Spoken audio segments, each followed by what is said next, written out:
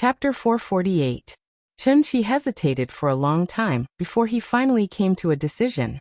He planted a gentle kiss on his lover's forehead before he sat down next to Qin Ruoying with his legs crossed. He was prepared to let his soul enter the spirit mirror again and infuse his inner energy into it to activate it just like last time. This time, whether it was the explosion of the heavenly capital or the 9-star alignment, he had to bring Yingying's soul out. It was fine when she didn't go home, but when she got home and saw that her lover was still lying quietly in bed, Chun-Chi's heart suddenly felt very uncomfortable. He was very upset because he had failed to protect Qin Ruoying. After all, for a cultivator who had reached the Dongshu stage, what was the point of cultivating if he couldn't even protect the woman he loved? Even if I lived forever, I would be nothing more than a soulless zombie without you by my side. Therefore, Chun-Chi was like a tortoise eating a scalpel this time. He was determined to rescue Qin Ruoying's soul. Even though he knew that activating the spirit mirror might lead to some unexpected things, he was not willing to wait any longer. He had waited for a long time. Yingying had also waited for a long time. He couldn't live without his lover, and Yin couldn't live without her mother. This family couldn't live without a mistress. Therefore, after Chun-Chi made his decision, he immediately infused his inner energy into the spirit mirror without hesitation. When he gave it his all, his inner energy was as vast and mighty as the Yangtze River, or as endless as the surging Yellow River. As the incomparably dense inner energy flowed into the spirit mirror, a strange white light suddenly lit up on the surface of the spirit mirror. Seeing this, Chun-Chi immediately held his breath and entered the white light again using the method of astral projection. It was still the same strange space of consciousness. However, after Chun-Chi entered, he suddenly realized that there were many subtle changes in this place. There were even some colors. One had to know that the space of consciousness was like a universe that had yet to be developed. Consciousness was an inexplicable and inexplicable thing. There was no concept of dimensions here, so the 5 senses were naturally useless. Everything could only be felt by the heart. As a result, everything he saw, heard, and even touched here. In fact, it was just a manifestation of one's inner consciousness. Therefore, theoretically speaking, there would not be any changes in the space of consciousness, because it did not have a proper form to begin with. But the strange thing was, this time, however, Chun-Chi's feelings were completely different from last time. In his perception, this originally chaotic space of consciousness seemed to have been split open by Panga's giant axe at this moment. There was a sky here, and suddenly there was a land. There was a dim yellow aurora in the sky and a dark green Styx river on the ground. Chun-Chi was now standing in the middle of the river Styx. The river was not deep, barely reaching his knees. Chun-Chi was a little surprised by the changes here. After carefully sensing for a while, he suddenly realized that the souls that had previously filled the entire space of consciousness had now all turned into fish in the river Styx, and were constantly rushing forward with the river Styx. Seeing this, Chun-Chi could not help but frown as he walked forward along the river Styx. He did not know how long he had walked. Only then did he finally find that familiar fluctuation of divine soul again. It was still that weak fluorescent light. Yingying's soul was there. Chun-Chi immediately ran toward the fluorescent light. However, as he got closer and closer to the fluorescent light, Chun-Chi's mood became more and more serious. Because he suddenly realized, the fluorescent light was at the end of the river Styx. Thousands of souls were following the river Styx and pouring into the fluorescent light. After realizing that something was wrong, Chun-Chi's heart could not help but skip a beat. He thought that something had happened here. Therefore, he did not even have time to think.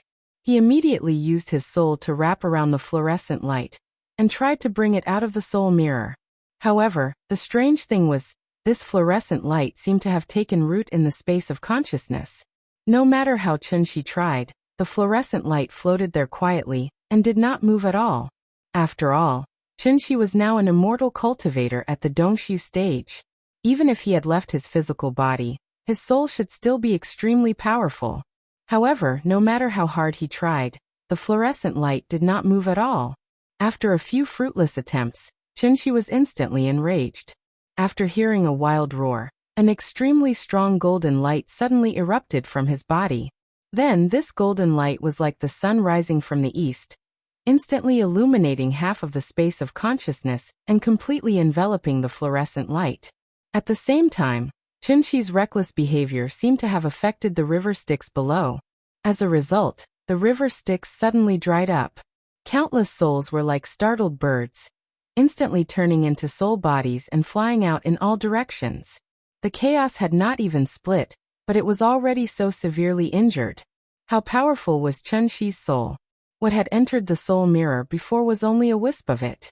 But now, Chunxi wanted to completely separate his soul from his physical body and pour it all into the soul mirror. He wanted to use his soul to build a soul bridge that connected Qin Ruoying to the outside world, and use it to forcibly bring her out of the soul mirror. Fortunately, the soul mirror was now an ownerless object. Otherwise, Chunxi's violent and barbaric actions would definitely cause the soul mirror to suffer a backlash, and his soul would definitely be severely injured as a result. Desperate times called for desperate measures. Chunxi did not care so much now. In any case, he had to take Yingying's soul away today. Thus, under his continuous efforts, the fluorescent light was forcibly pulled out from the end of the river Styx. That's right, it was pulled out. This fluorescent light was like a plant, and it had taken root at the end of the river Styx. After Chunxi plucked the streak of light out of the ground with brute force, a burst of intense vibrations erupted from within the soul mirror again. It was the same as before. Tens of thousands of Yin souls were shaken and scattered in all directions. Chunxi's soul was like a small boat that had encountered a whirlpool. Suddenly, it was pulled by an invisible force, as if it was trying to drive him out of the soul mirror. But this time, Chunxi was fully prepared. Thus, the moment the invisible force appeared, he had already used his soul to wrap the fluorescent light up in layers. Then, like a smuggler who had successfully avoided the security check, Chunxi successfully brought the fluorescent light back to the real world. Chunxi succeeded. But he did not know that the moment he left the soul mirror with the fluorescent light, the river Styx surged out again. Tens of thousands of Yin souls turned into fish and gathered in the river Styx once again. And at the end of the river Styx, suddenly a ray of fluorescent light appeared. Please remember the domain name of this book.com. Website of thewonderfulbook.com. Chapter 449. Note: I made a mistake when I pasted the previous chapter. If you didn't see my note at the end of the chapter, then it's the wrong chapter. Sorry. The so-called husband and wife were actually, although they didn't have the colorful phoenix wings, their hearts were as one. Therefore, the moment Qin Ruoying opened her eyes, Chunxi suddenly realized that there might be a problem. As expected, after Qin Ruoying opened her eyes and saw him, she didn't get up and hug him immediately. Instead, she looked at him up and down with a strange and cold look. Seeing this, Chunxi couldn't help but frown slightly. At the same time, he stretched out his right hand to see her situation. But what Chunxi didn't expect was that, just as he reached out his hand, Qin Ruoying suddenly leaped up like a carp. Following that, she smoothly executed a set of wrist and arm lock martial arts. Looking at this posture, Yingying seemed to want to take him down in one fell swoop. This set of self-defense kung fu was passed down in the Qin family. Although Qin Ruoying hadn't come into contact with kung fu before, she still stepped into the celestial being stage with the help of Chunxi. It should be known that celestial beings were no longer in the ranks of ordinary people. It was just a few moves of wrist-locking kung fu. She only needed to take a look at it to master it. Qin Ruoying had always disliked fighting with people. If it wasn't for the fact that cultivation could increase her lifespan, and thus she could stay with Chunxi forever, she was afraid that she wouldn't be willing to spend too much time on the road of cultivation. But now Qin Ruoying, on the other hand, acted as if she had been possessed by Qin Wanqing. The moment she came up, she started fighting without a single word. Chunxi was afraid of hurting her, so he immediately dispersed all the strength in his body. As a result, Qin Ruoying suddenly pressed him down on the bed by his arm. A dignified Dongshu stage cultivator was actually pressed down on the bed by a celestial being at this moment. If this matter were to spread, it would only shock people on the spot. Chunxi didn't dare to move at all, but Qin Ruoying didn't show any mercy. After pressing Chunxi down, Qin Ruoying turned over and mounted the horse directly on his back. and pressed him firmly on the bed. At this moment, Qin Ruoying seemed to not know Chunxi at all. After pressing his neck from behind, she asked coldly, "Who are you?" Hearing this, Chunxi could only tilt his head and ask in a muffled voice, "Ying, you don't even recognize me? I don't know you." After saying that, Qin Ruoying raised her head and looked around. The room was still the same room. She didn't know where she was. She didn't know she was, but she couldn't remember anything. She's Tichi. Remember anything? Amnesia? Maybe. From the moment Qin Ruoying woke up to the moment she captured Chunxi, the entire process seemed to have happened in the blink of an eye. At this moment, Chunxi could roughly guess the reason. Normal people might think that this was amnesia, but in reality, this was a sign of a missing soul. It was probably because he forcibly took her soul out of the spirit mirror, so the soul he took out was incomplete, and Qin Ruoying lost her memories. After figuring out the crux of the matter, Chunxi's originally tense mood immediately relaxed. It wasn't a big problem, it was just that her soul was missing. At worst, he could go to the spirit mirror later, and the problem would be solved. However, Qin Ruoying's attitude towards him made Chunxi, who was used to Ying's gentleness and consideration, suddenly feel like he was enjoying himself. In this world, other than Ying, which woman could ride on his back? Nian was still young, so she couldn't be considered a woman. Qin Ruoying rode on Chunxi's back, and her two legs were straddling Chunxi's waist. Therefore, the roots of her thighs were tightly pressed against Chunxi's waist, and he was firmly sandwiched between them. Although she used a lot of strength, this strength was not even enough to tickle Chunxi. Therefore, Chunxi was not in a hurry to struggle. Instead, he lay on the bed and silently felt the softness coming from Ying's thighs. TSK, this feeling. It was really bouncy, full, and alluring. He was used to eating a lady from a noble family, who was as gentle as water. Suddenly, she was replaced with an ice beauty who was as cold as ice. The taste was simply wonderful. If Qin Ruoying knew what he was thinking, she would probably raise her hand and slap him across the face. Men are all pigs. Chunxi was like a dead fish, lying on the bed and not moving at all. At this moment, Qin Ruoying seemed to have realized that her posture was a little indecent, so she immediately jumped up from his body and went straight to the door of the west wing. Chunxi was busy savoring the feeling, and when Qin Ruoying left, it instantly made him feel a sense of emptiness, so he hurriedly got up and chased after her. Ying, don't run around. Where are you going? Seeing that Chunxi was chasing after her, Qin Ruoying turned her head and glared fiercely at him. Chunxi had no choice but to hurriedly take a few steps back, and then put on an old face, indicating that he would not go near her. After that, Qin Ruoying then turned and walked out of the west wing. When she walked out of the house and saw the beautiful scenery of hundreds of flowers in full bloom, Qin Ruoying could not help but smile. Ying had always liked flowers and trees, so the courtyard had long been filled with potted plants by Chunxi.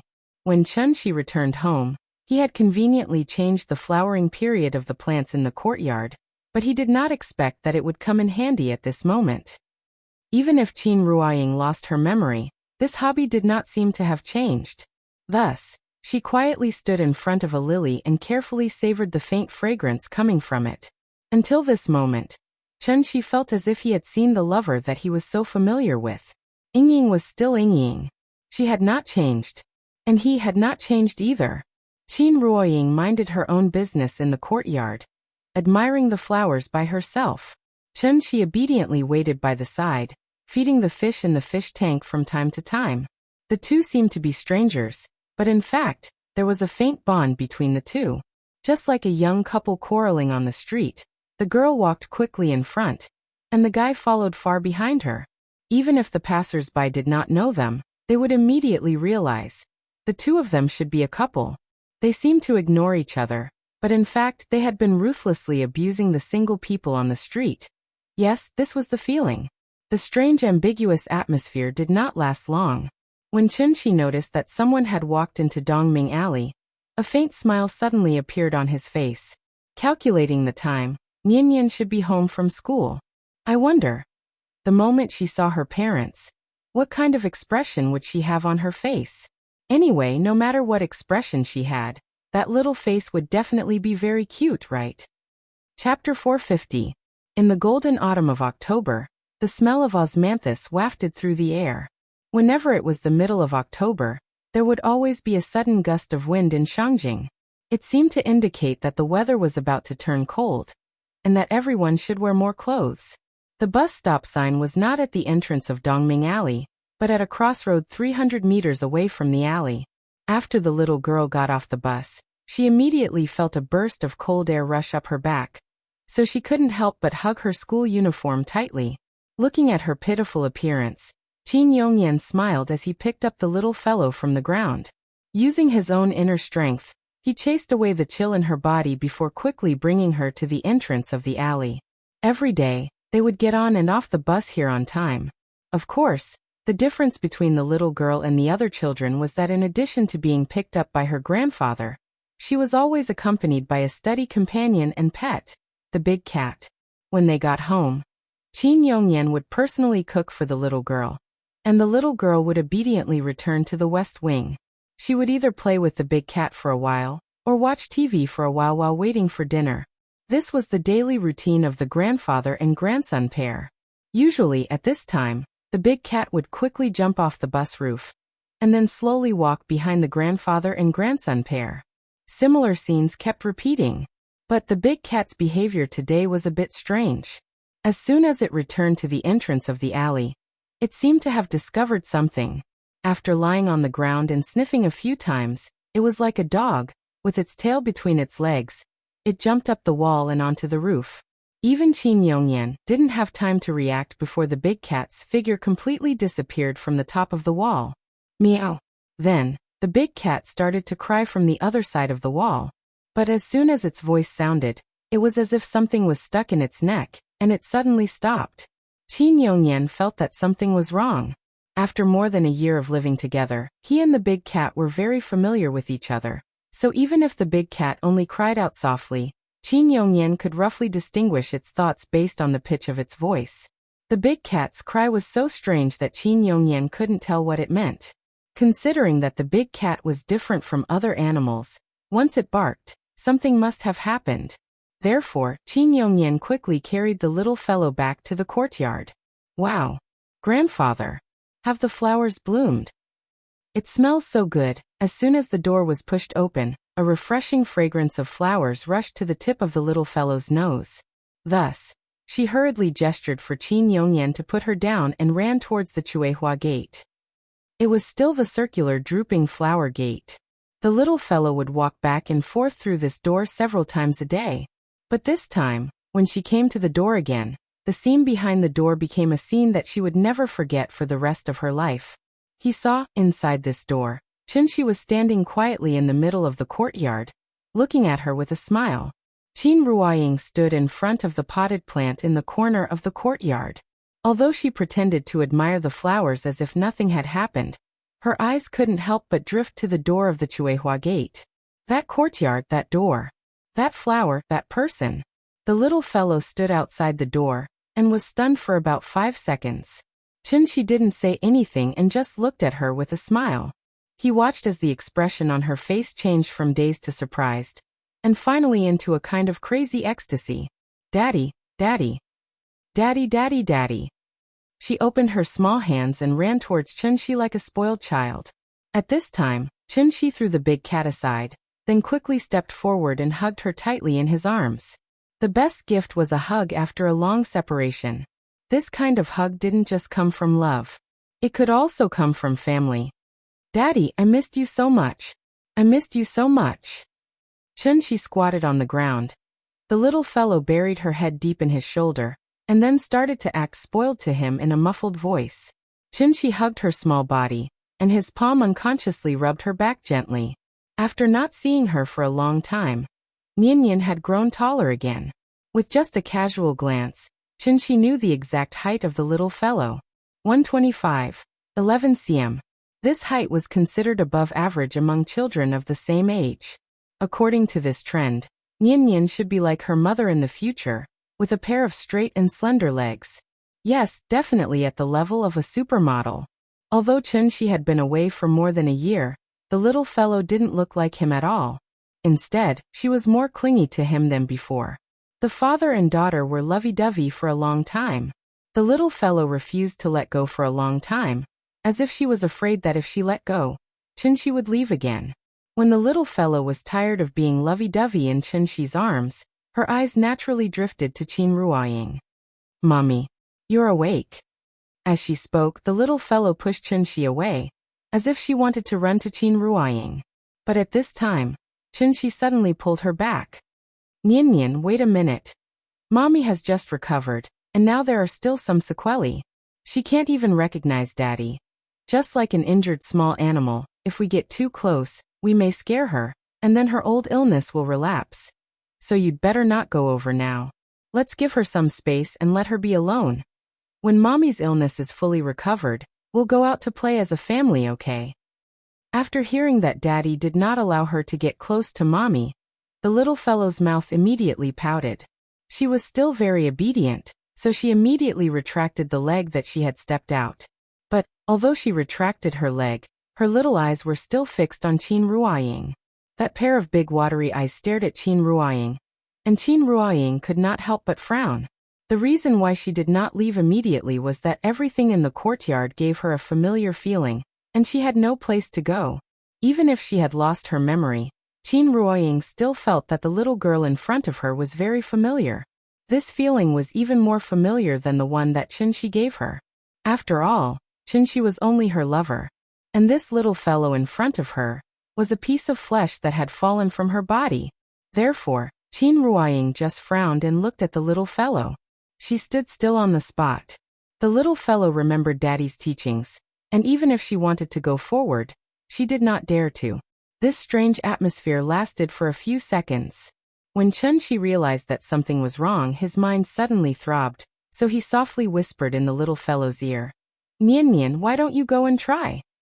Mommy doesn't know me, but maybe she knows you. Don't worry, if Mommy does anything strange, Daddy will pull you back immediately. Just like going to the zoo to see an orangutan." Chunshi carefully reminded the little fellow of the rules of entering the garden. However, he forgot the most important point, and that was, Qin Ruoying was already a celestial being.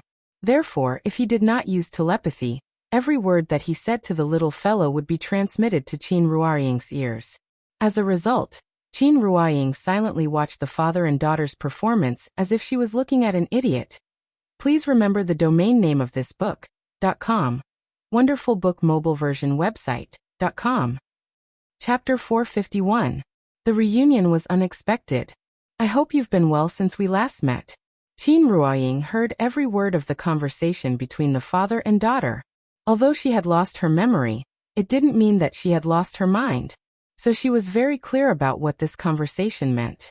In fact, since she woke up, Qin Ruoying had been seriously thinking about everything that had happened in front of her. The reason why she was able to remain so calm and collected was simply because that was her personality to begin with. At this time, although Qin Ruoying didn't wear a sign on her face at all times like Qin Wanqing with the words, "Keep away," clearly written on it, she still gave people a feeling that it was difficult to approach her. After losing the emotional bond between her and Chunshi, she finally showed her true self. After all, a woman couldn't just be gentle to strangers, right? This was the Qin Ruoying that Chunshi knew at the beginning. She was a real goddess. So she could only be admired from afar and couldn't be touched. Chunshi didn't dare to get close to her. At this time, the little girl also found that her mother had become a little different from before. So, even with Chunshi's encouragement behind her, the little girl still refused to take a step forward. Children were actually very sensitive. When the little girl found that her mother looked at her in a completely different way, it was as if someone had poured a bucket of cold water on her in the middle of winter.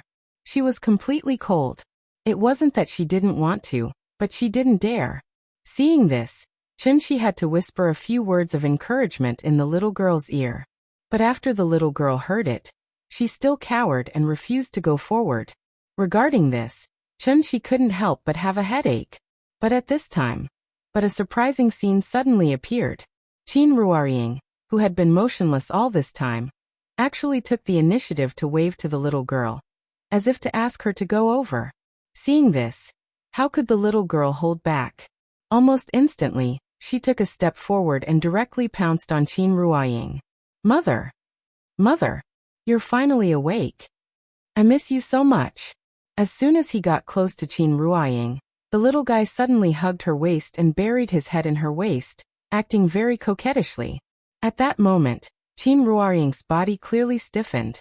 But then she took the initiative to place her hand on the little fellow's head and gently stroked it.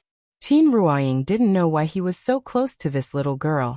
After being hugged tightly by her, Qin Ruoying faintly felt a strange yet familiar intimacy. Could it be, am I really her mother? Thinking of this, Qin Ruoying couldn't help but turn to look at Chen Shi. At this time, Chen Shi was smiling from the bottom of his heart because of their reunion. It was fine even if he didn't laugh. This smile made Qin Ruoying's face turn cold. She even began to wonder if she had been deceived by this father and daughter pair. This unique reunion quickly came to an end. Except for the little fellow, Qin Ruoying didn't show any face to anyone. One had to know that there were no outsiders in this house. One was her husband, the other was her father. The two most important men in her life could only stand aside at this moment, looking helplessly at her and the little fellow playing in the courtyard. Although the scene of this reunion might be a little different from what they had imagined, but at least their family was reunited. Chen Shi was back, and Qin Ruoying was also awake. This family, it finally felt like home again. Then the power of cooking returned to Chen Shi's hands. In order to celebrate this reunion, Chen Shi used all his trump cards. Whether it was flying in the sky, running on the ground, or swimming in the water, everything had to be served on the table today. In short, 9 dishes and 1 soup were served, and everything was to be perfect. The little fellow hadn't eaten Chen Shi's dishes in a long time, so when the first dish was served, she pulled Qin Ruoying directly to their seats, and kept yelling for her father to hurry up and serve the dishes. Qin Ruoying didn't stand on ceremony. Although she hadn't acknowledged Chen Shi yet, she didn't feel a trace of repulsion towards this man in front of her. Instead, she felt a faint tug at her heart. She was secretly observing Chen Shi, but she didn't know that her every move had been seen by Chen Shi. Chen Shi was very pleased with himself, but he didn't show it on his face. If it wasn't for the fact that his sister-in-law hadn't woken up yet, and he had to go to the spirit mirror again. Chen Shi even wanted to spend more time with Yingying after she lost her memory. Dinner was quite enjoyable. During the meal, Qin Ruoying didn't say a word, so the little fellow naturally became the communication bridge between her parents. Under Chen Shi's instructions, she kept yelling for her mother to eat. That silly little look of hers made Qin Ruoying chuckle. Qin Yongyan had never liked to interfere in his children's affairs. Seeing that Chen Shi had returned safely, he could naturally take off the burden on his shoulders. Therefore, after confirming that Qin Ruoying's amnesia wasn't a big problem, he hastily ate his dinner, and then went back to his room to shut himself in. After dinner, the sky had already darkened. By the time Chen Shi finished cleaning up the table and chairs, the little fellow had already pulled Qin Ruoying back to the west wing to watch cartoons. Chen Shi hesitated for a moment outside the door. Just as he was about to step into the room, Qin Ruoying's cold voice sounded from inside the room. Get out! Hearing this, Chen Shi could only shake his head and smile bitterly. Well, he didn't even have the right to enter the room now? Chen Shi was really depressed. At this time, the little fellow didn't forget to add, Dad, you play by yourself. Mom said, you're not allowed to enter the room. I'll sleep with Mom today. Chen Shi had no choice but to turn around and walk into the guest room that Xiao Yuan stayed in before. As early as when Chen Shi left, Xiao Yuan had already successfully entered a multinational company as an intern under Gu Lao's introduction. So the tea house was completely closed. Chen Shi lay on the bed, thinking about how to reopen the tea house tomorrow, while listening to the movements in the room next door. Although Qin Ruoying lost her memory, she still had a kind of heartfelt care for Nian. This also made Chen Shi feel very gratified. Yingying was still the same Yingying. Although incomplete, she was still the Yingying that he couldn't help but be fascinated by.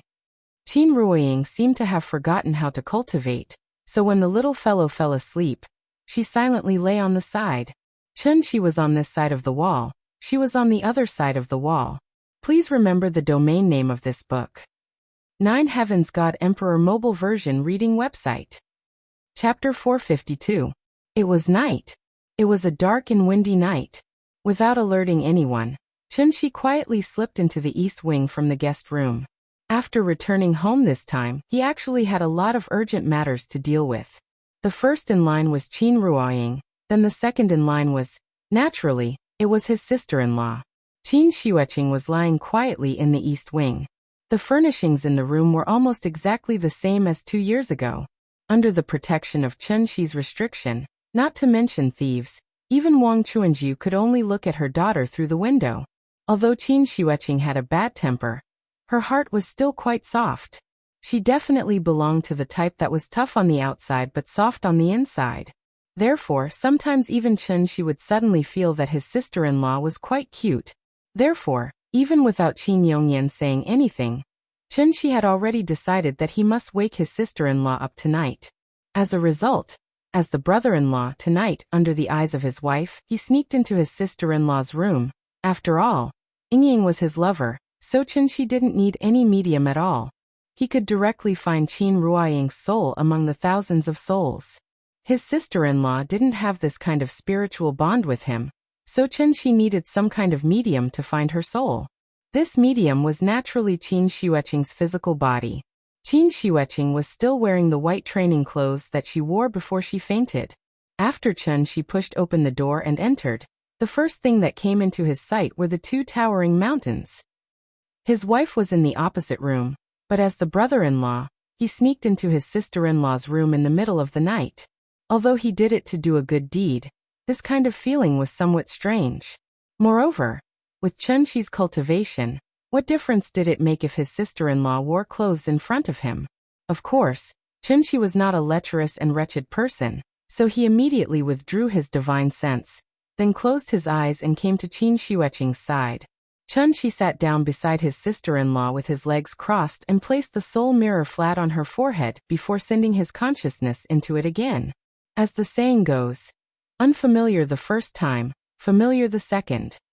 With the previous 2 experiences under his belt, Chunshi was already very familiar with the process of entering the soul mirror again. It was still that space of consciousness. But this time, however, the space of consciousness that Chunshi saw was different from the last time. Instead, it was like before the chaos was formed. The dim aurora and the green nether river were gone. All that was left were thousands of unconscious souls drifting about in the chaos.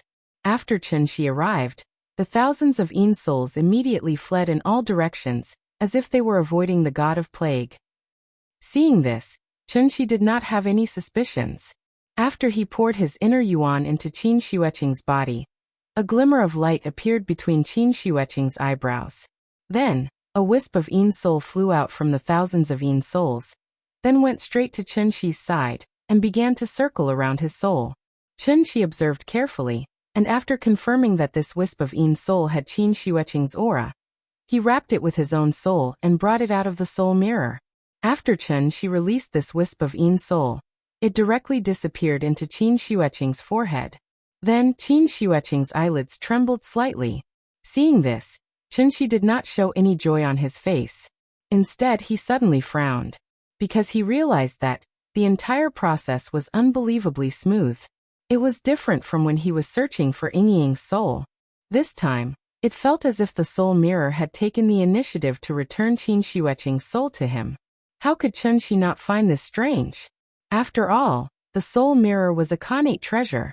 Chunshi would not be surprised if an artifact spirit was born from it. At this thought, Chunshi immediately held the soul mirror in his hand, and began to seriously think about everything he saw in the soul mirror. Why was it so easy to find his sister-in-law's soul after he spent so much effort to find a part of Yingying's soul? Also, what was the situation with the Nether River? Why did Yingying's soul appear at the end of the Nether River? Previously, he had been anxious to find Qin Ruoying's soul, so Chunshi did not pay too much attention to these details. He thought that these images were just projections of his consciousness. Qin Ruoying was very important to him. After this thought was projected into his consciousness, it naturally made sense that Qin Ruoying's soul was at the end of the Nether River. But the problem was, the soul mirror wasn't his magic treasure. How could it be affected by his consciousness and place Yingying's soul at the end of the Nether River? Moreover, when he brought out Qin Ruoying's soul, the resistance was so great that Yingying lost a part of her soul. So why was it so easy and smooth when he brought out his sister-in-law's soul? The more Chen Shi thought about it, the more he felt that something was wrong. Abnormal things in the world were strange. This was just too strange. How many more secrets was this broken mirror hiding? At this thought, Chen Shi prepared to let his soul out of his body again and explore the soul mirror. However, right at this moment, Qin Xueqing suddenly opened her eyes. The soul state was unconscious, so Qin Xueqing's memory was still stuck at the time before she fell into a coma. Therefore, when she opened her eyes and saw Chen Shi sitting by her bed, Qin Xueqing was stunned. Chen Shi was so focused on the soul mirror that he did not notice that Qin Xueqing had woken up. Although Qin Xueqing was almost 30 years old, she was still an unmarried virgin. She had never even held hands with anyone. It was already the middle of the night. How could Qin Xueqing not be shocked when a man like Chen Shi suddenly appeared by her bed? Brother-in-law sneaked into her room? How was she going to face people in the future? Her sister-in-law had a bad temper. After being provoked, he went berserk on the spot and directly kicked at Chen Shi's waist. This kick, she had used 120% of her strength. After all, Qin Xueqing had already stepped into the heavenly man stage and was a genuine golden core stage cultivator. At such a close distance, plus the fact that Chen Shi was completely unguarded. Therefore, by the time Chen Shi reacted, her leg had already kicked Chen Shi's waist, crack. With a muffled sound, her sister-in-law's right leg was immediately fractured. Then, her entire body was thrown away by Chen Shi's protective chi like a rag doll that had been casually thrown away. If Chen Shi had not used his true essence to catch her in time, Qin Xueqing would have crashed through several walls before falling to the ground. Hey, that, Chen Shi tried to explain, but Qin Xueqing did not give him a chance to explain. Instead, she pointed at the door and shouted, "Get out! Get out of here!" Okay, don't be agitated, I'll go out now. He had clearly come to do a good deed, but in the end he was like a thief who had been caught red-handed in this regard. Chen Shi could only helplessly shake his head and then run out of the east wing like he was escaping. It was bad enough to be misunderstood by his sister-in-law. Who would have thought? As soon as Chen Shi walked out of the east wing, he met Qin Ruoying's cold gaze head-on. How sharp were the eyes and ears of a heavenly man. As soon as Qin Xueqing made a sound, she had already gotten up to check on the situation. After seeing Chen Shi come out, Qin Ruoying did not say a word. After a bang sound, she closed the door and went back to the room to comfort the little fellow who had just woken up. Chen Shi stood in the courtyard with a helpless expression. He looked left and right at the east wing, then at the west wing, only to feel a chill in his heart. This was great. The yellow mud had really fallen into his crotch. Even if it was not sh*t, it was sh*t. Then, Chen Shi gloomily set up a soundproof restriction in the courtyard. Please remember the domain name of this book. .com. Wonderful Book Mobile Version Website. .com. Chapter 453. There were 8 immortal arts. Pills, talismans, weapon formations, and witchcraft. They were pills, talismans, weapon refinement, formations, casting, witchcraft, and puppetry. The first 4 were more commonly used. Basically, every orthodox cultivator would gradually learn and master them as they cultivated. The last 4, on the other hand, weren't all that impressive, so only those with crooked paths would focus on them. No one was perfect, including Chen Shi. In online gaming terms, Chen Shi was a top laner who focused on head-on combat. Although he knew a little bit of miscellaneous skills, they were merely summoner skills. When it came to weapon refinement, alchemy, formations, and so on, the support healer was clearly the true professional. Hence, Chen Shi's head hurt. The heaven-bearing efficacious floating mirror was a connate peerless treasure. Chen Shi didn't know much about connate peerless treasures. It was said that only tribulation ascension cultivators who'd undergone the baptism of heavenly tribulations could refine their own personal treasures with the connate true essence in their bodies. Only then could they truly refine a connate peerless treasure. From this, one could see just how rare connate peerless treasures were. It was for this reason that Chen Shi, who'd only been in the soul formation stage, didn't have the right to come into contact with a Khanate peerless treasure. Of course, even if Chunshi had obtained a Khanate peerless treasure by chance, that didn't mean he could use it for himself. The logic was actually quite simple. It was like a poor bastard suddenly obtaining the keys to a Ferrari. He probably wouldn't even know how to start the engine after getting in. There were many types of treasures. Judging from how the soul mirror had been activated a few times, it was most likely a support-type treasure. Support-type treasures were usually refined for specific situations and weren't very practical. Hence, after the Grand Pure Divine Ancestor passed away, the soul mirror had been placed in the Imperial Hall to collect dust. The soul mirror was far beyond what Chunshi could grasp. Hence, he couldn't find the correct way to activate it after flipping the mirror over and over again for an entire night. Speaking of which, it was strange. After Chunshi brought out his sister-in-law's soul, the soul mirror suddenly shut down like a phone with no battery. After that, no matter how hard he tried, he was unable to let his spirit enter it again. It was as if the soul mirror had been reduced to an ordinary item, and the space of his consciousness had been completely shut off. He couldn't very well try to break open the soul mirror, could he? Magic treasures needed to be recharged. Soul mirror had created a white hole to engulf a large world, then forcibly reversed the orbits of the 9 planets, thereby expending a lot of energy. Was that why it needed some time to recover? Chunshi pondered for a long time before coming to such a conclusion. Only then did he feel slightly relieved. Heaven and earth can bear witness. He really didn't want to use this opportunity to spend a few more days with the amnesiac Ying, so that he could have a change of taste. The next morning, following the loud and clear cry of the rooster next door, the little fellow slowly woke up from her sleep. She didn't know what happened last night, but she was keenly aware that her mother didn't give her father a good look during the meal. As such, the smart little fellow wisely kept her mouth shut and put on her little backpack after breakfast. Perhaps it was because his sister-in-law was too embarrassed to see anyone after the farce last night. So she left the courtyard in the middle of the night, and no one knew where she was now. Chunshi wanted to explain the situation to her, but he saw that she was being very unapproachable, so he wisely disappeared from her sight. His sister-in-law had left, but Qin Ruoying was still there. Thus, Chunshi made his way to the west wing and politely knocked on the door before yelling into the room. "Nian, let's go. Daddy will take you to school today." Okay. The little fellow immediately ran out of the room after hearing Chunshi's call. As soon as she stepped out of the door, she spread open her arms as if asking Chunshi to carry her. After Chunshi picked her up from the ground, the little fellow turned her head and coyly asked into the room, "Mommy, aren't you taking me to school?"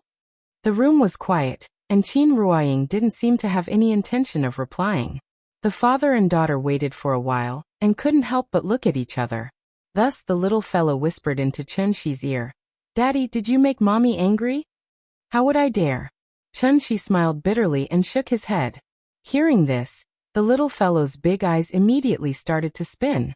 "Daddy, do you want me to help you coax Mommy out?" This little fellow was so mischievous, she actually used the word coax. After Chunshi heard this, he immediately put her back on the ground. The father and daughter looked at each other tacitly. After that, the little fellow seemed to have received some kind of order, and quickly ran back into the room. "Mommy, take me to school. Let's take the bus, it's fun. You haven't been to my school yet. The teacher said she wants to see you. Come on, come on." No matter how the little fellow acted coquettishly, Qin Ruoying didn't reply. In fact, since she woke up, she hadn't said more than 10 words. She was like an observer from outer space, coldly watching everything that happened around her. She only listened but didn't speak. She didn't speak, nor did she chase the little fellow away. The little fellow grabbed her hand tightly, shaking her head and wagging her tail, constantly acting coquettishly. Finally, Qin Ruoying seemed to be convinced. As soon as she stood up, the little fellow began to drag her out with all her might. Of course, if she didn't want to go out, how could the little fellow pull her? Qin Ruoying did go out, but she still didn't give Chunshi a good look. She didn't even look at Chunshi, as if such a big person didn't exist. Therefore, the little fellow held her father's left hand and her mother's right hand, like a bridge between the two. Time to go to school. The sun shines in the sky, the flowers smile at me. The little bird says good morning. Why do you carry explosives on your back? Like the most ordinary family of 3, the little fellow pulled the couple onto the bus to school.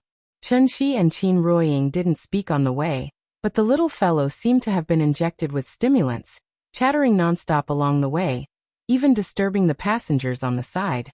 After Chunxi apologized to the nearby passengers in a low voice, he didn't stop the little fellow from continuing, but motioned for her to speak softly and slowly. Dad was listening carefully. Big things like arguing with others, small things like who borrowed her eraser.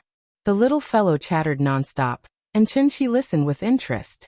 And at this time, after getting on the bus, Qin Ruoying, who had been looking out of the window, finally looked like a sculpture that came to life. She turned her head, her eyes paused on Chunxi's face for a second, and then completely focused on the little fellow, looking at Nianyan's little face that had turned red with excitement. At that moment, Qin Ruoying couldn't help but reach out and pinch her little face. Chapter 454. Qin Ruoying's subconscious affectionate actions were naturally seen by Chunxi. Therefore, Chunxi immediately put on a calm and collected expression, as if to imply that he did not see anything. There were many types of amnesia. The most common situation was not being able to recognize one's loved ones. However, they could still speak, write, draw, and have the ability to take care of themselves in daily life. Therefore, amnesia did not mean that one had lost their intelligence. And it was precisely because Qin Ruoying had lost her memory that everything was so new and strange to her. She was very clear about the meaning of the word mother.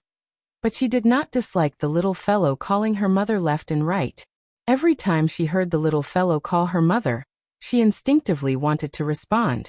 If it was not for the special reserved nature of women stopping her, Qin Ruoying would have already held the little fellow in her arms and caressed him. Of course, Qin Ruoying could accept the little fellow, but it did not mean that she could accept Chunxi. Women always had to be a little guarded against men. The kind of woman who would completely fall into a man's good intentions could only play the role of a victim in a relationship. The one who cannot get is in an uproar. The one who is favored is fearless. No matter where it was, this sentence was absolutely regarded as the supreme truth. Therefore, even though Chunxi had already stepped into the insightful emptiness realm, he was still deeply immersed in it, and even somewhat enjoyed it. The capital-affiliated primary school was not far from Hohai, about 7 or 8 stops away. After the family of 3 got off the car, the little fellow, like other children, held his father in one hand and his mother in the other, and skipped towards the school gate. Although the school was chosen by Chunxi, this was the first time he came, so he could not help but use his divine sense to carefully scan the school. And overall, it was not bad. At least he did not find any filth hidden under the sanctimonious surface. The management of a primary school was not as loose as a kindergarten, so Chunxi and Qin Ruoying could not even enter the school gate, and could only stand at the school gate and say goodbye to the little fellow. Dad, goodbye. Mom, goodbye. I will listen to teacher obediently. Remember to pick me up after school. Perhaps it was because Chunxi and Qin Ruoying were sending Nianyan to school for the first time, and because the couple was too good-looking, even the guards at the entrance couldn't help but take a few more glances at them. Nianyan was the most popular person in the class. Therefore, after many parents sent their children to school, they could not help but stand at the side and whisper to each other. Is that child the one who dared to hit someone on the first day of reporting? Yes, he's in the same class as our Yang Yang. He's very handsome, but his temper is too bad. He doesn't look like a girl at all. I don't know how his family educated him. Didn't you say you were going to fire her last time? Why are you still here? Expelled? Don't joke around. She's the class monitor now. She got full marks in the first half of the exam. Every parent-teacher meeting, she'll be singled out for praise. Oh, this little girl is so powerful? How is she powerful? Isn't it because her family is powerful? At this point, a trace of displeasure flashed across the parent's face. Then with a look of disdain she said, I heard that her family has an education system. They're different from us commoners. Her performance in school directly affects the evaluation of the school. How can a child like this not be powerful? I see. Chunxi quietly listened to the conversation from the side. It was because Nianyan's performance in school was too outstanding that these parents began to suspect that the school had given Nianyan special treatment. If one thought about it carefully, this kind of narrow-minded thinking could be understood. Every parent wanted their child to be outstanding and stand out from the crowd. Any child who was able to enter the capital-affiliated primary school had at least gone through several rounds of screening. Basically, it could be concluded that they were good seedlings that far surpassed their peers. But it was a pity that excellence was always measured by comparison. Compared to Nianyan, even the smartest and most outstanding child could only be reduced to ordinary in the end. After all, when it came to comparing fathers, no one could compare to her. When he left the last time, Chenxi was worried that he would take a long time to come back, so he took the initiative to remove the first layer of seal on Nianyan's body. It was also from then on that Nianyan gradually became different from other children. Although Nianyan didn't know how to cultivate, she had already found a sense of qi when she was 5 years old. This innate affinity for spirit energy was something that many people didn't have. This was the so-called talent that was bestowed to her by God. Others couldn't be envious of it. Chenxi had been gone for more than a year, and Nianyan had also been washed by the tide of spirit energy in the courtyard for more than a year. She was still young, so she couldn't see anything for the time being. But if she continued to develop at this speed, it was estimated that it wouldn't be long before Nianyan would be able to skip a grade. Skip from 1st grade to 3rd grade, 3rd grade to 6th grade, skip from 1st grade to 3rd grade, and directly enter university in 1st grade. At that time, she probably wouldn't be an adult and would have graduated from university. Could it be, in the future, would he have to send Nianyan to the junior class of the Chinese Academy of Science? Chenxi was still seriously thinking about whether to put the seal back. After Qin Ruoying saw Nianyan's figure disappear, she turned around and walked out along the street. Seeing this, Chenxi had to temporarily put this problem to the back of his mind, and then quickly followed. "Hey Yingying, where are you going?" This time, there was no little guy in the middle to act as a bridge, so Chenxi didn't dare to follow too closely. Seeing that he was so self-conscious, Qin Ruoying let him be. As a result, the couple who were incomparably loving in the past were now like a couple who quarreled and broke up. One in front and one behind. They were silent and walked aimlessly on the street. Well, in addition to taking care of Nianyan's daily life, Chenxi also had to pay attention to not let his wife get lost at all times. Back to the cloud-piercing shuttle that accidentally broke into the Tianshu ruins. This cloud-piercing shuttle was not simple. Its source of power was completely dependent on spirit stones. As long as there were enough spirit stones, it could even cross the entire Milky Way. Earth was about 6 billion kilometers away from the Oort Nebula. Even if it flew at the speed of light, it would take nearly 6 hours to reach it. Although the cloud-piercing shuttle's flying speed did not exceed the speed of light, it could perform short-distance space jumps. And this was the embodiment of the true meaning of the word void that Dongshu stage cultivators used. Chenghua and Yiji. Just like that, the two daring youths piloted the cloud-piercing shuttle towards the direction of the sun. Along the way, they discovered many planets, from Pluto to Neptune, then to Saturn and Jupiter. Although these planets were large in size, they were all dead planets. So even though the two of them kept stopping along the way, they quickly arrived at Mars. After Chenghua drove the cloud-piercing shuttle around Mars, an aqua-blue planet came into view. Yiji was the first to discover that this planet was different from the rest. The planet's environment directly affected its color, so under normal circumstances, one only needed to look at the color of the planet to determine if it was suitable for habitation. Earth was aqua-blue, like a sparkling and translucent sapphire. It was very beautiful. But the most eye-catching thing about it was the spirit qi of heaven and earth that kept flowing out. This was a sacred cultivation ground. Yiji was stunned. After being stunned for a long while, he excitedly pulled on Chenghua's sleeve and shouted, "Chenghua, look, there's spirit qi on that planet." Please remember the domain name of this book. 9 Heavens Divine Emperor Mobile Version Website. Chapter 455. Not every planet could nurture life, and not every planet could produce heaven and earth spirit qi. Therefore, planets like Earth that could nurture life and produce heaven and earth spirit qi at the same time were usually extremely rare. Cultivators would call such an existence a holy land for cultivation.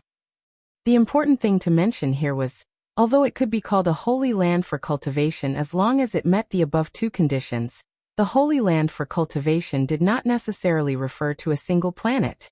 Even if it was just a void crack in the universe, or a continent formed after a planet shattered, as long as it could nurture life and produce heaven and earth spirit chi at the same time, it could be called a holy land for cultivation. Because of the effect of gravity, all the planets in the universe were spherical.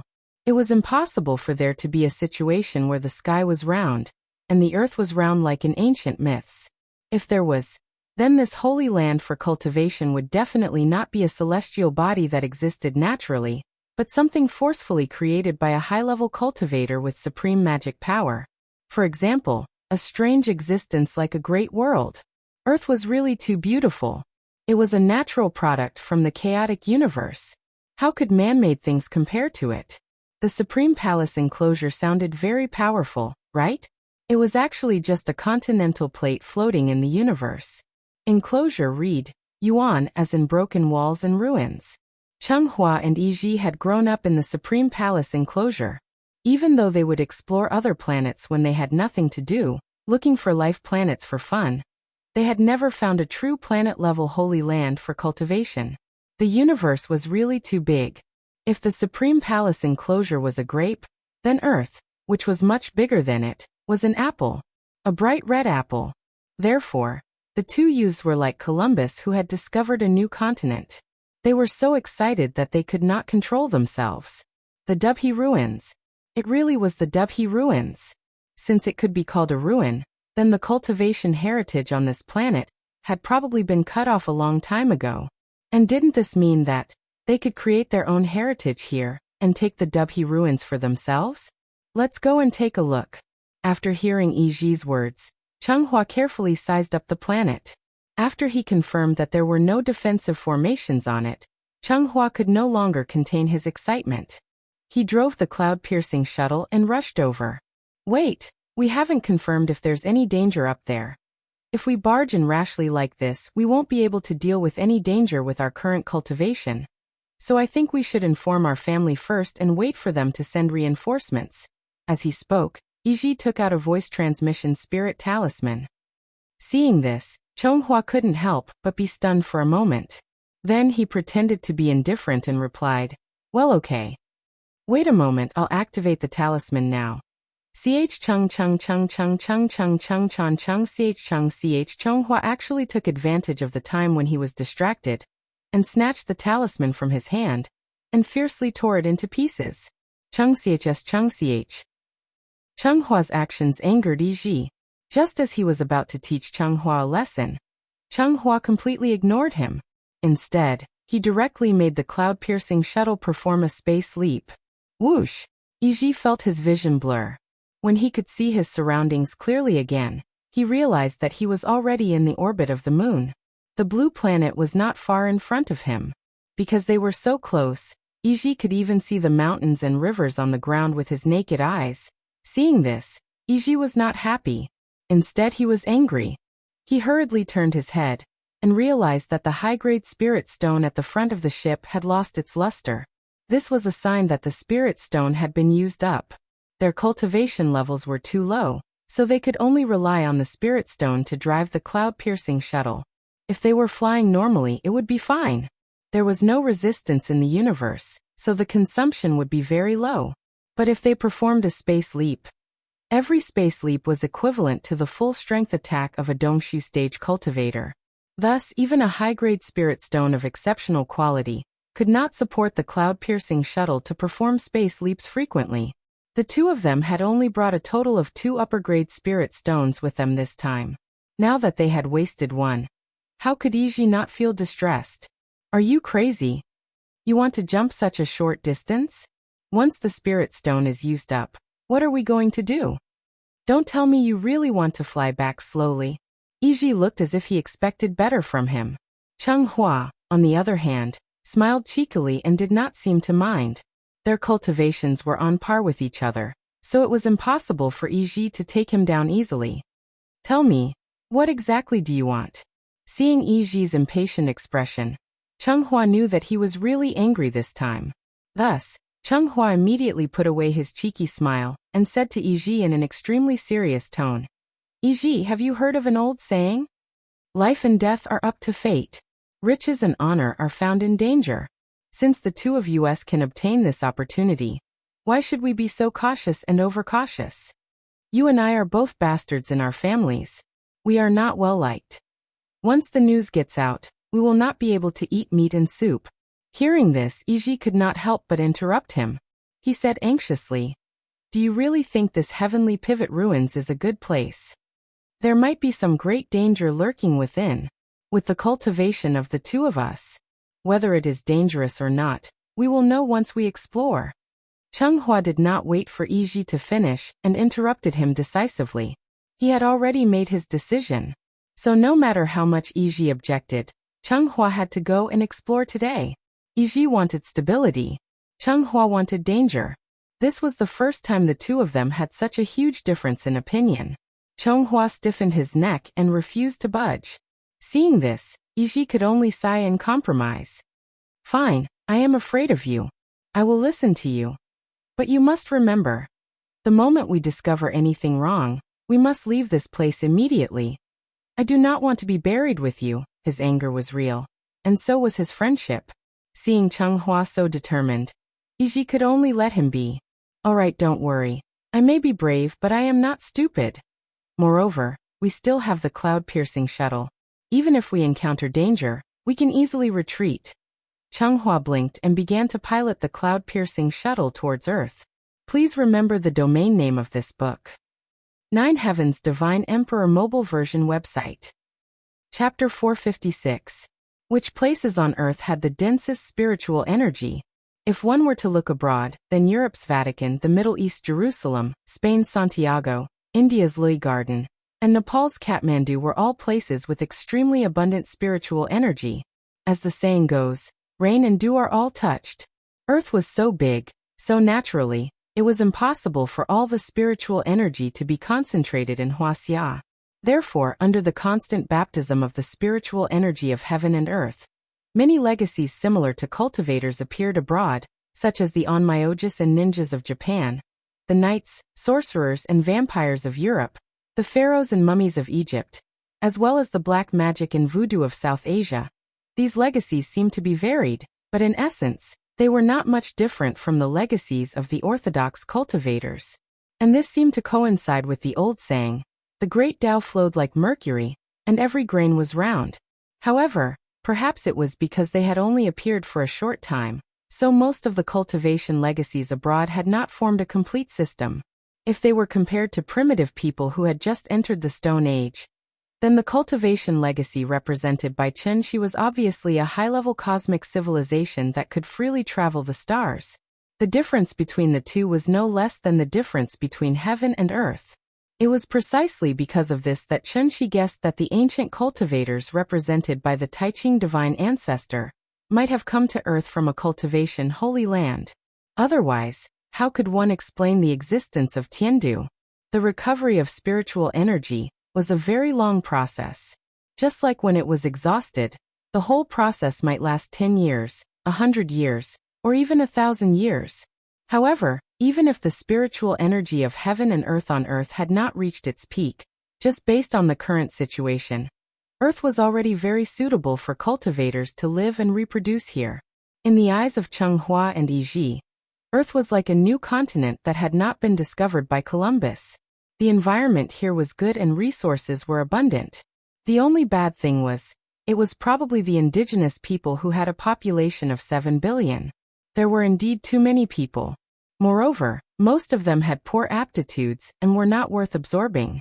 Even if they captured these people and brought them back to do hard labor, Chenghua would feel that it was a waste of food. The two of them quietly landed on Earth on the cloud-piercing shuttle. The place where they landed, it was none other than Yellowstone Park, where Chenxi had refined the Adumbra flower.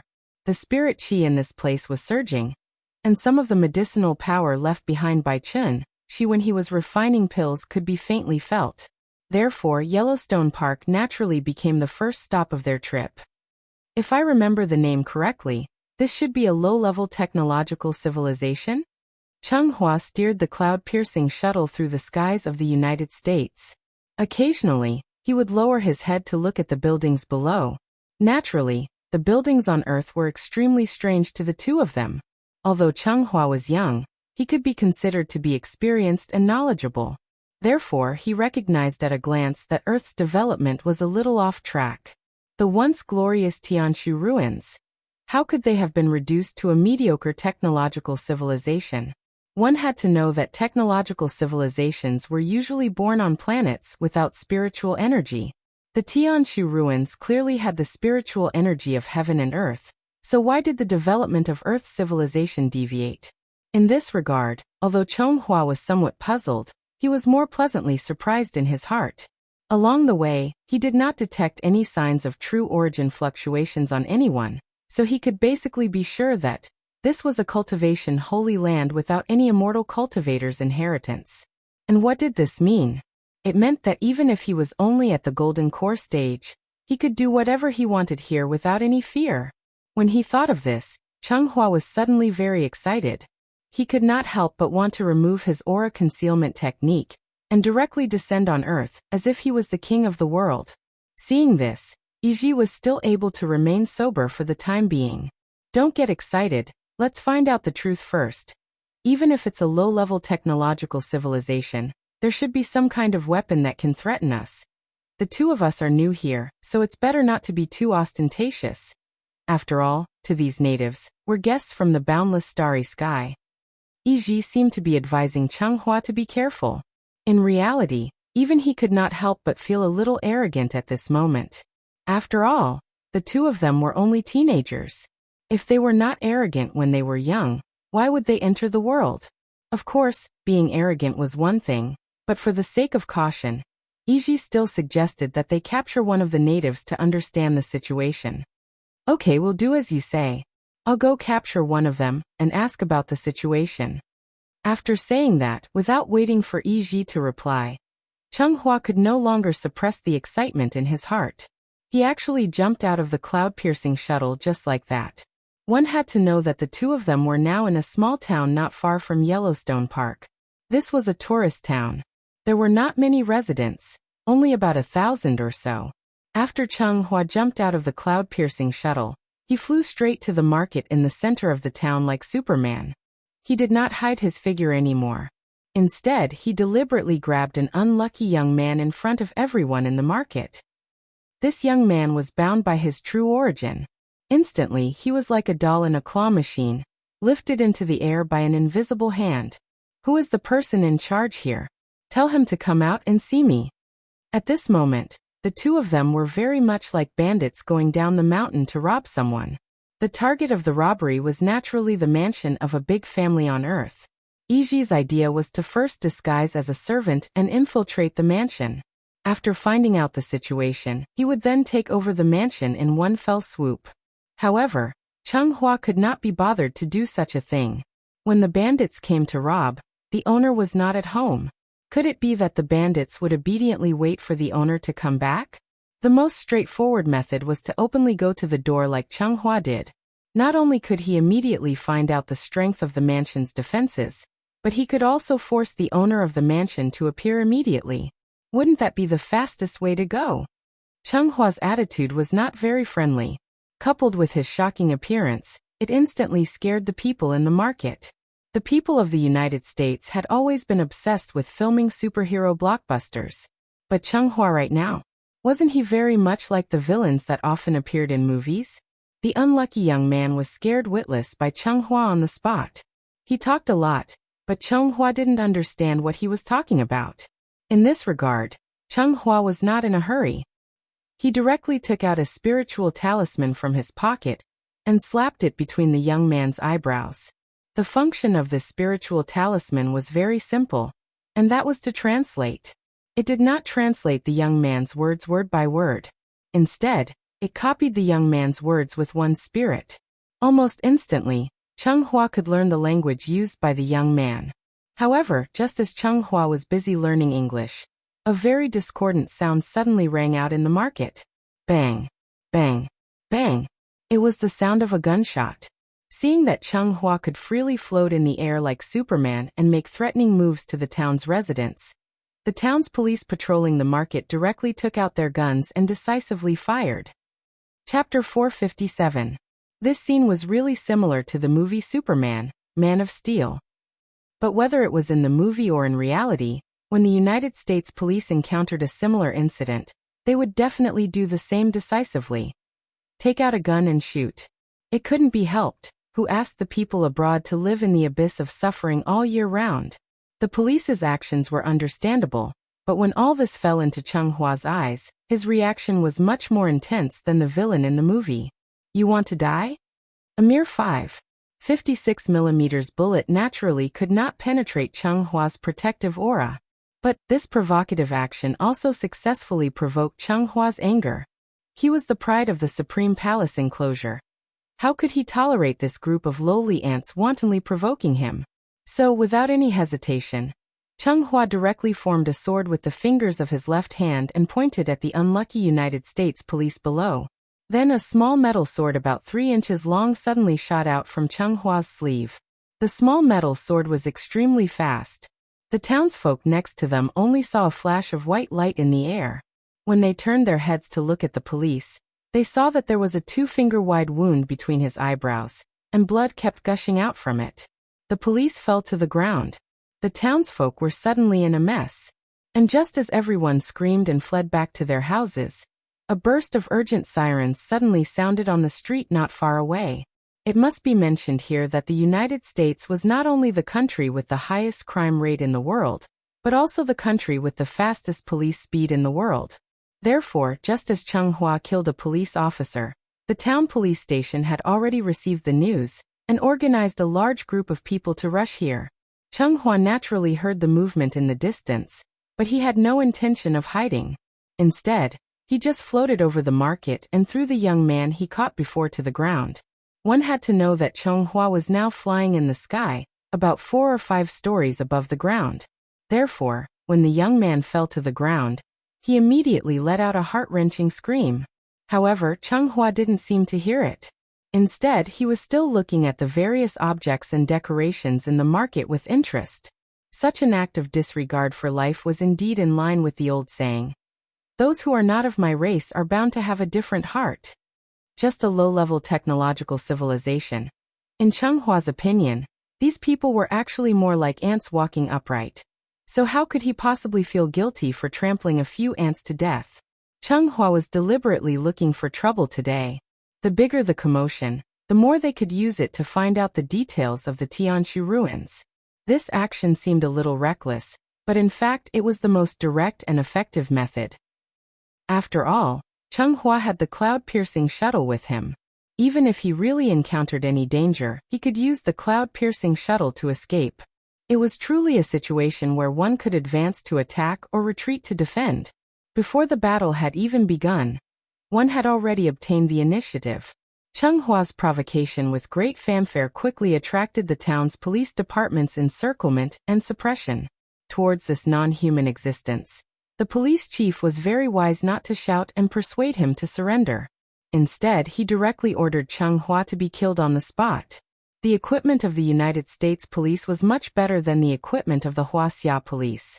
Following the police chief's shout of fire, the town that hadn't been so lively in a long time suddenly became as lively as the new year. A series of crackling gunshots rang out, more lively than the fireworks of the new year. In an instant, countless bullets shot out from the barrel of the gun and rained down on Chung Hua. The United States police never gave criminals any chance to speak, but unfortunately, Chung Hua wasn't an ordinary criminal. He was a golden core cultivator who could fly in the sky and burrow into the ground.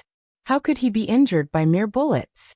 Therefore, Chung Hua was like watching a tiger's performance through glass in a zoo. No matter how the other party bared their fangs and brandished their claws at him, he just quietly flew in the air without moving. The bullets were all blocked by the protective chi around his body. After the first round of attacks, when everyone was busy reloading, Chung Hua's voice slowly rang out above the market. "Are you done? Then it's my turn." The United States people couldn't understand his alien language, but that didn't matter, because they would soon fall asleep forever. Cheng Hua waved his hand and dozens of small metal swords flew out of his sleeves. Wherever the small swords passed, blood sprayed out. In just a breath's time, the town regained its tranquility. Cheng Hua looked at the pile of corpses below in boredom, but then he lost interest and muttered, "Too weak." He was still floating in the air above the market as if he was demonstrating his power. Not long after the town's police station was wiped out, the news spread quickly, layer by layer. In the end, it directly alarmed the higher-ups of the United States military. After hearing that the other party might be in existence comparable to a superhero, the army stationed near Yellowstone Park immediately took action. The United States people's exoskeleton technology was becoming more and more mature. In terms of individual strength, soldiers wearing exoskeleton armor were not weaker than peak-strength martial artists. However, it was this special operations team that had the best individual ability in the U.S. Army that was monitoring their bodily functions was completely disabled the moment they got close to Cheng Hua. Warning! Warning! This is a cultivator from Huaxia. His strength is far beyond X level. It was strange. Although Cheng Hua came from outside the solar system, he still had a standard Asian appearance. Moreover, he was different from the emaciated and sallow Asians in Southeast Asia. Therefore, the United States military recognized him as a Huaxia person almost immediately. A celestial from Huaxia. Why did he suddenly come to the United States to cause trouble? One should know that there were many unwritten rules in this world. One of them was, existences above peak strength usually did not step out of the country. The reason was very simple. Once a peak-strength grandmaster left the country, the United States people would use all kinds of methods to capture these grandmasters who were close to superpowers for experiments. They wanted to perfect their exoskeleton armor through science and achieve the goal of mass-producing peak-strength grandmasters. Japan was the little brother of the United States people. Moreover, the Inyang Liao controlled almost all the practitioners in Japan. Therefore, the United States people rarely captured Inyang masters for experiments. Huaxia and Japan were different. There were too many rogue practitioners in Huaxia. There were simply too many existences like Sunwon. Therefore, they became the main source of experimental materials. Although martial artists and necromancers had combat strength far beyond ordinary people, they were still too weak to fight against the state machine. You know martial arts, I know science. Even peak-strength martial artists knew how to cherish their lives. How could a celestial easily provoke the United States? Other than Chen Shi, no one would want to test the power of a nuclear bomb. X level was very powerful and rare. The United States people had been coveting this level for a long time. They just could not find suitable experimental materials.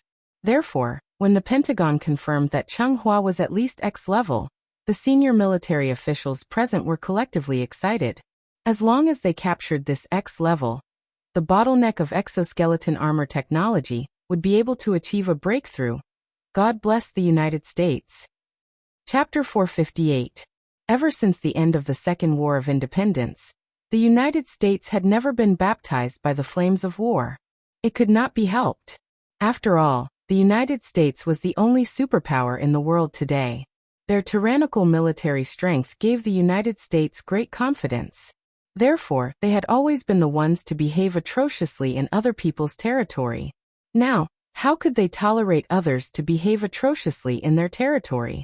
Therefore, the moment the Special Operations Team was destroyed, the Department of Homeland Security and the National Guard had already organized and sent a large group of people to the front line. The American Army needed to gather, but Cheng Hua did not need to. While he was waiting for the other party's reinforcements to arrive, Cheng Hua was so bored that he started to wander around the town's market. About 20 minutes later, the first batch of National Guard arrived at the scene. The American Army first alienated the local townspeople through the broadcast. Then they started to persuade Cheng Hua to surrender. At this time, Cheng Hua could already understand English. However, he ignored all these words and did not take them to heart at all. It was just a low-level technological civilization. Could they really hurt him? Cheng Hua had already seen the power of the 5.56mm bullet. This kind of attack that was like scratching an itch also caused Cheng Hua's judgment of the threat of the Tianshu ruins to drop by several levels. Therefore, Cheng Hua could not help but feel a little arrogant. He even hoped that the other party could give him a little surprise. However, he did not expect that this surprise would come so quickly. Cheng Hua had greatly underestimated the lethality of a technological civilization. Therefore, he did not prepare any defense at all. After waiting for the townspeople to evacuate, and there was no response after 3 rounds of shouting, the American army officially launched an attack on Cheng Hua. Swoosh! Following a loud and ear-piercing sonic boom, an anti-tank missile hit the shop Cheng Hua was in. The surrounding shops also instantly turned into a sea of fire in this explosion. The bullet could not penetrate Cheng Hua's protective chi, but the anti-tank missile was different. In his carelessness, Cheng Hua was sent flying by the anti-tank missile. If it weren't for the fact that he still had a defensive magic treasure on him, he was afraid that he would have suffered heavy injuries on the spot because of this. The dust raised by the collapse of the house made Cheng Hua look a little dusty. After a brief moment of shock, Cheng Hua was completely enraged. How infuriating! This was the first time Cheng Hua had been so angry. On one hand, it was because he had almost been injured by the missile. On the other hand, it was because Yi was lying on the cloud-piercing shuttle and laughing at him. Cheng Hua could not tolerate losing face in front of Yi, so he immediately flew out from the ruins of the shop. Then he suddenly pulled out a 3-foot-long sword box from his sleeve and threw it into the air. Speaking of which, it was strange. After this sword box was thrown into the air by Cheng Hua, it actually floated quietly in the air. When the battle command saw that Cheng Hua flew into the air again as if nothing had happened, they decisively ordered the soldiers to launch another attack. This time, the American army was not trying to test the waters, so they launched a round of artillery fire. In an instant, countless poisonous stingers, battle axes, bumblebees, and other sophisticated missiles that were made with a lot of money were crazily thrown at the town where Cheng Hua was. Seeing this, Cheng Hua had a murderous look in his eyes. He could not help but grit his teeth and shouted coldly, "You're asking for death." Before he finished speaking, the sword box that Cheng Hua had thrown into the air before seemed to have received some instructions. A secret door suddenly opened on the top of the box, and then countless small metal swords suddenly shot out from it. These small metal swords were like a school of fish at the bottom of the sea. After they came out of the sword box, the small metal swords started to swim flexibly in the air. Although the missile's flying speed was fast, the small metal swords were obviously faster. Bang! Bang! Bang! It was accompanied by a series of explosions. The American army's round of artillery fire was actually blocked by the small metal swords just like that. At that moment, almost everyone in the battle command at the back was shocked by this strange scene. Is this the strength of a Super X level? Is this still a human? After the small metal swords intercepted the missiles in the sky, they did not stop because of this. Instead, they continued to fly toward the location where the American army was. These small metal swords were only about 10 centimeters long. Logically speaking, the sword box should not be able to hold many of them. However, what was strange was, from the moment Cheng Hua activated the sword box, there was an endless stream of small metal swords flying out of it, and they did not stop for even a moment. Therefore, in just a short while, the sky of the town was even covered by the small metal swords released from the sword box.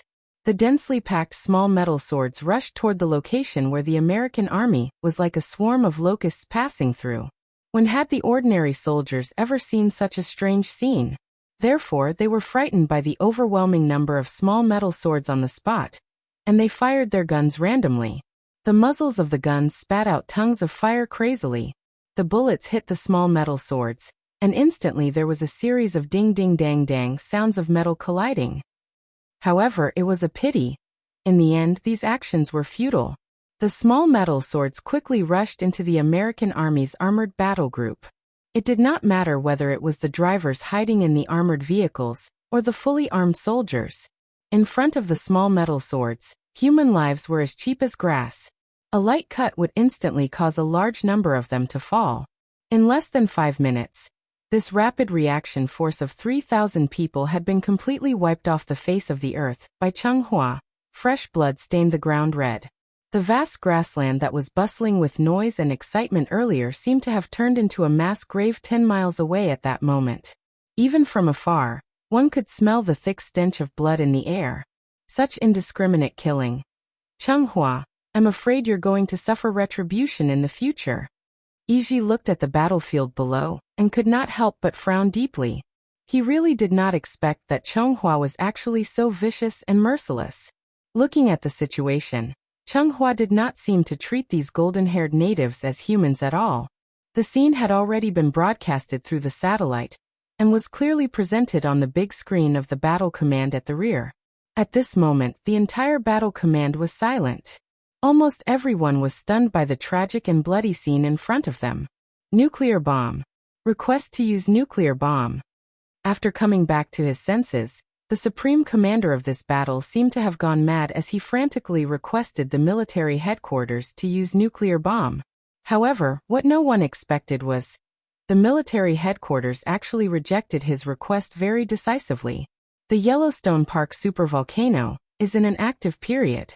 Once the nuclear bomb is used, it is very likely to cause the supervolcano to erupt accidentally. The moment he heard this reason, the colonel despaired. However, what he did not know was, when the military headquarters rejected his use of nuclear bomb, they also submitted another request to the White House. The use of nuclear bomb is restricted. The military situation is urgent. Please inform Huaxia and ask Wu Lian to urgently dispatch X-level military support to us. Chapter 459. From the day the Declaration of Independence was issued, the United States had only been established for 200 years. Therefore, even if the United States was very powerful today, it was inevitable that people would call it a country without a history. This was the so-called heritage. It was also the only thing the United States lacked today. Therefore, after confirming that nuclear bombs could not be used, the military staff decisively turned their attention to Huaxia on the other side of the ocean. Unlike the United States' pale historical heritage, Huaxia had countless talented people since ancient times. Although most of these people were wild cranes, they had always liked to drift with the wind and call the world their home. But this was not a big problem, because the international Wu Lian had been established. In the end, Huaxia was still a country that paid attention to human relationships. Even if they were wild cranes, they still had to have their own home. Right? Just like when Wang Chuanju found out that Chenxi was a cultivator, she would always invite Chenxi to join for various reasons. This was a very good virtuous cycle. With the support of the country as the foundation, the power of the country gathered the scattered heritages of the people together. And at the same time, these talented people had the opportunity to interact with each other. Just like universities, as long as there were the best teachers in the world, it would naturally attract more and more cultivators to voluntarily join. Therefore, from the moment the Wu Lian was born, its strength continued to grow, and now it had already become the most powerful cultivator organization in the world. Huaxia called them cultivators, while the United States called them superpowered people. The United States lacked the corresponding heritage, so naturally, they could not establish a superpowered organization like the Wu Lian. And this was the fundamental reason why the United States vigorously developed exoskeleton armor in recent years. The individual ability of a cultivator was extremely outstanding. Even if it was a single person, it might not be a problem for them to fight against a platoon, a regiment, or even a brigade, but what if they had to fight against an entire country? It should be known that the annual military expenditure of the United States was as high as $700 billion, which was equivalent to half of the total military expenditure of all countries in the world. If the United States were really forced into a corner, and through missiles like scattering flowers, how many could Chunghua successfully intercept? 1,000? 10,000? Or 100,000? The true essence in his body was limited. Once the true essence in his body was exhausted, what would Chunghua use to resist the continuous bombardment of the army? Of course, the premise was that Chunghua wouldn't escape on the cloud-piercing shuttle. Therefore, the United States was not considering whether or not they could take down Chunghua. Instead, they were considering the price they would have to pay to take down Chunghua. If he really wanted to take Chunghua by force, let's not talk about whether he could successfully take him down. Once the war started, the United States would definitely suffer a lot of economic losses. Don't damaged tanks need to be repaired? Doesn't a destroyed town need to be repaired? Don't the people who have been affected by the war need the state to step in and provide subsidies? Behind each bullet was a brand new US dollar bill.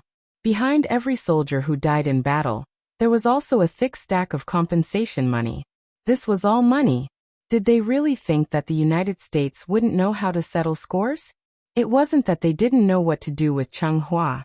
They just wanted to solve this problem in a simpler way. Cheng Hua wasn't a grinning alien. At first glance, they could basically confirm that he was from Huaxia. Since he was an esper from Huaxia, then naturally, Huaxia should step in and take him away. The decision made by the military actually meant that they had given up on this great opportunity to capture an X-level esper alive. Thinking about it carefully, it really did hurt a little. Cheng Hua didn't know what the United States were thinking. After destroying this rapid response team, he put away the sword case and leisurely returned to the small town's market. He wasn't in a hurry. After beating up the naughty kid, wouldn't it give him time to go back and find his father? Thus, he began to wander around the market without a care in the world. There was a convenience store in the market. Cheng Hua picked up a piece of chocolate and tore open the packaging. After thinking that it was some kind of food, he decisively put it into his mouth. What is this? Why is it so delicious? I found something good. Come down and try it. In the Taiwei enclosure, where industrial development was almost non-existent, there were no such delicious snacks. Therefore, this bite also completely opened the door to a new world for Cheng Hua. French fries, biscuits, candy, cheese, beef, ice cream. The convenience store wasn't big, but it had everything. Cheng Hua ate enthusiastically, but he didn't forget to ask his companions to come down and eat together. This was a major victory for technological civilization. Even if it was a treasure of heaven and earth, it couldn't compare to the small piece of chocolate in Cheng Hua's hand. As a result, the two youths from outer space were completely captivated by the temptation of junk food. The drone sent by the military had been secretly monitoring the two of them. Cheng Hua had already noticed the presence of the drone. However, while chewing gum, he swaggered into a nearby bar without any intention of shooting it down. He was waiting. The United States was also waiting. Time slowly passed by. 2 hours later, a supersonic fighter from Huaxia finally landed at Yellowstone Airport. This was the first time Wu Lian was invited to perform a mission in the United States, so Huaxia attached great importance to this mission. The United States was tens of thousands of kilometers away from Huaxia. If it weren't for the cooperation of the two countries that provided several air refueling services for the fighter within their own jurisdiction, this supersonic fighter wouldn't have been able to arrive at Yellowstone Park in just 2 hours. The mission difficulty was X. Only success was allowed, failure was not allowed. The person in charge of receiving Huaxia's personnel was the colonel from before. He was now reduced to a commander without an army, so when he heard that Huaxia sent support, an undisguised anger appeared on the colonel's face. Instead of finding a way to solve their own problems, they actually went to the enemy country for help. The colonel was very dissatisfied with the military's arrangement, but due to the orders of his superiors, he had to personally come to greet them. But soon, the dissatisfaction on the colonel's face turned into shock. The military rejected his application for a nuclear bomb. And the last solution they came up with, they actually invited a woman from Huaxia for support? A woman. A woman. This was a very beautiful and cold woman. Even though the colonel was used to seeing beauties from different countries, at this moment, he couldn't help but feel stunned. The colonel was slightly distracted. The woman had long been used to his loss of composure. Therefore, after a trace of disgust flashed in her eyes, she coldly said, "Where are they?" She spoke the most standard American English. After the colonel heard this, he suddenly seemed to come back to his senses, and quickly extended his hand to invite the woman to the Battle Command Center for a detailed discussion. Based on this situation, this woman should be the person in charge of Huaxia? Reinforcements should still be on the way? The colonel pondered and couldn't help but look up and down at the woman. But what he didn't expect was, the woman actually rejected his invitation without any hesitation. No need. After speaking, The woman flew up into the air in front of everyone, and then flew straight to the location of the town. Like a comet, the woman's figure quickly disappeared into the horizon. At this moment, the colonel couldn't help but open his mouth wide. He looked in the direction that the woman disappeared and couldn't help but mutter, "Oh my God. She's Superman." Please remember the domain name of this book, .com. Wonderful Book Mobile Version Website, .com. Chapter 460.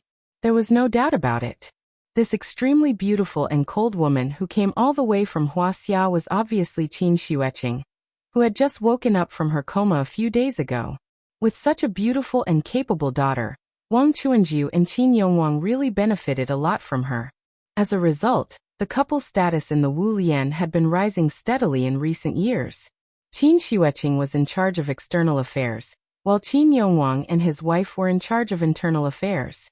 The family had become a giant within the Wu Lian, and this was without taking into account the mysterious foreign aide, Mr. Qin.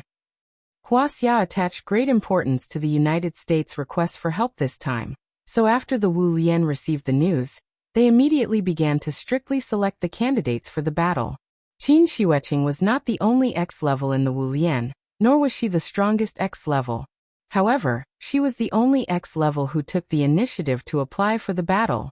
No one knew if Qin Xueqing had eaten gunpowder recently, but after returning to the headquarters in Shangjing, she had a cold face all day long. In addition, she had disappeared for more than a year, so when she came back this time, not many people dared to talk to her. Perhaps it was because of some kind of violence gene hidden in her bones, so after she saw the battle video from the United States, this woman who looked forward to going on a mission all day suddenly couldn't sit still.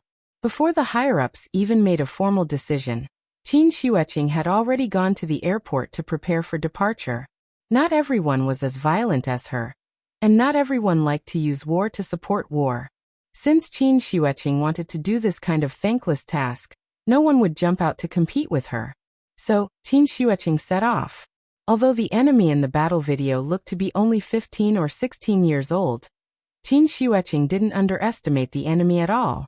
Instead, she adjusted her state of mind along the way, hoping to be in the best state to face this mysterious celestial being. This was also the first time she had officially fought someone since breaking through to the celestial being level. Qin Xueqing soon arrived above the town that the colonel had mentioned. Her arrival naturally alarmed the two youths who were drinking in the town's bar. Then, with a beer bottle in one hand and a chocolate in the other, Cheng Hua swaggered out of the bar. As soon as he stepped out of the bar, Cheng Hua saw this strange woman with a cold and arrogant face. Qin Xueqing quietly floated above the market. Cheng Hua stood casually at the entrance of the bar. He raised his head slightly and looked at her. Cheng Hua sized up the woman in front of him. Qin Xueqing was also sizing up the young man in front of him. The two stared at each other for a few seconds before Cheng Hua seemed to have thought of something. He couldn't help but grin, and then greeted her in the broken English he had just learned.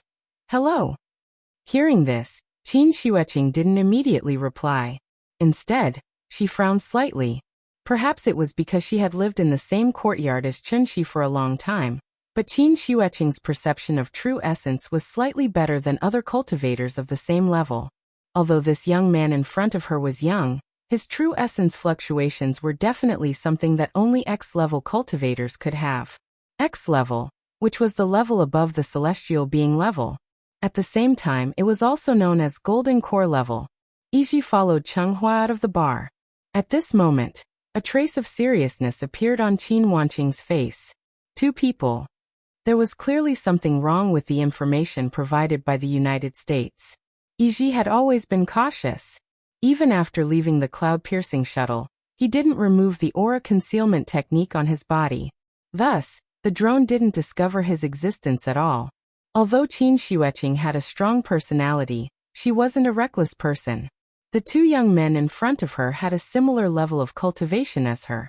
If she had known that this would happen, she would have brought more people with her. However, it was too late to say anything now. The enemy was right in front of her. Running away before the battle was not Qin Xueqing's style. Thus, after hesitating for a moment, she asked coldly, "Where are the two of you from? Who are you from? Why are you causing trouble here today?" Qin Xueqing thought that the two of them were the disciples of some hidden expert. Thus, she didn't hold back. The moment she stepped forward, she acted as if she was going to interrogate them for their crimes. Seeing this, Chenghua didn't immediately reply. Instead, he secretly used his divine consciousness to discuss with Yi Ji. This woman's cultivation level seems to be about the same as ours. If that's the case, the inheritance of the Tianshu ruins shouldn't have been lost. The two of them silently discussed. Qin Xueqing's appearance also successfully stopped the two of them from continuing to act presumptuously. Since the Tianshu ruins still had the inheritance of immortal cultivators, they urgently needed to confirm a question. That was, what exactly was the cultivation level of this woman in front of them considered in the Tianshu ruins? If she was just a small fry, then there must be a very powerful sect behind her. Under such circumstances, the two of them could only give up the opportunity to get the first prize and return to the Supreme Palace enclosure to seek help. However, if the cultivation level of this woman in front of them was considered to be one of the best in the Tianshu ruins, didn't that mean that the Tianshu ruins were already in their pockets? The two of them had the cloud-piercing shuttle in their hands. It could be said that they could attack or retreat as they wished. Therefore, after a short discussion, even the usually conservative Yi Ji had the intention of directly taking this woman down. The two of them were still young and had been cultivating in seclusion. Naturally, they didn't understand the beauty of women, let alone what it meant to have tender feelings for the fairer sex. Thus, after the two of them exchanged a look, they suddenly rushed toward Qin Xueqing. Let's take her down first. Let's do that. Qin Xueqing had been waiting for them all this time. After seeing the strange expressions of the two of them, she directly raised her essence, energy, and spirit to the peak. Therefore, the moment the two of them moved, Qin Xueqing's movements were actually slightly faster than theirs. Before receiving guidance from Qin Shi, Qin Xueqing was already a grandmaster in the gang state. Therefore, she could be said to have entered the Tao through martial arts. Martial artists mainly focused on close combat, while necromancers were more proficient in long-range combat using the 5 elements Dharma. Qin Xueqing had been practicing martial arts all her life. Walking, sitting, and lying down were the principles of martial arts. And as she stepped into the realm of oneness of heaven and man, after converting all the vital qi in her body into vital essence, her combat power increased exponentially. It was fine if she didn't move, but once she moved, it was like a thunderbolt breaking through bamboo. Qin Xueqing's figure was slender and graceful. However, when she moved, she was like a fierce tiger coming down from the mountain, instantly setting off a strong and unparalleled momentum. Immortal cultivators were beyond the scope of ordinary people, so it was rare for them to fight in close combat. This could be seen from the situation when Qin Shi fought with others before. Chenghua had fought with others many times, but he had never encountered such a way of fighting that focused on close combat. Therefore, when he saw Qin Xueqing pouncing in front of him, Chenghua was stunned. This woman doesn't play by the rules. However, in the time it took for him to be distracted, Qin Xueqing directly condensed all the vital essence in her body into her hand, and then slammed it hard on Chenghua's protective qi in front of his chest. Bang! The moment the vital essence collided, a strong wind suddenly blew over the market, smashing all the houses on the side. Please remember the domain name of this book, 9 Heavens Divine Emperor Mobile Version website. Chapter 461. How ferocious would a battle between Golden Core stage cultivators be? Qin Xueqing didn't have any magic treasures. Her hands and feet were her most powerful weapons. Although Qin Shi had taught her some pretty good techniques, Qin Xueqing didn't have any intention of learning more about them. She was a martial Dao grandmaster. Even though she had become a diviner, Qin Xueqing was still constantly tempering her martial arts attainments. The highest realm of martial arts was oneness of heaven and man. Oneness of heaven and man was the end of the martial Tao. Qin Xueqing had already reached the end. There was no road ahead. If there was still a path ahead of them, then this path was obviously the immortal road. Qin Shi had already taught Qin Xueqing the cultivation method. However, due to Qin Xueqing's cold and arrogant temperament, Qin Shi rarely gave her guidance. He would only check on her situation from time to time. As long as there weren't any major problems, Chunshi didn't bother to stick his hot face to her cold butt. Chunshi hadn't carefully studied his sister-in-law's situation, so he hadn't discovered it. Qin Xueqing had actually already walked on a different road. The sea was boundless, the sky was the shore, and the mountain was the peak. Immortal cultivation methods were indeed very powerful. There was a world of difference between them and mortal martial arts. However, until today, Qin Xueqing was still very stubborn. She still believed that the martial Tao she had been pursuing all her life had no end. She was a martial Tao grandmaster. After achieving oneness of heaven and man, she was still constantly polishing her martial arts attainments through immortal cultivation methods. Since there was no road ahead, she would walk on a brand new road. Cultivators focused on the cultivation of the soul. Qin Xueqing wanted to do the opposite, and focus on the cultivation of the physical body. With this unique cultivation method, who knew what she could do in the future? The reason why Chunshi could easily flatten her was that the gap between their realms was too big. If the two of them were put on the same level, would this brother-in-law be able to beat his sister-in-law? This has become a big problem. Chunshi had never seriously fought with Qin Xueqing, and Qin Xueqing had never seriously fought with a cultivator of the same realm. Therefore, after seeing Cheng Hua make a slight move, Qin Xueqing immediately used all of her strength. Like a fierce tiger pouncing on its prey, she viciously pounced on Cheng Hua. Like a scholar encountering a soldier, Qin Xueqing's gorgeous and smooth series of attacks stunned Cheng Hua on the spot. He wanted to counterattack, but Qin Xueqing's hands always easily bypassed his defense and easily hit his protective shield. Cultivators rarely experienced such a tangled fight. If it weren't for the fact that Cheng Hua had a defensive magic treasure on him, which reduced the majority of Qin Xueqing's strength, Cheng Hua would have been slapped into the ground by Qin Xueqing. Cheng Hua.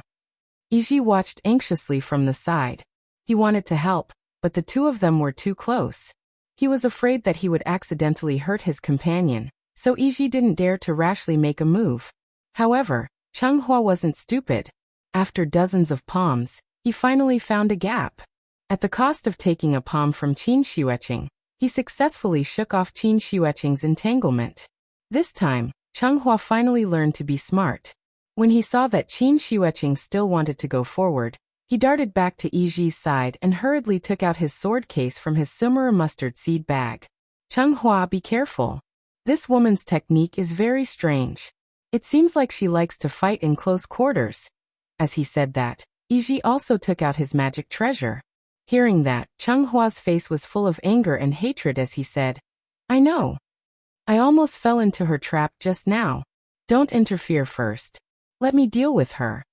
Cheng Hua's magic treasure was the sword case in his hand. The case was 3 feet long and yellow all over. The tail was inlaid with a group of charred black ornaments, so it was called Phoenix Perch Scorched Tail. It was a 9th grade spirit treasure and was really rare. Once the Phoenix Perch Scorched Tail case was in his hand, the battle flames in Cheng Hua's heart immediately burned fiercely. Don't look at how Qin Xueqing's palm technique made him unable to fight back at all. In reality, Cheng Hua didn't suffer any substantial damage at all. After all, Qin Xueqing's current moves were figured out by herself. Now that she was still at the stage of deliberation, how powerful could they be? It was like a boorish man with nothing but brute strength. So even if Qin Xueqing had an extraordinary accumulation of vital essence, she still couldn't fully utilize the power of this vital essence. After a bout of fruitless fighting, Qin Xueqing clearly understood her disadvantage. Therefore, she didn't want to give Cheng Hua any chance to catch his breath and directly rushed over again. But this time, Cheng Hua, who was already prepared, directly threw out the sword case in his hand. Different from Chun-Shi's all swords in one, the small metal swords in the Phoenix Perch Scorched Tail case were all real objects. Each of the small metal swords could freely attack under the guidance of Cheng Hua's divine telekinesis. The sword case was the mother sword, and the small swords were the child swords. The child swords were kept in the mother sword and constantly nourished, while the small swords were infinite. And this was the so-called hidden swords in the case. Of course, with Cheng Hua's current cultivation, he actually couldn't control all the child swords in the sword case as he wished. But this was already enough. Attack. At Cheng Hua's command, Countless small metal swords instantly flew out of the phoenix perch scorched tail case. These small swords were like crows, covering half the sky the moment they appeared. Seeing this, Qin Xueqing was calm and unafraid. Although she didn't have any Dharma treasures, her martial intent was already above that of ordinary Dharma treasures. Afraid before the battle? Impossible. Forever impossible. If she was afraid, then she wouldn't be her. Qin Xueqing poured all the vital essence in her body into her limbs and bones, and her body instantly became as hard as iron. Her joints moved, and her whole body immediately emitted bursts of thunder. And this was the performance of martial arts cultivation at the peak, bones and tendons piercing, tiger leopard thunder. And as Qin Xueqing punched out, an ear-piercing sound suddenly rang in the air. Streams of vital essence visible to the naked eye were like tornadoes, instantly knocking away all the small metal swords in front of her.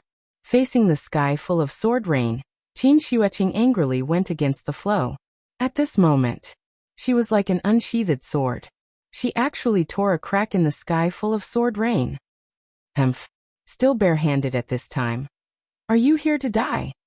Seeing that she still didn't take out her Dharma treasures under such circumstances, Cheng Hua instantly made a judgment in his heart. Tianshu ruins, as expected, it still declined. The woman in front of him with a decent cultivation, but an ordinary cultivation method was probably the only powerhouse in the Tianshu ruins that could be taken out. Otherwise, how could she not be able to take out even a suitable magical artifact? Thinking of this, Cheng Hua couldn't help but have a fierce look in his eyes. He immediately clasped his hands in front of his chest, and then quickly formed a hand seal. Please remember the domain name of this book. 9 Heavens Divine Emperor Mobile Version Reading Website. Chapter 462. At that moment, thousands of small swords seemed to have turned into a huge dragon made of metal blades. Countless sharp blades shone with cold light under the sun. The densely packed small metal swords covered most of the sky. Under Cheng Hua's command, these small metal swords were like obedient fish. They gathered together, and the tip of the sword was pointed at Qin Wanqing, who was charging towards him at high speed. Seeing the flying swords like rain, Qin Xueqing was not afraid at all. She brazenly faced them with her bare hands. Warriors did not need weapons because their bodies were the most powerful weapons. Qin Xueqing infused her vital essence into her limbs and bones, so that a layer of faint light appeared on her originally slightly white skin. From a distance, she was like a bodhisattva carefully carved out of cold jade. It was exactly like the old saying in books: skin of ice, bones of jade, makeup of jade. Do not fear the angry eyes of the bodhisattva. Although Qin Xueqing's momentum was strong, but it was a pity that her exploration of martial arts was still at the beginning stage. Now, with only her mortal body, how could she resist Cheng Hua's phoenix perch scorched tail box? Countless small metal swords kept hitting Qin Xueqing's protective shield. At first, Qin Wanqing could still rely on the quintessential essence in her body to repel the small swords. However, as wave after wave of flying swords continued to attack, Qin Wanqing's protective shield couldn't help but begin to weaken. Soon, a small metal sword successfully pierced through her protective shield. Qin Xueqing could not dodge in time. This small sword immediately left a shallow wound on her face. This was just the beginning. As soon as the protective shield was broken, the small metal swords swarmed up like crazy bees. Seeing this, Qin Xueqing decisively abandoned her own defense. At the price of sacrificing the protective shield, she instantly increased her speed by a lot. Of course, the result of this was obvious. Countless small wounds suddenly appeared on Qin Xueqing's body. Cheng Hua had been deliberately keeping a distance from Qin Xueqing. Every time Qin Xueqing took a step forward, he would decisively take a step back. Seeing Qin Xueqing suddenly accelerate, Cheng Hua didn't react in time, and Qin Xueqing successfully closed in on him. Bitch, do you really think I'm afraid of you? Cheng Hua was also quite experienced in facing enemies. Seeing that Qin Xueqing was too strong, he didn't panic at all. A fierce look flashed in his eyes, and then he suddenly pulled out a 3-feet-long sword from the phoenix perch scorched tail case. This was the primordial sword, and also one of the most important parts of the phoenix perch scorched tail case. Very few people knew about the existence of the primordial sword. Ever since Chung Hua obtained the Phoenix Perch Scorched Tail box, he had been using it as a killing move. Chung Hua had always been arrogant because of his talent, and his heart was higher than the sky. How could he tolerate Qin Wanqing chasing after him like a dog? Today he was also forced into a corner by Qin Xueqing. Therefore, Chung Hua no longer retreated. After pulling out the primordial sword, he slashed at Qin Xueqing, who was swinging her palm at him. In the Rain of Swords, Qin Xueqing was about to attack. Chung Hua pulled out his sword to meet her. Bam! With a loud sound, the vital essence caused by the collision of the two instantly tore the small town below into ruins. Yi nervously waited at the side, so he clearly saw the entire process of the two fighting. Therefore, as soon as the two separated, Yi hurriedly rushed to Chung Hua's side. Chung Hua, are you okay? I'm fine. Chung Hua gloomily wiped the blood from the corner of his mouth and said coldly, I almost fell into this B*TCH's trap again. In the moment when they exchanged blows, Qin Xueqing suddenly changed her move. Her left hand pressed against the long sword, and her palm hit the spine of the sword, trying to knock the long sword out of Chung Hua's hand. At the same time, she immediately raised her other hand and slapped Chung Hua's chest. Chung Hua had taken the full brunt of this palm, so even now, he could still feel his blood and qi churning in his body. It's nothing serious, don't worry. Yi wanted to heal Chung Hua, but Chung Hua shook his head and refused. Then he lowered his head to look at the ruins below. That D*MNB*TCH. Wasn't she lying in the ruins of the small town, covered in blood? Although she had successfully injured Chung Hua with her reckless fighting style, she had also paid a heavy price for it. Speaking of which, Qin Xueqing was once again at a disadvantage because she didn't have a magic treasure. She hadn't expected. Chung Hua's true killing move wasn't the twin sword in his hand, but the Phoenix Perch Scorched Tail box beside him. The Phoenix Perch Scorched Tail box was refined by a Dongshu cultivator. It didn't look big, but it contained nearly 10,000 small metal swords. With Chung Hua's cultivation, he could only use a third of them. The rest of the sub-swords were all hidden in the sword box. Although Chung Hua couldn't control the remaining sub-swords normally, he could still detonate the Phoenix Perch Scorched Tail box and release all the sub-swords in the box in an instant. Just like the principle of a fragmentation grenade, once the Phoenix Perch Scorched Tail box exploded, it would not only set off a powerful shockwave, but also release countless sub-swords to increase the destructive power of the explosion. A 9th-grade spirit treasure could explode just like that. Chung Hua had really put in a lot of effort this time. But then again, a 9th-grade spirit treasure in exchange for the life of a golden core cultivator. This seemed to be a good deal? Division Chief Qin? Division Chief Qin. Are you okay? Please answer. Please answer. Whether it was Huaxia or the United States, the satellites of the two countries had been monitoring the small town from afar. But because Chung Hua and Qin Xueqing both had vital essence protecting their bodies, the satellites couldn't directly capture the situation of their battle. Now that the battle was over, Qin Xueqing's figure finally appeared on the surveillance satellite. The keyhole satellites of the United States had reached a resolution of 0.05 meters. They could basically see license plates directly. So the moment Qin Xueqing appeared, the surveillance satellite immediately locked onto her. However, the moment she saw the big screen, Wang Chuanji was stunned. She saw Qin Xueqing lying in the ruins, covered in blood. Her clothes were stained with blood, and at the same time, her face was also blurred. She just lay quietly in the ruins of the small town. She didn't move at all. No one knew whether she was dead or alive. Qin Xueqing? At that moment, Wang Chuanji felt as if she had been struck by lightning. She couldn't even stand properly. If it weren't for the staff members' quick reflexes, this famous Iron Lady would have fallen to the ground on the spot. Qin Xueqing had lost. This news seemed to have grown wings. It didn't take long for the news to spread all over the Wulian. Wang Chuanju sat on the chair with a dull look in her eyes. Although she liked power, she wasn't the kind of ruthless person who would abandon her family for power.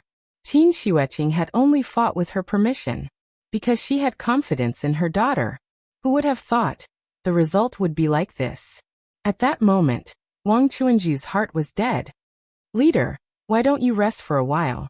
The higher-ups have already sent reinforcements. The three big shots are moving together. They should be able to make it. Director Chin is strong. Even if she's injured, it's not a big deal. You don't know the exact situation here, so don't worry too much. We have to have confidence in Director Chin. The staff carefully comforted Wang Chuanju. However, Wang Chuanju seemed to have lost her soul. She stared at the screen without moving. After a long while, she seemed to have suddenly thought of something. She actually jumped up from the chair excitedly. The staff at the side was shocked by Wang Chuanju's actions. He was about to go up and comfort her when Wang Chuanju pushed him away. Then, she quickly took out her phone from the cabinet. Please remember the domain name of this book. .com. Wonderful Book House. Chapter 463. These few days, Chunxi's life was quite fulfilling. In addition to taking care of the little girl's daily life, he also had to be careful not to let his wife get lost. Speaking of which, Qin Ruoying was really like an old person with Alzheimer's. She didn't talk much. Every day, after sending the little girl to school with Chunxi, she would wander aimlessly on the streets. No matter how Chunxi tried to strike up a conversation with her, Qin Ruoying didn't care at all. They used to be very close, but now they were gradually drifting apart. Of course, these seemingly estranged situations were, in fact, only superficial.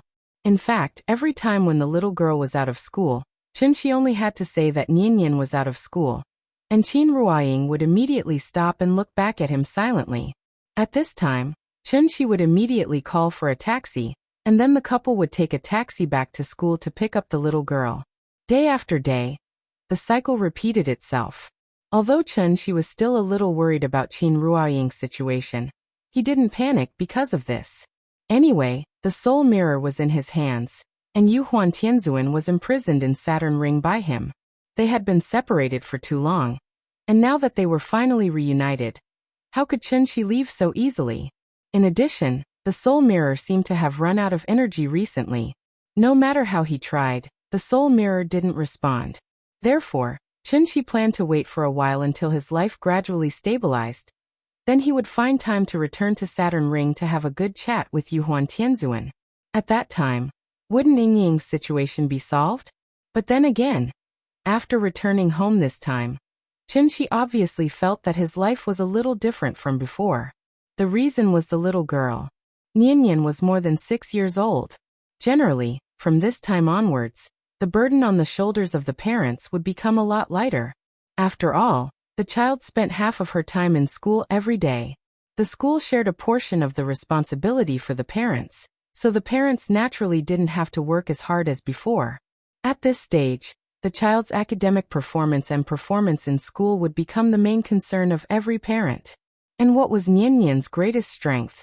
Wasn't she smart and sensible? Whenever the school arranged an exam, the little guy's results would always be the first in his grade. As for her performance in school, there was no need to mention it. Some time ago, at the request of the school, the teacher gave each child in the class an application form for joining the Young Pioneers. After Nianyan submitted her application, the school quickly approved it. Because they were still in the first grade, there were only 10 places in each class. With Nianyan's usual performance, there was naturally no problem for her to enter the first batch. Therefore, as the class monitor, she led her classmates to stand under the national flag and made a declaration to join the team. At the same time, she stood on the podium with the same batch of young pioneers and sang the Young Pioneer song. We are the successors of communism. Inherit the glorious tradition of our revolutionary forefathers. Love the motherland, love the people. A bright red scarf fluttering in front of our chests. Needless to say, from then on, the way her classmates looked at her was a little different. Perhaps it was because Nianyan had hit someone when she first entered the school, so the children in the class were a little afraid of her. After she became a young pioneer and wore a bright red scarf, her classmates were no longer so afraid of her. Instead, they became very respectful of her. Although she was the class monitor, she never tattled to the teacher, because even the most mischievous of classmates didn't dare to jump in front of her. Nianyan almost became the leader of the class. Whenever her classmates went overboard during class or made loud noises during self-study, she only needed to glare fiercely at them, and the students she stared at would instantly wilt like eggplants that had been hit by frost. All of these behaviors were seen by the teacher, who didn't like outstanding children. Although Nian was only a first-grade student, by the time she reached the second grade, the title of 3 good students was basically guaranteed. Nian was so worry-free, so Chunxi naturally didn't have to worry too much. Therefore, as the child grew up day by day, he, as the father, became more and more free.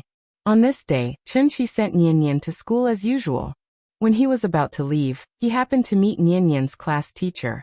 The teacher pulled him aside and praised him, which almost made Chunxi burst out laughing. "Ying, did you hear that? Every teacher is praising our Nian. This child is really becoming more and more sensible." After parting with the teacher, Chunxi was still very proud of himself. Qin Ruoying walked quickly in front, and he bragged about his daughter's excellence behind her. There was a detail here that was worth noting.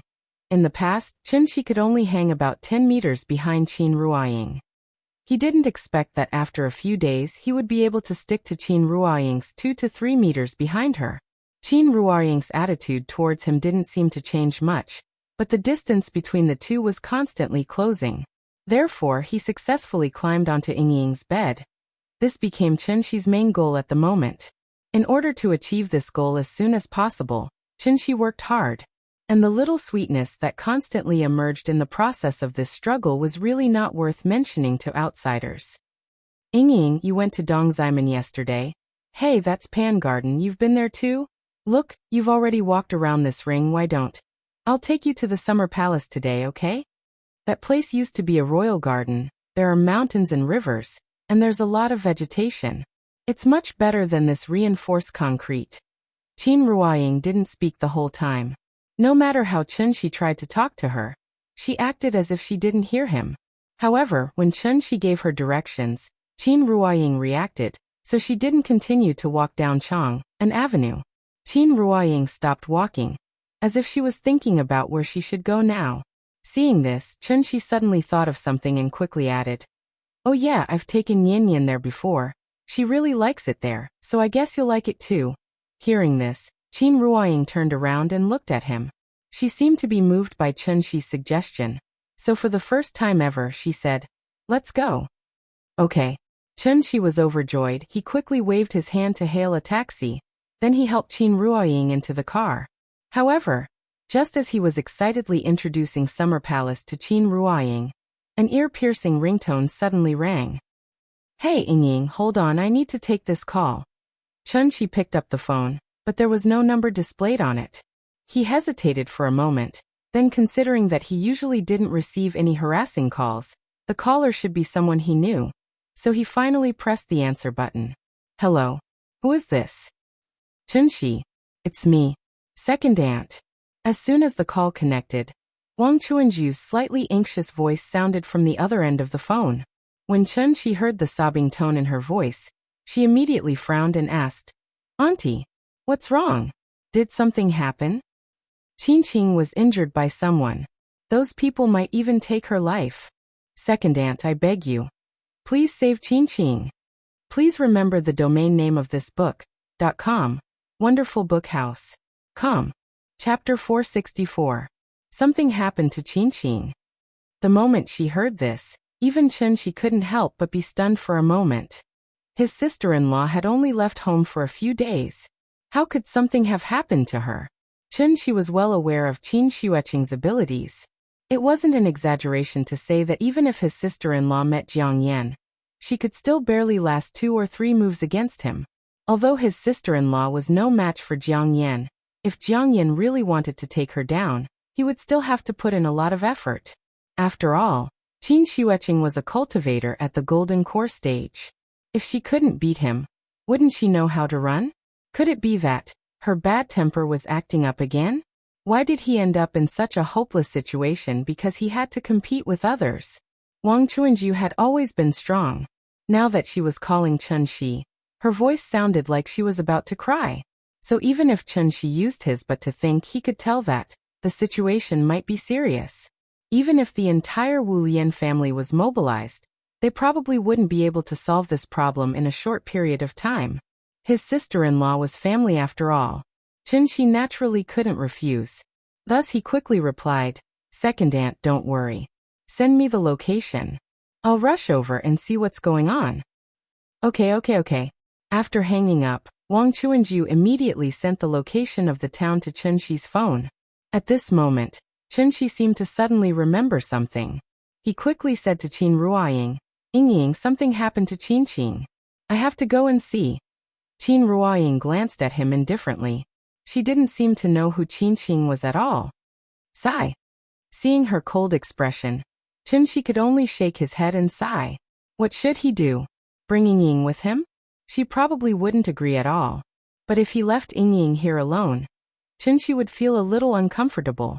He wasn't really afraid that Yingying would get lost, but he was afraid that she would feel lonely in such a big city like Shangjing. She was unfamiliar with the people and the place. Where could she go by herself? Chenxi was a little hesitant. Qin Ruoying seemed to have suddenly understood his difficulties. She suddenly said, "You go, I'll go by myself." Just 7 words. This was the longest sentence that Qin Ruoying had said to Chenxi during this period of time. Hearing this, Chenxi couldn't help but smile. After he quickly signaled the driver to stop by the side, he quietly left a restriction on Qin Ruoying. At the same time, he didn't forget to remind her, "Yingying, don't run around. I'll come back to find you as soon as I'm done here. Nianying gets out of school at 4 o'clock. We'll pick her up together. You know that kid's temper. If she doesn't see you after school, she'll definitely be angry with me again." Chenxi leaned on the car door and kept muttering. When the driver was a little impatient, he reluctantly got up and waved goodbye to Qin Ruoying. "Oh right, Yingying. I put a lot of cash in my bag. If you see anything you like, buy anything, don't save money. It's okay if you run out of cash. You have a payment app on your phone. There's money in it." The taxi gradually went away. Chenxi was still standing on the side of the road. He kept waving in the direction of the car. It was only a temporary separation, but he made it seem like a separation of life and death. This made the passers-by stunned. It wasn't until the car merged into the traffic and completely disappeared from his sight that Chenxi slowly retracted her arm and turned to walk into a side alley. At this time, Qin Ruoying, who had already left in the car, seemed to have just noticed the wallet that Chenxi deliberately put on the seat. She picked up the wallet and opened it. Good Lord, it was full of $100 bills. The wallet was stuffed to the brim. It was as if it was not filled with money at all, but with Chenxi's concern for her. "Girl, I can see that your husband is really good to you. It's rare to see a man as considerate as him these days. You two have children already, right? Uncle is experienced. Husband and wife quarrel at the head of the bed, but make up at the end. So I'll take the liberty of advising you. It's about time you give him a way out. This man, although loosening and tightening can firmly tie his heart, you have to do it in moderation, right?" The driver was an old man. He had been secretly observing the two of them ever since they got on the car. According to his understanding, this must be a young couple having a conflict, so he smiled and put in a good word for Chenxi. Qin Ruoying sat in the back without saying anything, so the driver did not notice that a faint smile had already appeared on her lips. In the sky above the small town, after Changhua detonated the Phoenix perch charred tail box to knock down Qin Xueqing, he and Yiji discussed how to deal with this woman. "Why don't we just kill her?" Although he succeeded in seriously injuring Qin Xueqing, Changhua actually did not feel good.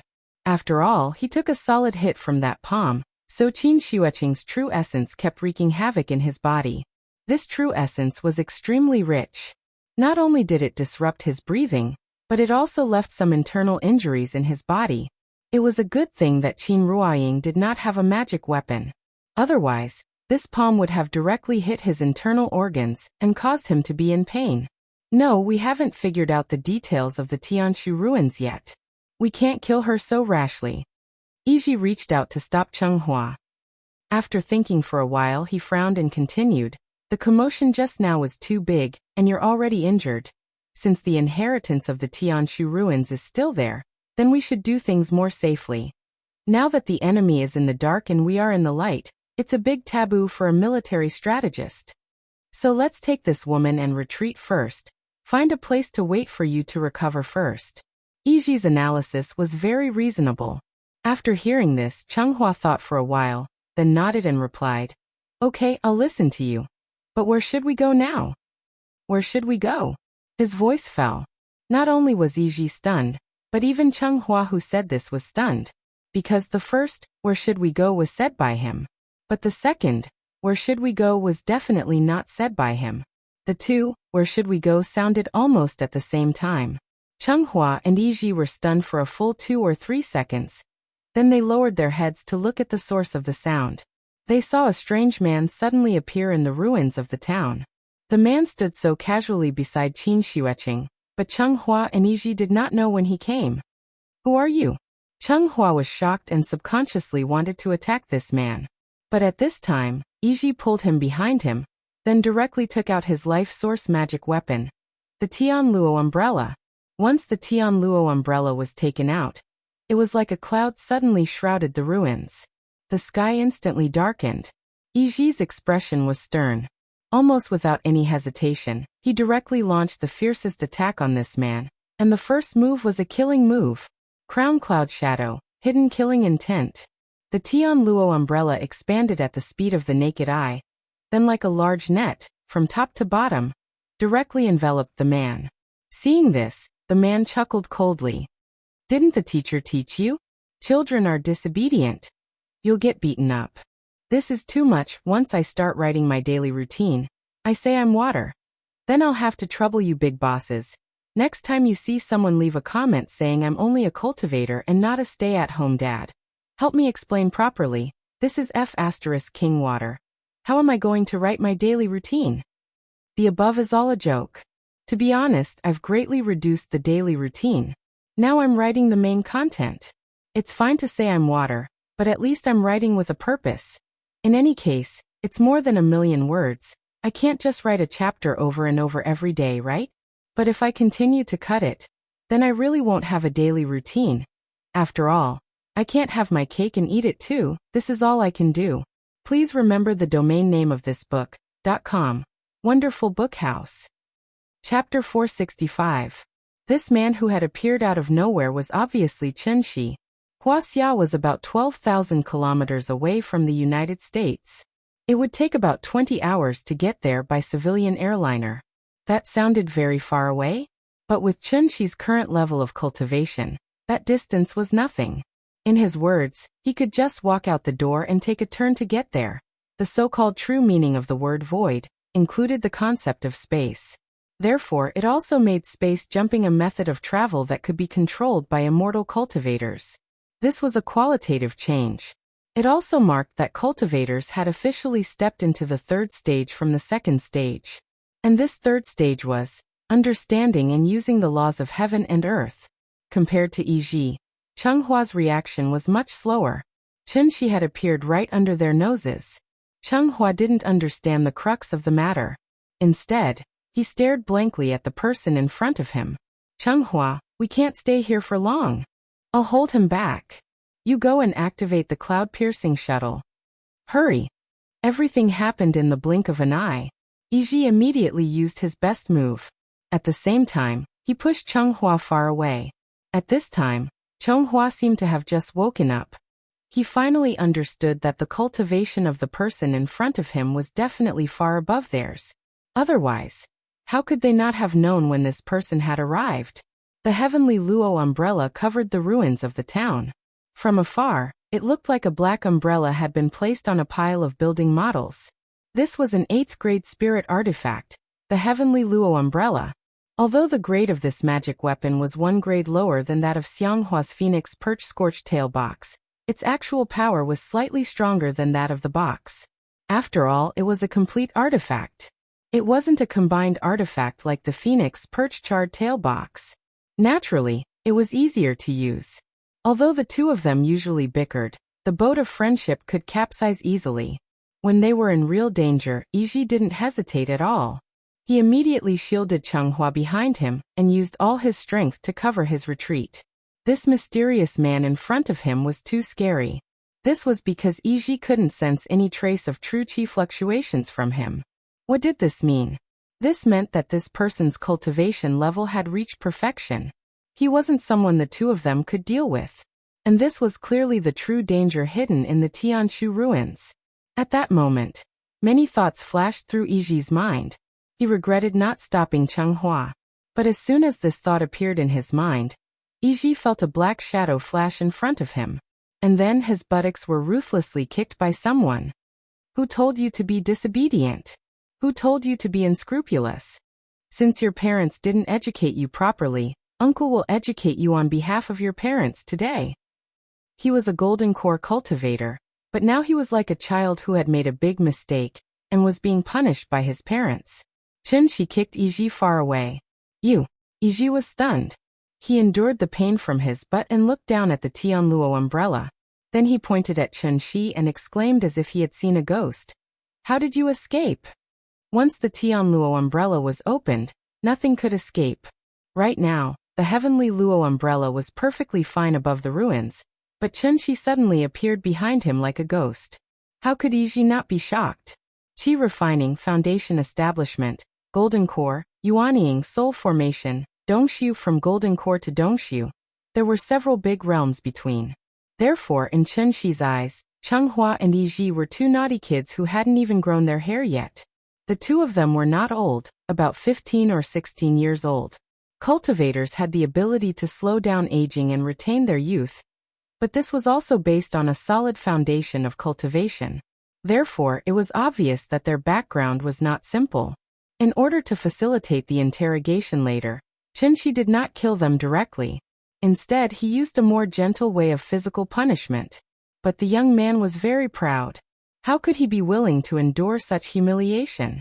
When Chenshi kicked Yiji's butt for the third time, Yiji could not help but explode. Damn it! You deserve to die. With a loud shout, Yiji, who had always been elegant and cautious, was now like a mad bull, fiercely charging at Chenshi. Yiji's courage was commendable, but unfortunately, anger could not solve any problems. Seeing Yiji's expression of wanting to eat him alive, Chenshi could not help but laugh coldly. Yiji's speed, which he was so proud of, was as slow as a turtle in Chenshi's eyes. Therefore, when Yiji aggressively rushed in front of Chenshi did not care what move he used. He raised his hand and slapped him. Pa! With one slap, Yiji was slapped until the sky turned dark and he saw stars. Like a spinning top that was whipped, Yiji quickly spun a few rounds in the air before falling heavily. Kid, Uncle will give you a word of advice today. A young man who has achieved success should not be arrogant. You still have a long way to go. As he spoke, Chenshi looked back at Chenghua, who had already flown far away. Naughty children had to be educated one by one. His sister-in-law was seriously injured, so Chenshi naturally would not let the two of them go so easily. Now that Yiji had fallen to the ground and could not get up, where could Chenghua run to? Thinking of this, Chenshi could not help but smile. He straightened his fingers and pointed his sword at Chenghua. However, just as he was about to shoot out the sword light, Chenghua suddenly let out a fierce howl. Immediately after, a strange-looking ship with a dragon head at the bow and a phoenix tail at the stern appeared out of thin air above the town. This time, it was Chenshi's turn to be stunned.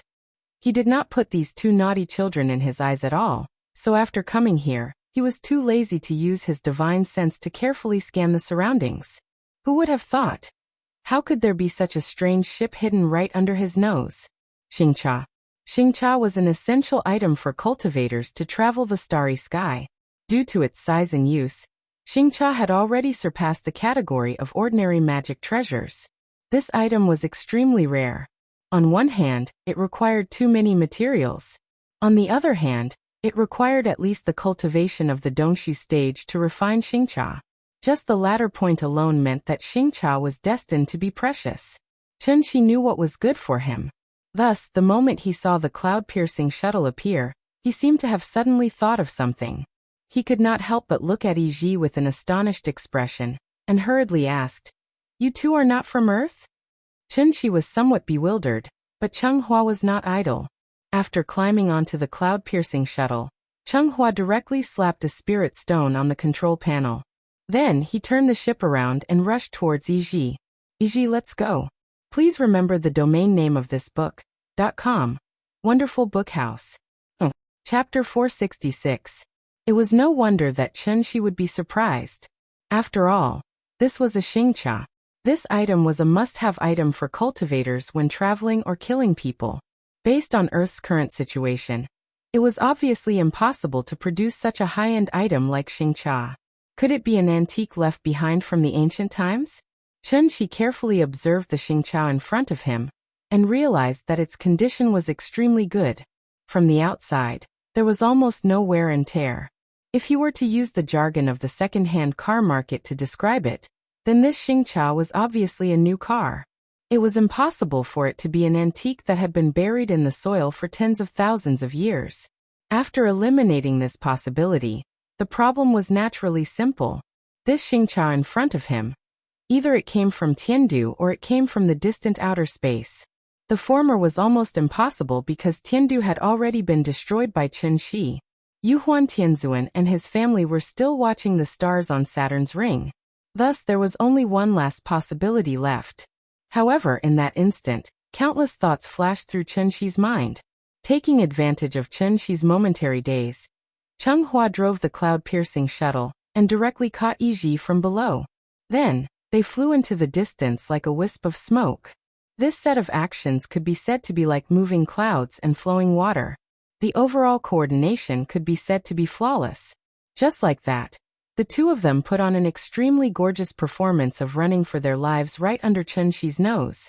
The moment Yiji boarded the ship, the cloud-piercing shuttle's speed was instantly pushed to the limit by Cheng-Hua. If it wasn't for the fact that the mid-grade spirit stone couldn't support the cloud-piercing shuttle's space jump, Cheng-Hua would probably have escaped to the moon by now. When the cloud-piercing shuttle rushed out of the stratosphere, the two of them instantly widened their field of vision. Only then did Cheng-Hua look at Yiji silently with a look of lingering fear. Perhaps it was because they were lucky enough to escape death. But now, the two of them seemed to be in a somewhat depressed mood. Neither of them had the intention to speak. The two of them stared at each other in silence. After a long while, Yiji felt that the atmosphere was a little strange, so he couldn't help but break the silence. The two of us are lucky to be able to escape this time. Yiji's tone was filled with relief. When Cheng-Hua heard this, he was like an eggplant that had been hit by frost. His hands gripped the rudder tightly, and he remained silent, even though he wasn't the one getting beaten up. However, the image of Chen-Shi toying with Yiji was still like a nightmare that lingered in his heart, and did not subside for a long time. That man was really too scary. He could actually pinch Yiji in his hand and play with him as he pleased. From this, it could be seen how high this person's cultivation was. This matter had completely exceeded the scope of Cheng-Hua's imagination, so much so that he didn't even dare to think about it any further. After all, young people had always been impulsive. Usually, they would only realize fear after killing someone. Cheng-Hua was in such a situation now. When he thought about his rash actions, Cheng-Hua felt as if a bucket of cold water had been poured over his head. He only felt a chill run down his spine. He blamed himself for his ignorance and recklessness. When Yiji saw this, he didn't reprimand him. Instead, he pretended to be relaxed and comforted him. "Haven't we already escaped? What are you still afraid of? Don't worry, I still have a high-grade spirit stone here. Even if that person wants to chase us, he definitely won't be able to catch up to us." As he spoke, Yiji took out the high-grade spirit stone that he had kept for a long time. He raised the spirit stone, indicating that Cheng-Hua didn't need to worry. However, at this moment, an extremely abrupt voice suddenly rang out from the cloud-piercing shuttle. "Is that so?" The moment he heard this voice, the smile on Yiji's face froze. He turned his head stiffly. Following the direction of the voice, he saw the weird uncle, who always hit people's buttocks. At this moment, wasn't he standing proudly at the stern of the shuttle, with a faint smile on his face? You what? Call me uncle." Chen-Shi rudely interrupted Yiji's words. However, he didn't give Yiji a chance to speak again. With a light wave of his sleeve, he directly pressed the two youths who were about to fight onto the deck of the shuttle. "That's enough, stop struggling. The two of you have been captured by me." Chen-Shi's appearance also officially announced that the two youths' escape plan had failed. Then, the cloud-piercing shuttle turned around and headed back to Earth. Unlike when they first arrived, the two youths on the shuttle were now like two roosters who had lost a fight. They lowered their heads and obediently knelt in front of Chen Shi. Looking at how defeated they were now, they probably wouldn't be able to be proud in the future. Xianyuan Chenghua, Dongfang Yiji, right? After a series of torture with spanking as the main punishment, Chen Shi successfully got the names of the two youths. Both of them had two surnames. One was Xianyuan and the other was Dongfang. It sounded like it had a special charm. Okay, now that I know your names, tell me more about the Supreme Palace enclosure. Chen Shi used to be so focused on returning to Earth that he didn't notice at all. There was a place called the Supreme Palace enclosure at the edge of the solar system.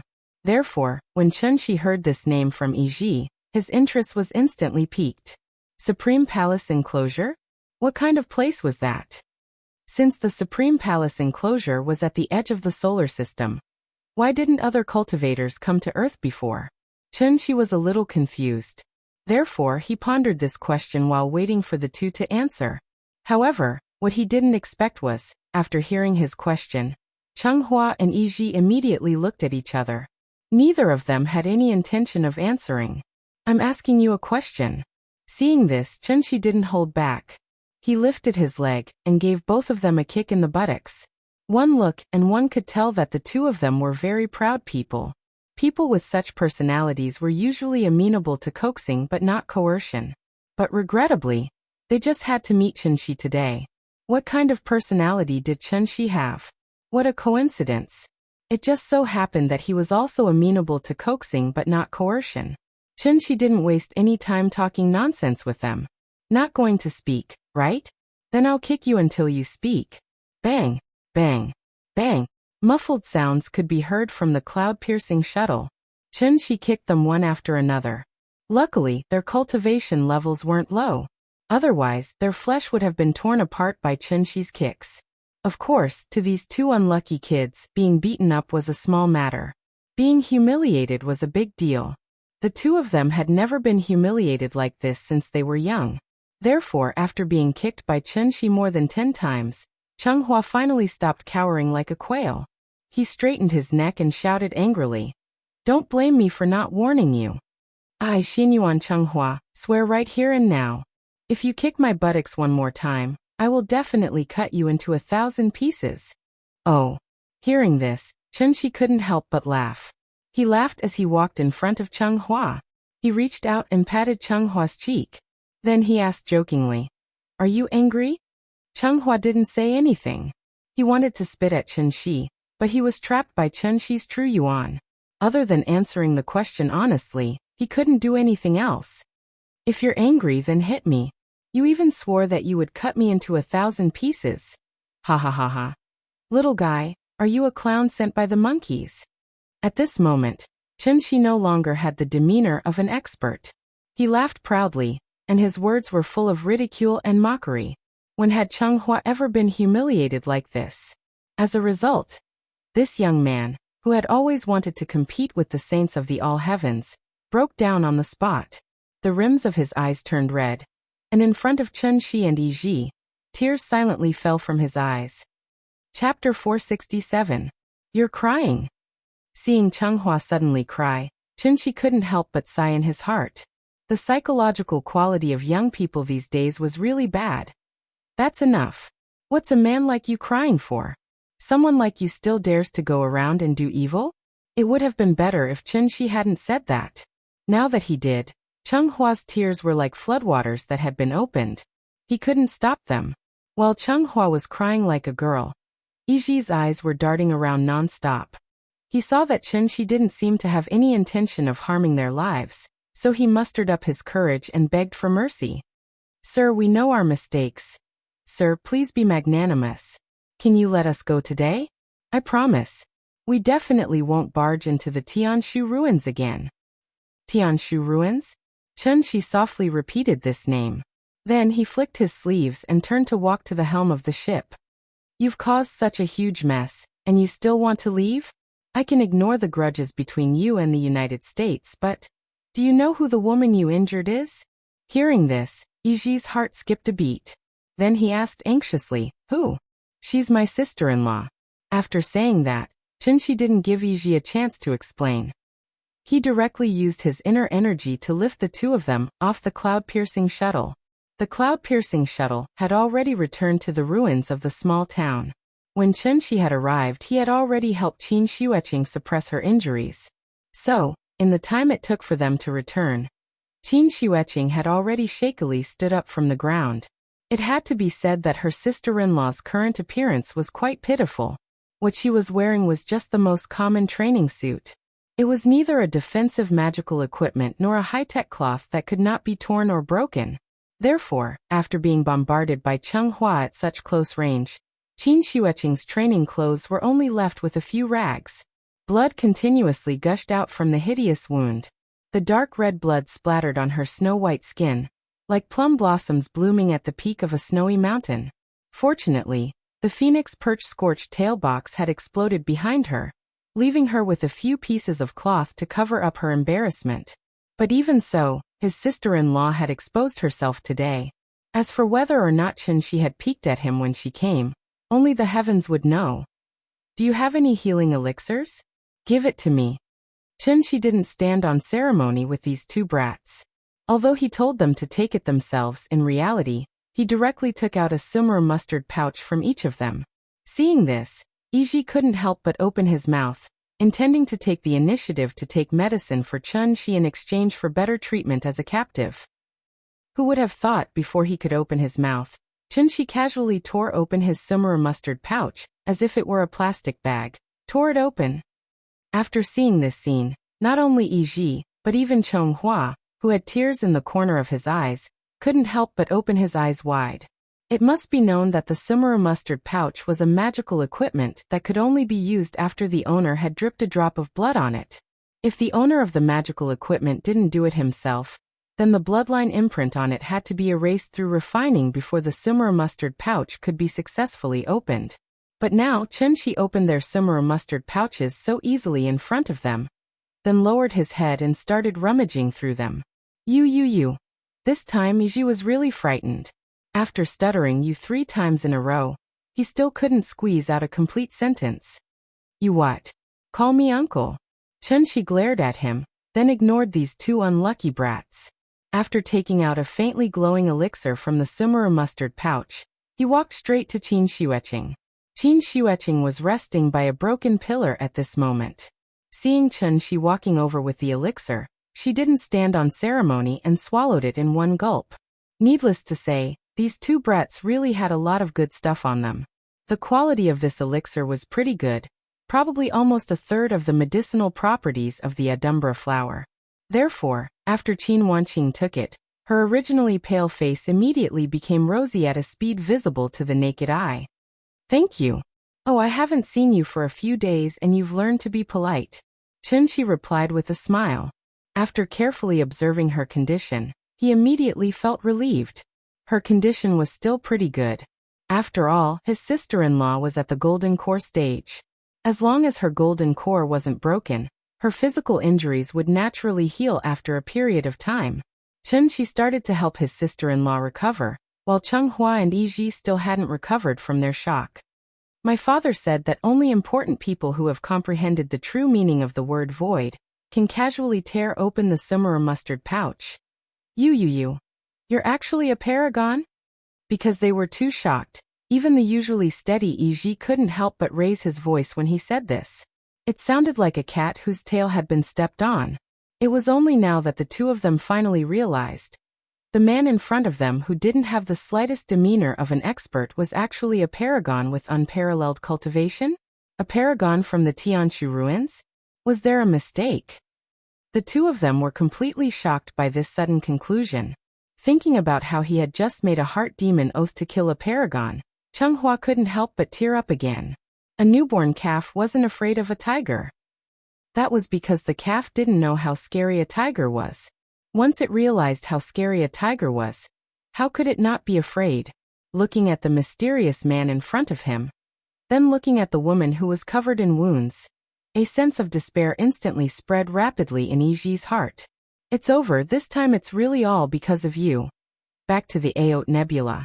Just as Cheng Hua and Yiji were captured by Chen Shi, a gigantic Xingqiao arrived at the place where the 2 of them had been before.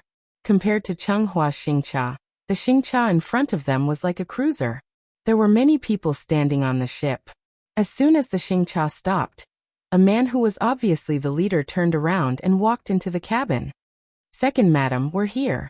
There was a very beautiful woman sitting in the cabin. She was about 30 or 40 years old, but she didn't look old at all. Furthermore, the unique charm of a mature woman gave her an indescribable and strange charm. The man didn't seem to dare to look at the woman. As soon as he entered the cabin, he quickly lowered his head and silently waited for the woman to speak. However, the woman didn't say anything. She got up and walked to the window. After looking through the window at the densely packed meteorites outside, she suddenly thought of something and couldn't help but ask softly, "This is the place where was last seen?" "Second madam, yes." Hearing this, the woman fell silent. After a long time, her voice slowly sounded in the cabin. "Silly child. Do you think you can prove that you're stronger than your brother by risking your life like this? Silly, you're really too silly." After hearing the woman's muttering, the man hesitated for a moment before carefully asking in a low voice, "Second madam, why don't I send 2 men of sacrifice in to check it out?" "Go in?" The woman seemed to have heard a joke. After chuckling, she waved her hand with a tired face and then muttered in a low voice, "No need. Since the Tianshu ruins is known as the Heavenly Venerable Forbidden Area, even if you send 2 Heavenly Venerables in, you'll just lose 2 lives in vain." "Silly child, it's fine if you don't cherish your own life. As the head of the guards in the family, don't you understand this principle? This subordinate knows his mistake." "All right, I'm tired. Let's go back." "Yes." The man quickly walked out of the cabin. At this moment, the woman changed her face like a master of Sichuan opera. Her originally gentle and calm expression suddenly became extremely gloomy and fierce. She glanced coldly outside the window and muttered in a low voice with a gloomy face, "Huar, don't worry. If something happens to you, Mother will definitely bury the entire Xianyuan family with you." Chapter 468. After Qin Xueqing recovered a little, Chunxi was ready to depart with the 2 unlucky kids. However, just as they were about to leave, there was a small episode. The Americans, who didn't even see a shadow during the fight, saw that Chunxi had settled everything and was ready to leave. They eagerly sent a messenger to negotiate with him.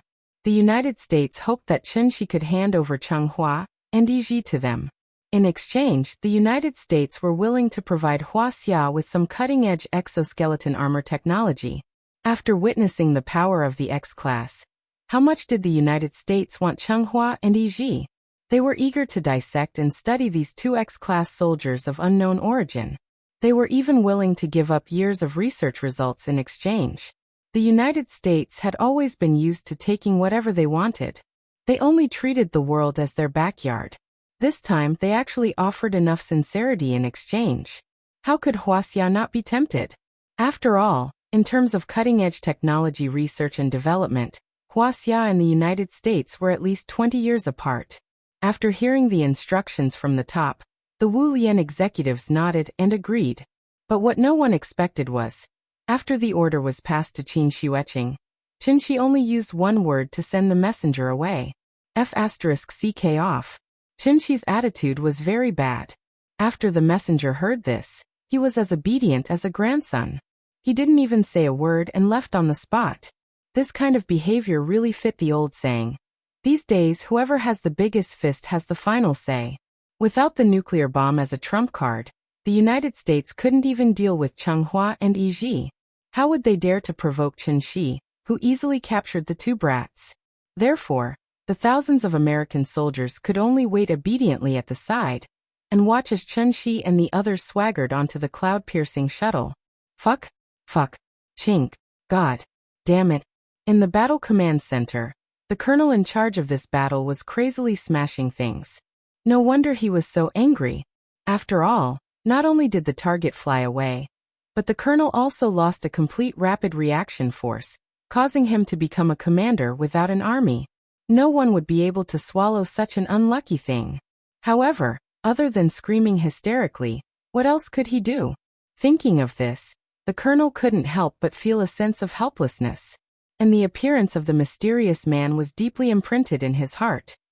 With Chunxi's massive energy as the driving force, the cloud-piercing shuttle finally showed Changhua and Yiji its true speed. In the blink of an eye, the cloud-piercing shuttle brought them back to Shangjing City. Ever since the two unlucky brats found out that Chunxi was at least a supreme martial artist, they behaved extremely obediently. They didn't make a fuss and just quietly knelt on the deck with their heads lowered. Needless to say, this submissive and sorrowful appearance really won the two of them the generous treatment of captives. Chunxi couldn't be bothered to deal with them personally. After temporarily sealing their cultivation, he directly handed them over to Qin Xueqing. Since the injuries on Qin Xueqing's body were caused by the two of them, whether he wanted to kill or torture them, he had to listen to the opinions of the victims first, right? Chunxi originally thought that with his sister-in-law's temper, she would kill the two of them on the spot to vent her anger. Who would have thought? After Qin Xueqing seriously considered it, she said with a serious face, "My martial cultivation has already reached a bottleneck. Right now, I need to continuously train myself through actual combat in order to successfully break through. Both of their cultivations are pretty good. They're very suitable for practice." After hearing this, Changhua and Yiji couldn't help but raise their heads and look at each other. Then, a trace of despair flashed across their eyes. Was she going to use them as human punching bags? It's over. Their future days would probably be worse than death. Qin Xueqing was injured and still needed to rest for a period of time to fully recover. Hence, Chunxi brought her back to the courtyard and instructed her not to run around before turning to leave. It was now 2:30 in the afternoon. There was still an hour and a half before Nianyan's school ended. It was rare that Qin Ruoying was in the mood today. Chunxi originally wanted to accompany Yingying to walk around Summer Palace and cultivate their relationship, so that he could climb into her bed as soon as possible. In the end, he was delayed by the two brats. Wasn't it already too late? Chunxi was very depressed. After finding Qin Ruoying through the road sign that he left on her body, he directly rushed towards Qin Ruoying's direction. Qin Ruoying did indeed go to Summer Palace. But when Chunxi arrived, she had already left the park and was alone in a taxi. Where is Yingying going? Didn't we agree to wait for me to come back to find her? Logically speaking, Qin Ruoying would not run around. But Chunxi stood her up first, so even if Qin Ruoying was angry and ran around, it would still make sense. Now that Qin Ruoying had already gotten into the car, it was obviously inappropriate for Chunxi to appear to look for her. Thus, Chunxi could only follow behind the taxi, wanting to see where Yingying was going. After getting into the car, Qin Ruoying sat in the back without saying a word. She quietly looked at the traffic outside the window. Chunxi secretly flew not far from the taxi, silently looking at the beautiful face that he yearned for day and night. The car continued to move forward in the rolling traffic, but the hustle and bustle of Shangjing City had nothing to do with them. Finally, the car stopped. Chunxi looked up and realized that Yingying had actually returned to the capital high school. At this moment, there was still half an hour before Nianyan's school day. After Qin Ruoying got out of the car, she quietly stood by the side of the road, waiting patiently like many other parents. Yingying is going to pick up Nianyan from school. After seeing this scene, Chunxi could not help but feel a surge of warmth in his heart. He really did not expect. Even if she had lost her memory, even if she did not have his company, Yingying actually knew to pick up Nianyan from school on time. Thinking of this, Chunxi could no longer hold back the excitement in his heart. He hurriedly deactivated his breath control technique, and then pretended to be a normal person. After panicking, he appeared from the corner of the street and ran straight to Qin Ruoying's side. "Yingying, I couldn't accompany you to Summer Palace today, I'm sorry." Chunxi smiled and explained. Hearing this, Qin Ruoying silently looked at him, then turned to look at the school building in the distance. Not sure if it was an illusion or not. At that moment, Chunxi seemed to have seen Qin Ruoying lightly nod her head. She seemed to have heard his apology. Chapter 469. Between heaven and earth, life is like a white steed passing by a crack suddenly. After this matter, Chunxi and his family's life gradually returned to normal. The long river of time hurriedly passed by. In the blink of an eye, it was the end of the year. Today was February 3rd, the day before New Year's Eve. Although it was not yet a legal holiday, at this time, most of the migrant workers had already returned home. Without the support of the people at the bottom, the big Shangjing suddenly became deserted. There weren't many people in the first place, but today it was raining and snowing. As the cold wind blew, it gave the capital of the country a bleak feeling. Why was the new year feeling more and more faint? In recent years, housing prices had skyrocketed, so many people had to bear a huge mortgage because of this. People like Chen Shi, who stood at the top of the pyramid and did not need to worry about their lives, were a minority. The general public still had to worry about their livelihood every day. Life was not easy. Even during the New Year holidays, most people hoped to be able to work overtime to earn a sum of money. After all, the New Year overtime pay was high, right? Under such great pressure, how could people show the usual heartfelt smile on their faces? Hohai Ice Rink was deserted, and the bars on the street were basically closed. In the past, they looked forward to the new year. Now they were enduring the new year. Chenxi did not want the little girl to suddenly feel that the new year was the most boring time of the year when she thought about it many years later. Therefore, he used the new year shopping and buying new clothes as an excuse to invite Qin Ruoying to go shopping together. Through careful observation during this time, Chenxi had already figured out Ying's current style of doing things. She did not care about anything, but she cared about the little girl. Therefore, as long as Chenxi used the little girl as an excuse and let the little girl act like a spoiled child on the side to assist him, there was a great possibility that he could persuade Qin Ruoying to go shopping with him. Although there were not many people on the street, there was a sea of people in the shopping mall. Nian hadn't been as happy as she was today since she started going to primary school. Although the little fellow's IQ was constantly improving, she was still young after all. So when she saw the children's air cushion toys in the middle of the mall, the little fellow couldn't wait to pull Chenxi and run over there.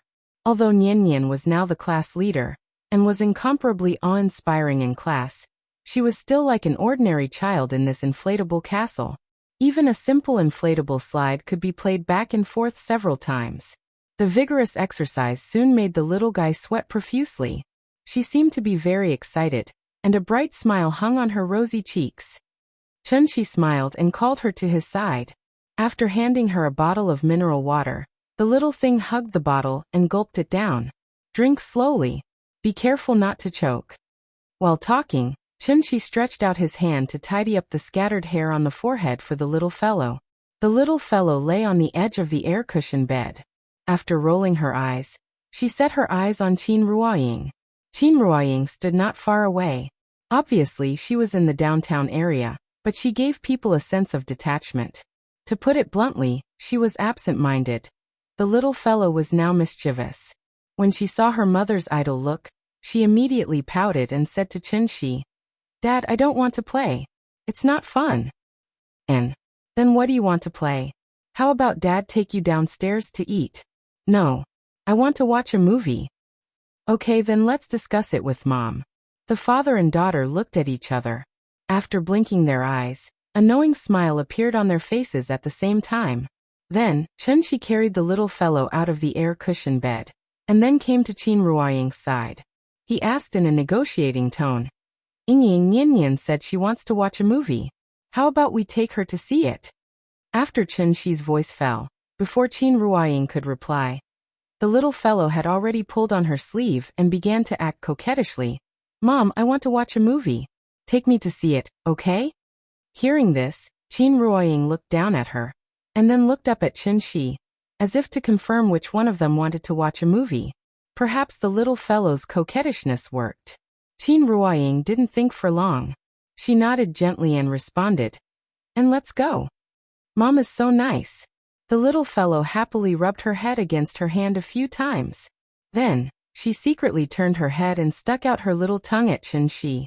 Looking at this posture, this little fellow seemed to be asking for credit from Chenxi. Chenxi took out his phone to look at the recent movies. He found that only White Snake Origins was suitable for a family to watch, so he decisively booked 3 tickets. Before the new year, everyone was busy going home to celebrate the new year. In addition, the New Year's movies were squeezed to be released on the first day of the new year. Therefore, in this huge theater, there were only 2 or 3 audiences sparsely seated. After Chun-Shi's family sat down, the little fellow held the popcorn and excitedly twisted it. The last time she watched a movie was last year during the new year, so she couldn't help but be a little excited. Fortunately, there weren't many people in the theater. Otherwise, wouldn't this little fellow disturb the other audiences? Soon the movie began. Although the little fellow didn't quite understand the plot, the exquisite scene still left a deep impression on her. The red leaves of Snakecatcher Village were like fire, and the scenery was picturesque. Yongzhou City was brightly lit and full of colorful lights. The moment the white snake revealed its true form, the little fellow couldn't help but let out a cry of surprise. Although the story was still the same old story, after the movie ended, Chun-Shi didn't immediately get up and leave with his wife and daughter. Instead, he sat in his seat and silently reflected on it. He didn't expect that a random movie would coincidentally hit the soft spot in his heart. The movie might not be very good, but it happened to reflect the viewer's heart. The mountains and rivers are easy to shake. This feeling is like a chisel. 1,000 years in a glance, the love of the previous life. In particular, the sentence "thank you, husband" at the end of the Easter egg unintentionally and deeply touched Chun-Shi. That's right for real lovers. A mere 500 years. What was the big deal? No matter where he is in the world, no matter what he looks like, no matter whether he remembers me or not, I have to find him, because I remember. This sentence was what Chun-Shi wanted to say the most. Thinking of this, he couldn't help but turn his head to look at Qin Ruoying next to him. Wasn't the face that had haunted his dreams right in front of him right now? He didn't know why, at that moment. Chun-Shi suddenly reached out for Qin Ruoying's hand as if at the behest of gods and demons. It was warm and moist. Chun-Shi was stunned. Because he just realized, Ying didn't want to dodge? Chun-Shi couldn't help but feel a little surprised, so he subconsciously squeezed her soft and boneless hand, as if he wanted to make sure that he wasn't dreaming. There was no doubt that his behavior obviously annoyed Qin Ruoying on the spot. She snorted coldly, and immediately stood up from her seat. Then, she carried the confused little fellow and quickly left. Hey Ying, wait for me. Chun-Shi didn't have enough fun, and Qin Ruoying turned hostile. Chun-Shi had no choice but to put on a bitter face, and began to think about how to absolve himself of his rogue behavior. Chapter 470. By the time Chun-Shi and his family returned home, the originally gray sky was already covered with a layer of darkness. Looking at the situation, it was estimated that the sky would be completely dark before 5 o'clock. The taxi stopped at the entrance of Dongming Alley. As soon as she got out of the car, the little girl couldn't wait to carry her bag, and then ran into the alley like a wisp of smoke. She was in a hurry to go home and change into new clothes. Nian, run slower. Be careful not to fall. Chun-Shi smiled and reminded her, then went to the back door. With one hand holding the door, he pretended to be a gentleman and bowed to make a pleased gesture. Seeing this, Qin Ruoying acted as if she didn't see him. After getting out of the car from the back, she slightly raised her delicate chin and walked into the alley with a cold face. Needless to say, Ying must still be angry with him at this moment. Chun-Shi smiled bitterly and shook his head. Then he hung all the bags of New Year's goods on his body and walked into the alley alone.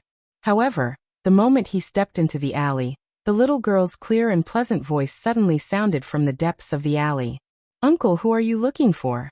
The little girl blinked her eyes and looked at the uncle in front of her who seemed to be familiar. After looking up and down, she couldn't remember where she had seen him before. Ha ha ha ha. Uncle specially came today to give you a New Year's greeting. What?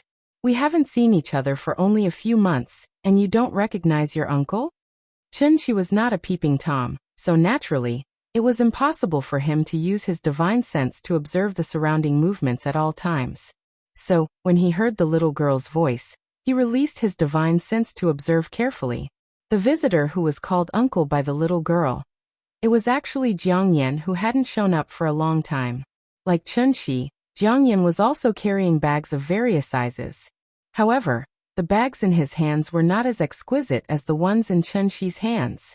However, it was also these seemingly ordinary woven bags that faintly emitted an indescribable and peculiar fragrance. The little guy smelled the fragrance in the bag, so he couldn't help but poke his head in, as if he wanted to know what was inside. Nian, look, Uncle brought you a lot of good things today." As he spoke, Jiang Yan bent over and opened the bag. He took out a luminous pearl the size of an adult's fist and handed it to the little guy. "Wow. So beautiful." This luminous pearl was slightly different from ordinary luminous pearls. Its light was not the common blue and green, but an extremely rare milky white. The little guy held the night luminescent pearl in front of his eyes. After looking at it carefully, as if he had found a treasure, he ran excitedly to Qin Ruoying's side and held the night luminescent pearl up high, as if he was presenting a treasure. "Mom, look, it's a night luminescent pearl." The little fellow loved this luminous pearl so much that he couldn't bear to part with it. Seeing this, Qin Ruoying looked at Jiang Yan cautiously. She didn't know Jiang Yan. However, her instincts told her the person in front of her was not a good person. Therefore, Qin Ruoying took a step forward without leaving a trace and shielded the little fellow behind her. How smart was Jiang Yan? After seeing Qin Ruoying's vigilant action, he immediately smiled and took a few steps back, indicating that he definitely didn't have any ill intentions. You wouldn't know if you didn't compare, but you would be shocked once you compared. Qin Ruoying's attitude towards Qin was already bad enough, right? However, to a stranger like Jiang Yan it was even worse.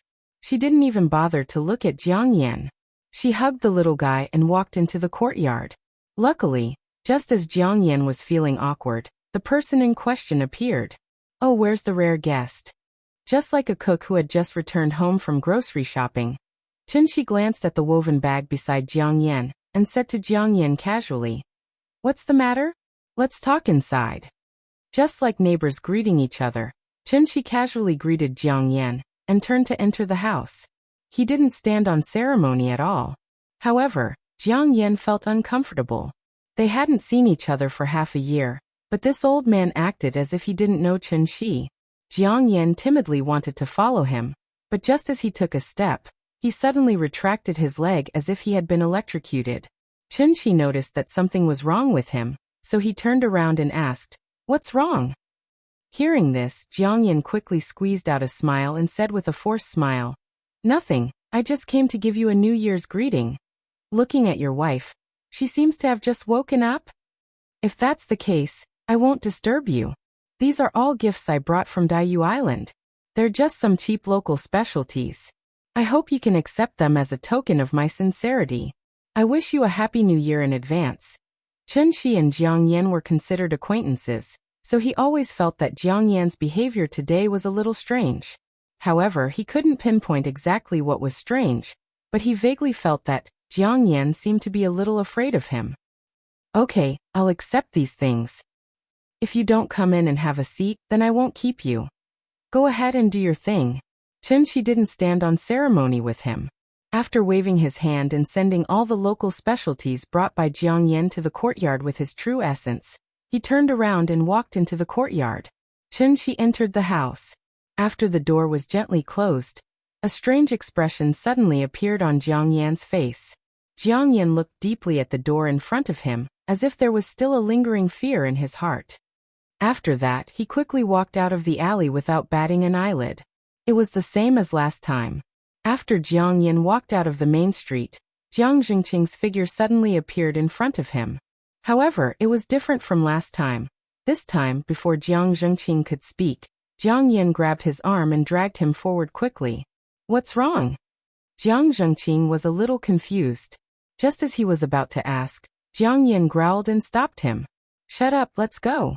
After saying that, Jiang Yan waved his sleeves and directly pulled Jiang Zhengqing away from Shangjing as fast as he could.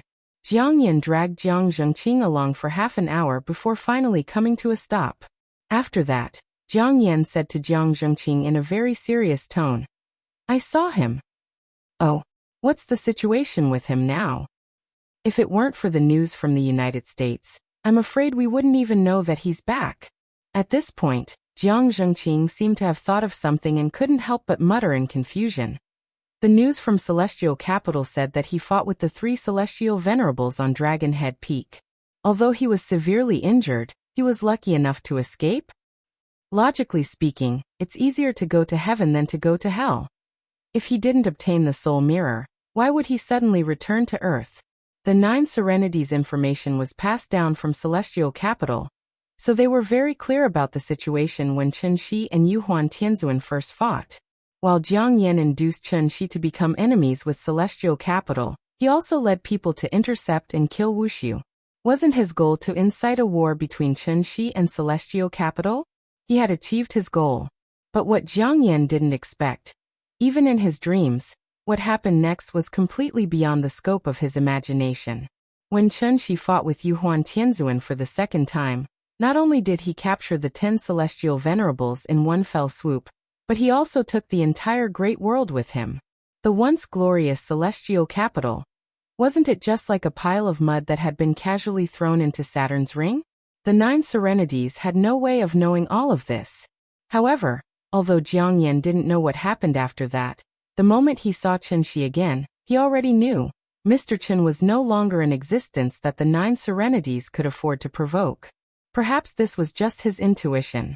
But Jiang Yan was willing to trust his intuition for once. Therefore, he didn't care what Jiang Zhengqing was muttering and directly ordered in an irrefutable tone. In the name of the leader of the 9 Serenities, pass down this order. As long as Mr. Chen is still in Huaxia, all members of the 9 Serenities are prohibited from setting foot on Huaxia. If there are any violators, kill without mercy. Chapter 471. As for Jiang Yan's visit, Chen Shi didn't take it to heart. Although he still had some doubts about Jiang Yan's performance today, if he were to secretly follow him and find out what Jiang Yan was up to through tracking, monitoring, eavesdropping, and other means, wouldn't that be giving Jiang Yan too much credit? Chen Shi wasn't that bored. After all, no matter how shrewd Jiang Yan was, for the current Chen Shi, Jiang Yan was just an ant that needed a little effort to crush. No matter how strong an ant was, it was still an ant. The difference between a high-level cultivator and a middle-level cultivator was vividly displayed here. The two couldn't be described in the same sentence. If it were to be described in the words of a scientist, then Chen Shi and Jiang Yan were obviously not living in the same dimension. The essence of cultivation was evolution. Through continuous cultivation, even the weakest mortal might have a day where he could grasp the sun, moon, and stars. Back to Chen Shi's side. When he returned to the courtyard with big and small bags, an extremely strong true essence fluctuation suddenly came from the courtyard. Chen Shi looked up. Wasn't it his sister-in-law who was driving Xingcha back? Qin Xueqing's injuries had already healed. Following her recovery, Cheng Hua and Yi Ji also ushered in the darkest period of their lives. His sister-in-law was very stubborn. She clearly had a perfect cultivation method, but she just didn't use it. Instead, she only cared about exploring and studying it every day, hoping to use her own strength to open up a path of martial arts that belonged to her. This was a brand new path. At the same time, it was also a bumpy road full of thorns. Therefore, Qin Xueqing, in addition to constantly cultivating and accumulating true essence every day, also needed to test the results of her cultivation through a lot of actual combat. As for the actual combat opponents, weren't they the two brats who had been down on their luck for 8 lifetimes? The four-way courtyard couldn't be used, so the sister-in-law would take the two brats out on a xingcha every day. Once they arrived at a remote and inaccessible place, she would have a good spar with them. Of course, rather than calling it a spar, it would be more accurate to call it a one-sided trampling. It should be known that Cheng Hua and Yi Ji's Sumeru mustard seed bags had already been confiscated by Chen Shi. Without the help of their magic treasures, how could the two of them be a match for Qin Xueqing by relying only on the 5 elements magic and some superficial martial arts? Chen Shi was a little worried before. He was afraid that his sister-in-law would be held hostage by the two of them, so he secretly followed them to observe. Who would have thought? The moment the sister-in-law came up, she started a series of smooth close-range combat, beating the two of them on the spot until they cried for their parents. It wasn't that Cheng Hua and Yi Ji hadn't planned to escape, but once they thought about the fact that behind Qin Xueqing stood a supreme martial artist like Chen Shi, the two of them suddenly felt that their legs couldn't exert any strength. They couldn't beat her, and they couldn't run. What else could they do? They could only be beaten up every day. Fortunately, the two of them were young, strong, and had good foundations.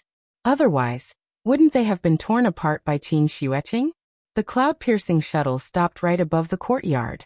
For this reason, Chenxi had specially set up a large-scale concealment array. After getting off the shuttle, Qin Shihuiqing went straight to the east wing. After that, Chenghua and Yiji were like seriously ill patients. After helping each other off the shuttle, the two of them obediently walked to the rear wing. The main entrance of the courtyard was one gate, and the Chuehua gate was the second gate. As captives, the two of them naturally didn't have the right to step into the Chuehua gate. Now that they were able to stay in the rear wing, it was already considered a favor from Qin Shi. "Hey, the two of you, come over here for a moment." Qin Shi was sorting through the packages in the courtyard. When he saw Chenghua and Yiji return, he immediately called out to them. Chenghua had just been beaten up, so he was naturally in a bad mood. Thus, he pretended not to hear him and walked to the rear wing. Seeing this, Yiji grabbed Chenghua and quickly squeezed out a smile. He turned around and replied, "Mr. Chen, what can I do for you?" After spending some time together, Yiji had a better understanding of Qin Shi's temperament. It was different from what he had imagined. Qin Shi usually didn't put on any airs. If he hadn't seen Qin Shi's ability before, Yiji wouldn't have believed it at all. The man in front of him who was busy taking care of the children and cooking all day was actually a supreme martial artist. What made Yiji feel even more strange was, the supreme martial artist had always been elusive in the Supreme Palace enclosure, and was comparable to a mythical existence. However, in this strange family, Qin Shi was the easiest to talk to. He was as amiable as the uncle next door, without any dignity or airs. Otherwise, how could Qin Shi tolerate Chenghua's attitude in front of him? After the two of them walked to the center of the courtyard with their heads lowered, Qin Shi said to them, "Tomorrow is New Year's Eve. Do you know about New Year's Eve? It's a day for the family to reunite here. It only happens once a year." Yiji didn't understand the customs of Huaxia, so he naturally didn't understand what Qin Shi meant. Thus he asked carefully, Please forgive me for being slow-witted. What do you mean by this?"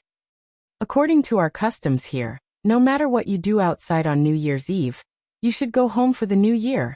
Hearing that, Yiji couldn't help but be delighted.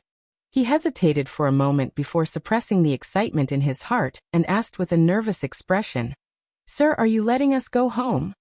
"Go home?" Qin Shi looked at Yiji in surprise. He couldn't help but wonder if this child had been beaten silly by Qin Shihuiqing. How is that possible?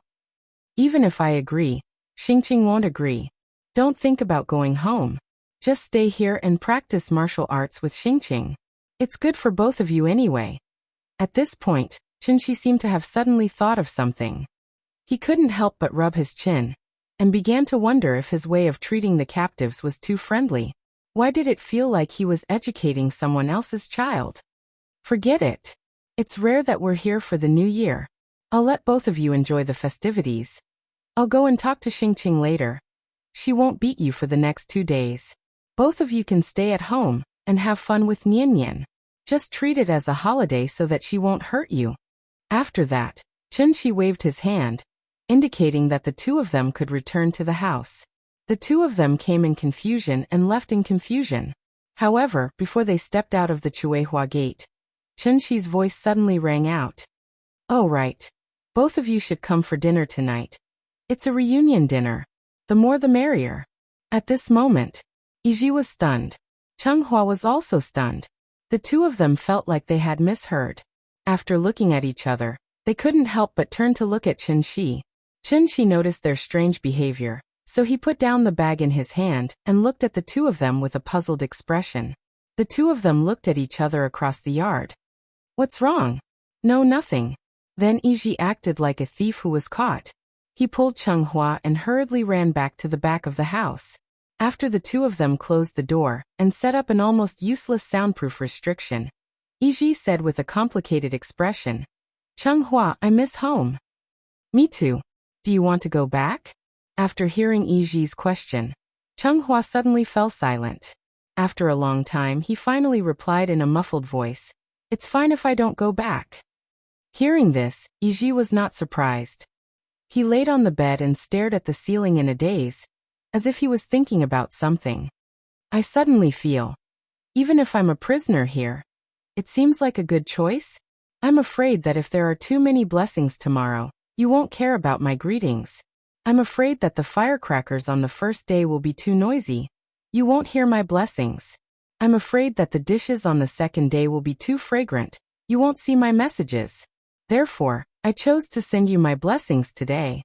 I wish you a happy new year and all the best. I also wish your family's happiness, health, and wealth. Shi Chuanbai is here. I wish you all an early new year. Mo. 3. Chapter 472. February 4th, New Year's Eve. This day was always the busiest day in the courtyard. This was Nian Nian's third New Year's Eve in the courtyard. Although last year's New Year's Eve was also very lively, without Chen Shi and Qin Ruoying, the house always felt like something was missing. So at that time, the little fellow's heart was inevitably a little empty and chatty. But fortunately, those were all in the past. This year's courtyard was much livelier than the year before. Early in the morning, the little fellow twisted the two brats and insisted that they play hide-and-seek with her in the courtyard. As a result, the two 16 or 17-year-old youths carefully followed behind the 6-year-old child, afraid that she would accidentally fall. Cheng Hua and Yiji now understood. Wasn't the one with the highest status in this family the little fellow who looked like a porcelain doll in front of them? Since she was the daughter of the Supreme Being, then when she grew up, wouldn't she be an existence comparable to the divine sons and saintesses? The only thing that made the two of them feel a little strange was that Nian Nian didn't have any signs of spiritual energy fluctuations on her body. If it weren't for the fact that she had several extraordinary treasures on her, perhaps the two of them might even have the idea of holding her hostage because of this. Other people's children tempered their bodies at the age of 1, and built their foundation at the age of 3. However, when it came to Chen Shi, Nian Nian was still like an ordinary child at the age of 6. He couldn't see anything different about her at all. Regarding this, Cheng Hua and Yiji could only sigh silently in their hearts. The way the Supreme Being educated children was indeed not something that ordinary people like them could guess. New Year's Eve. It was nothing more than a reunion dinner, fireworks, and watching the Spring Festival Gala. Year after year, there really wasn't anything new to play with, so there was no need to go into detail here. The only thing worth noting was, perhaps it was because Nian Nian was too young, so it was indeed difficult for her to get the excitement of the Spring Festival Gala. Therefore, after sitting for a short while, the little thing began to wander around the room, scratching its itch. Cheng Hua and Yiji had never watched TV before. Therefore, from the moment the Spring Festival Gala started broadcasting, the two of them never looked away from the television. The more the others watched, the more bored Nian Nian was to watch by the side. Thus, after the little thing rolled her big eyes around, she moved closer to Chen Shi and said coquettishly, "Daddy, I want to watch a movie." As soon as she finished speaking, she pursed her lips and deliberately put on an aggrieved look. Movie? Chen Shi was stunned for a moment. He looked up at the Spring Festival Gala skit that was playing on the TV, and then looked down at the little fellow who was looking forward to it. He thought she wanted to watch cartoons, so he picked up the remote control and asked, "What do you want to watch? Daddy will give you some." However, after the little guy heard his words, he quickly shook his head and muttered unhappily, "I don't want to watch it at home. I want to go to the cinema. Let's watch a big movie." Some time ago, White Snake left a deep impression on the little fellow. He did not expect her to be addicted to watching movies because of it. Today is New Year's Eve. Everyone has gone home for the new year. I don't know if the cinema is open for business. Chen Shi would never refuse the little fellow's request. Therefore, after pinching the little fellow's nose, he smiled and took out his phone to check it out. According to his understanding, at this time, not to mention the cinema, even the barbecue stall would have to go home for the new year. However, what Chen Shi did not expect was, it was the new year, and the cinema was still open. Wandering Earth? Chen Shi looked at the movie schedule, and found that many cinemas only had this one movie schedule. He handed the phone to the little fellow, and let her decide whether she wanted to watch it or not. "Let's watch this. I want to watch Earth." The little fellow was not shy. After seeing the Earth on the movie poster, she immediately twisted Chen Shi excitedly and shouted loudly, "Okay, let's watch this then." As he spoke, Chen Shi gently patted the little fellow. This was an exclusive secret signal between the father and daughter. After all, in this family, the father did not have the final say. It was the mother's approval that counted. After the little fellow received the order, she immediately went to Qin Ruoying's side, and then began to act coquettishly with her. "Mom, I want to watch a movie. Take me to the movie." Okay. In this regard, Qin Ruoying agreed very quickly. Almost without hesitation, she nodded gently. After receiving the official's approval, the family of three set off in the middle of the night. Naturally, Cheng Hua and Yiji accompanied them. Of course, the two of them were not really curious about the movie. The reason why they followed Chen Shi out in a panic was purely to avoid sitting under the same roof as Qin Shiweqing. It could be seen that the two of them were traumatized by their sister-in-law. There was not a single soul on the streets, but the movie theater was full of people and was very lively. The audience had great expectations for Wandering Planet, which was known as the sci-fi masterpiece of Huaxia. It had to be said that the Huaxia audience's tolerance was indeed very high. No matter how bad the movie was, as long as a few celebrities were involved, they could earn back the box office no matter what. The audience had long been scared of being deceived, so when they bought tickets, they were a little nervous. They were afraid that they would accidentally fall into the trap of a trashy director. Fortunately, it was not a scam this time. It was finally worth the ticket price. Didn't Cheng-Hua and Yiji just pass by Jupiter a while ago? Therefore, when the two of them saw the realistic and spectacular special effects on the big screen, they were immediately shocked by everything in front of them. Yiji, is this the entertainment method of a low-level technological civilization? It seems to be very different from what we imagined. Well, it seems that a low-level technological civilization is not without merit. Even if there is no supreme existence like Mr. Chen, with the accumulation of their own civilization, they would probably be able to control the entire Tianshu ruins within 1,000 years. While watching the movie, the two of them secretly communicated with their divine senses. It was only at this time that the two of them could speak freely and say what they were thinking. The two of them only thought that they could use a secret technique to block Qinshi's perception. But they did not think that, since they could use a secret technique to block Qinshi's perception, how could Qinshi not use a secret technique to eavesdrop on their conversation? Supreme Palace Enclosure. Unlike Earth, the Supreme Palace Enclosure was not spherical. Instead, it was a continental plate floating in the universe. At the end of the land was the universe. This was the so-called square sky and square Earth. In addition, an existence similar to the Supreme Palace Enclosure was actually very common in the universe. When Qianxi was in the heavenly Jade Realm, he had once been in charge of a sacred cultivation ground similar to the Supreme Palace Enclosure. That was why he was given the title of Divine Lord. Divine Lord Qin, she was the actual ruler of this sacred ground. Therefore, sometimes one only needed to directly judge the level of a sacred ground based on the ruler's title.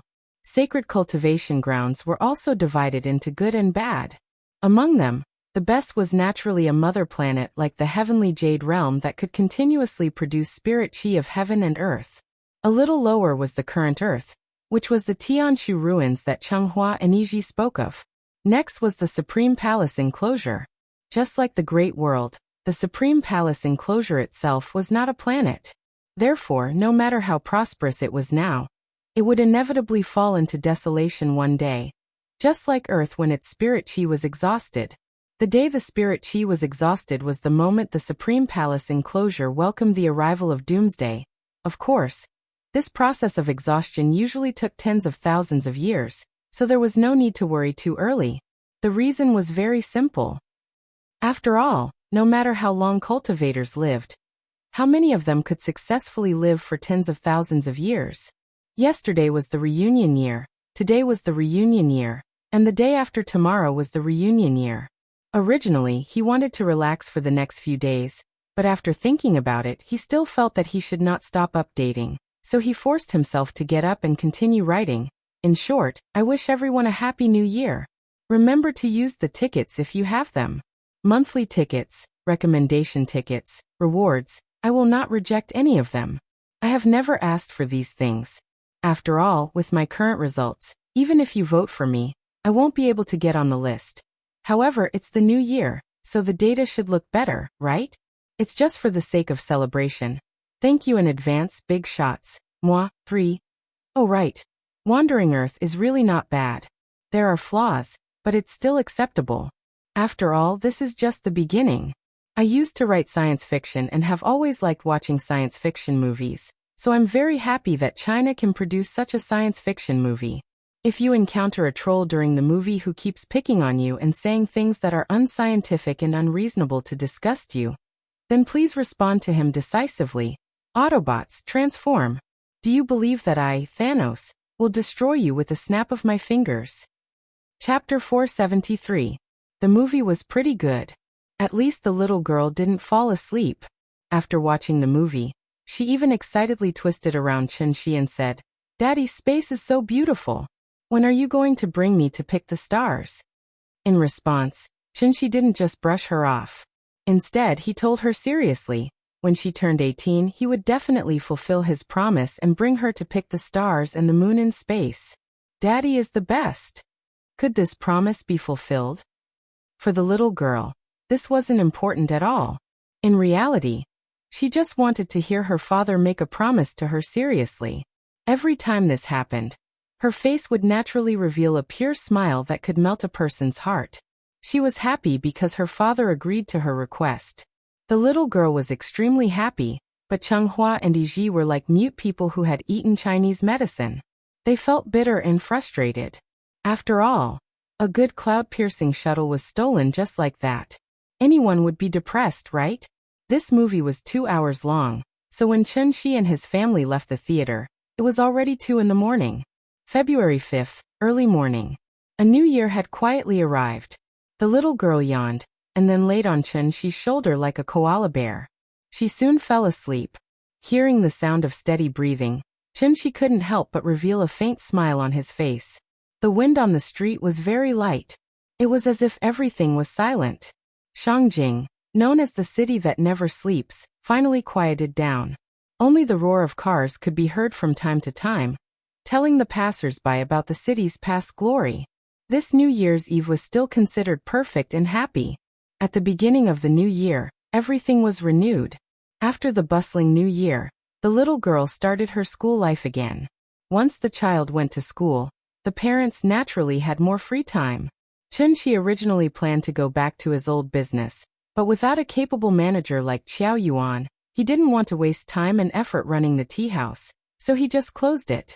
Now, other than sending Nian to and from school every day, Chun-Shi didn't have a reason to go out anymore. Therefore, he stayed at home all day thinking about how to win over his wife. Although he said he was trying to win over her, he was actually strolling around with Qin Ruoying every day. Today, they strolled from the west gate to the east gate. Tomorrow, they strolled from the south gate to the north gate. They really went through every nook and cranny of Shangjing.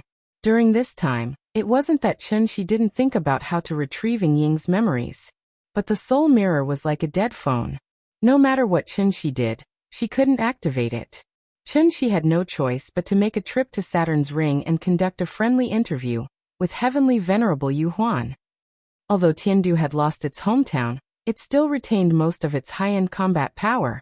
Therefore, Yu Huan Tianzuan tried to use the secret of the soul mirror as an exchange in exchange for better treatment as a captive. One had to know that Saturn didn't have abundant heaven and earth spirit qi. If they were trapped here for a long time, even Yu Huan Tianzuan would end up like a lamp that had run out of oil, let alone a divine general with a lower cultivation. Yu Huan Tianzuan thought that his request wasn't excessive at all, but he didn't expect. He had just made the request, but Chun-Shi had flatly refused. Her attitude was very firm, and there was no room for negotiation. Impossible, don't mention this again. As long as I'm here, you'll never be able to return to Earth. Because of this, Yu Huan Tianzuan's face alternated between green and white. If it weren't for the fact that he couldn't beat Chun-Shi, he would have already turned hostile and rushed up. Fortunately, Chun-Shi was not a homicidal maniac who treated human lives as worthless. Therefore, before Heavenly Venerate Yu Huan could do anything in his desperation, Chun-Shi had directly proposed the solution that he had thought of previously. Don't think about Earth, the moon is a good place. You know the moon? It's the moon in the sky. Before I came, I already confirmed that as long as there is a spirit chi tied on earth, a part of the spirit chi will surge to the moon. Although it's not much, it's enough to maintain your daily cultivation. Yuhuan Tianzuan was naturally very dissatisfied with Chen Shi's arrangement. But so what if he was dissatisfied? As the saying went, one had to lower their heads under the eaves. If he really angered Chen Shi, it wouldn't be a problem of whether there was enough spirit chi, but a problem of whether Tiandu could continue to exist. Yuhuan Tianzuan compromised. Therefore, Chen Shi undid the seal that was previously set, and then led the group of Tiandu people to fly to the moon. At the same time, the Haute Nebula at the edge of the solar system suddenly welcomed a visitor. The visitor was a young girl. She was about 15 or 16 years old, in the prime of her youth, so she looked really pretty. Although the young girl was not old, she was quite brave. She actually dared to drive Xingqiao alone to this ancient forbidden area that everyone talked about. Of course, daring to come didn't mean that she was not afraid. Even before she got close to the meteorite belt, the young girl's face was already a little pale from nervousness. Brother Dongfang, are you there? As if to drive away the fear in her heart, the young girl stood at the bow of the ship and shouted loudly toward the forbidden area. There was no medium to transmit sound in the universe. Therefore, rather than saying that she was shouting, it was better to say that she was constantly instilling vital essence into the forbidden area. The universe was really too big. One had to know that the Haute Nebula was like an eggshell. It included the entire solar system, so how big was its volume? Compared to it, the young girl was so small that she could be ignored. So even if she used the voice transmission secret method, how far could her shout be transmitted? The young girl was extremely scared. She kept shouting, but there was no response from the forbidden area. No, Brother Dongfang will be fine. After shouting continuously for about 4 to 5 hours, the young girl finally despaired. In fact, from the moment she heard the news, she was already in despair. The reason why she still came here was to use facts to convince herself, and to shatter the last trace of fantasy in her heart. Brother Dongfang, you said you would wait for me to grow up. You said you would marry me. The young girl cried out in despair. Bean-sized teardrops continued to slide down her cheeks, coupled with her beautiful and lovely appearance. The ignorant young girl in front of him gave off a poignant feeling like a pear blossom in the rain. Young people didn't understand love, and were always the most infatuated. In fact, it was only at the age when one didn't understand love that one could love someone to death. You said you would marry me. After muttering this sentence a few times, the young girl finally seemed to have made an important decision. She gently wiped away the tears on her face. Then a bright smile appeared on her face. Brother Dongfang, I'm coming for you. Wait for me. After speaking, the young girl closed her eyes and drove the Xingqiao to the Haute Nebula at full speed. Jiutian Divine Emperor. Chapter 474. For the people in the Supreme Palace enclosure, the solar system was the supreme forbidden land in ancient myths and legends. The so-called forbidden land was naturally a place that everyone kept a secret, and even changed their expressions when talking about it. Even if there was no one guarding it, there were always few people there. So many people might have never been there in their lives. However, although many people had not personally explored the Forbidden Land, if the Forbidden Land was mentioned, they could open their mouths and describe it in more detail than those who had seen it with their own eyes. There was an ancient saying, 3 people make a tiger, gossip is a fearful thing. This was the terrifying part of rumors. After the exaggerated narration by the busybodies, the Tianshu ruins became synonymous with the horror of today, especially after a heavenly venerable died in front of everyone's eyes. The various rumors about the Tianshu ruins seem to have been confirmed. Tianshu ruins. Heavenly venerable forbidden land. Even heavenly venerable level big shots could not step into it, who would complain that their life was too long and insist on breaking into the forbidden land again, unless they did not want to live anymore. Therefore, when this infatuated girl confirmed that her brother Dongfang had entered the Tianshu ruins, she was so desperate and helpless. Was this love? Who knew? Anyway, there was no reason to be in love. Perhaps when she grew up, she would laugh at her foolishness today, but she would never regret her decision today. After all, She just happened to be at the age of the first awakening of love and met the person she liked. The girl gently closed her eyes. Then, with a calm smile on her face, she drove Xingcha quickly to the meteorite belt not far away. She was even mentally prepared to be smashed into pieces, and her soul destroyed in the next moment. But she never thought. She closed her eyes and waited for a long time. When she opened her eyes again, what entered his eyes was not a land of death that was filled with danger and death. Instead, it was a boundless sea of stars that was quiet and peaceful. When one looked up, the stars in the sky were all stars. The universe was very big, and the solar system was very small. There was only one star in the entire solar system, and that was the sun. Because it was too far away. In the eyes of the young lady, the sun was like a star, silently hanging in the pitch-black sky. She turned back to look at the Haute Nebula behind her. The dense comets blocked her view like a natural moat, completely separating the Supreme Palace enclosure from the Dubhe ruins. The girl stood at the bow of the ship and looked around, her eyes filled with disbelief. How could she enter the Tianshu ruins so easily? After a long period of calmness, the girl finally accepted the reality in front of her. Since she was fine, it meant the Tianshu ruins were not as dangerous as the legends said. Perhaps Big Brother Dongfang had already explored it. The girl instinctively wanted to chase after him. However, after thinking about it for a while, she suddenly turned the ship around and rushed back to the Haute Nebula. This place is too big. If I want to rely on my own strength to find Brother Dongfang, this is tantamount to looking for a needle in a haystack. No, I have to bring this news back. Unlike Chenghua's recklessness and greed, the young girl did not care about the final ownership of the Dubhe ruins. Therefore, when she confirmed that the Tianshu ruins were not dangerous, she wanted to bring this news back as soon as possible, so that more people could help her find her brother Dongfang. While the girl hurried back to the Supreme Palace enclosure, Qinshi was not idle either. He arranged the Tiandu group on the dark side of the moon. Therefore, from this moment on, Tiandu was really floating in the sky. The thing to note here was, because while the moon revolved around the Earth, the moon itself was also rotating. In addition, its rotation period was the same as its rotation period, so no matter where you stood on the Earth and looked up at the sky, humans would always only see one side of the moon.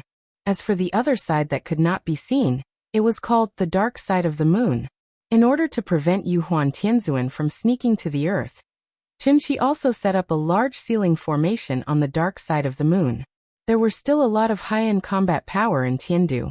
If they combined their strength, they might be able to break this formation by force. However, this place was too close to the Earth. Even if Yuhuan Tianzuan wanted to break the formation by force, Qinshi could immediately rush over to stop him. Therefore, after setting up the formation, Qinshi was completely relieved. At this time, Yuhuan Tianzuan seemed to have accepted his fate. Ever since the collapse of the big world, causing Tiandu to be forcibly relocated to the solar system, Yuhuan Tianzuan was like a defeated rooster.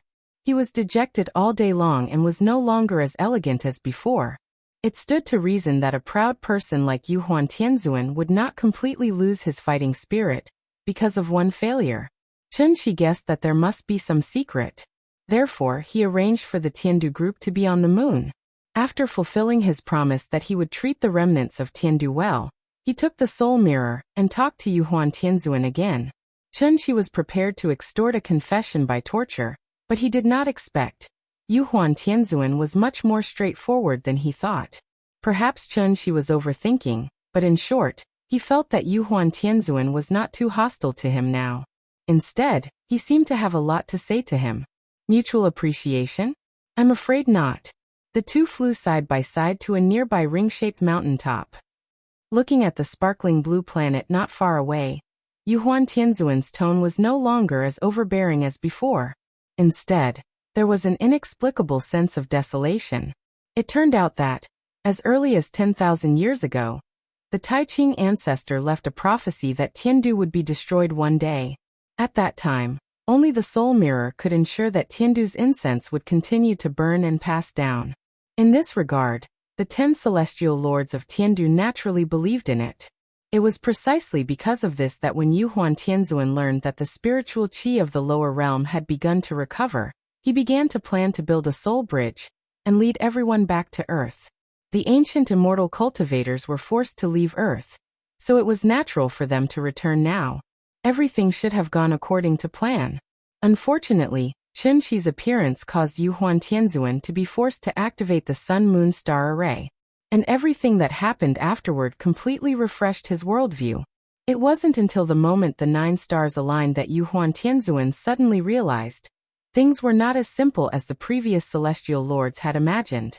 The Tai Ching ancestor must have hidden some shocking secret. In fact, there weren't many records of the soul mirror and the Sun-Moon Star Array in the ancient books left behind by the great ancestor. Even an outsider like Chen Qi could see the extraordinariness of the Sun-Moon Star Array at a glance. How could the previous celestial lords of Tiandu not see through it? Therefore, the previous celestial lords all thought that the Sun-Moon Star Array was the last life-saving straw that the Tai Ching ancestor had prepared for Tiandu. Who would have thought? The price of activating the array was so painful. Could this be the so-called trump card? Without needing the enemy to make a move, he would first destroy the foundation? During this period of time, Yuhuan Tianzuan had been thinking about why the Tai Ching ancestor would make such an arrangement. Combined with the ancient records that he had read in the Imperial Hall, coupled with his own personal experience, Yuhuan Tianzuan suddenly remembered a terrifying rumor that had been circulating since ancient times. The content of the rumor was actually very simple. That was the reason why the Tai Ching ancestor led the ancient immortal cultivators to the great world to establish Tiandu was not to save the common people from suffering, but to satisfy his own selfish desires. This Tai Ching ancestor, who was regarded as a god by the ancient immortal cultivators, in fact, he was a despicable person who pretended to be righteous. The holiday is over. The new year has begun. I will strive to write more words. At the same time, I wish everyone good luck in the coming year and get promoted and rich as soon as possible. Chapter 475. The divine ancestor had once said that when Tiandu was in danger, the formation could be activated to ensure the continuation of Tiandu's inheritance. Although the Sun-Moon Star formation was very powerful, the most crucial part of it was obviously that seemingly useless Khanate Supreme Treasure, the sky-bearing mirror of floating dawn. In addition, there were many different opinions about the origin of this Khanate Supreme Treasure within Tiandu. Some said it was the divine ancestor's natal magic treasure, while others said it was inadvertently found in the depths of the void. As for which was true and which was false, perhaps only the divine ancestor himself knew. Successive celestial venerables had carefully studied the soul mirror, but no one could discover any secrets from it. Over time, this Khanate Supreme Treasure was completely reduced to a useless decoration. Yuhuan Tianzuan was ambitious and naturally would not easily believe that the soul mirror was useless. From the day he became a celestial venerable, he had been constantly thinking about how to take the soul mirror for his own use. In order to achieve this goal, Yuhuan Tianzuan had even flipped through all the ancient records related to the divine ancestor. In addition to some obviously official biographies, he had even searched for many unofficial histories from the people. Thus, Yuhuan Tianzuan gradually understood some of the secrets of the ancient times. What needed to be mentioned here was that as long as there was political power, there would inevitably be opponents. Tiandu was no exception. The divine ancestor was not a national treasure and could not be liked by everyone, so it was inevitable that there would be some thieves with evil intentions spreading rumors to slander the divine ancestor.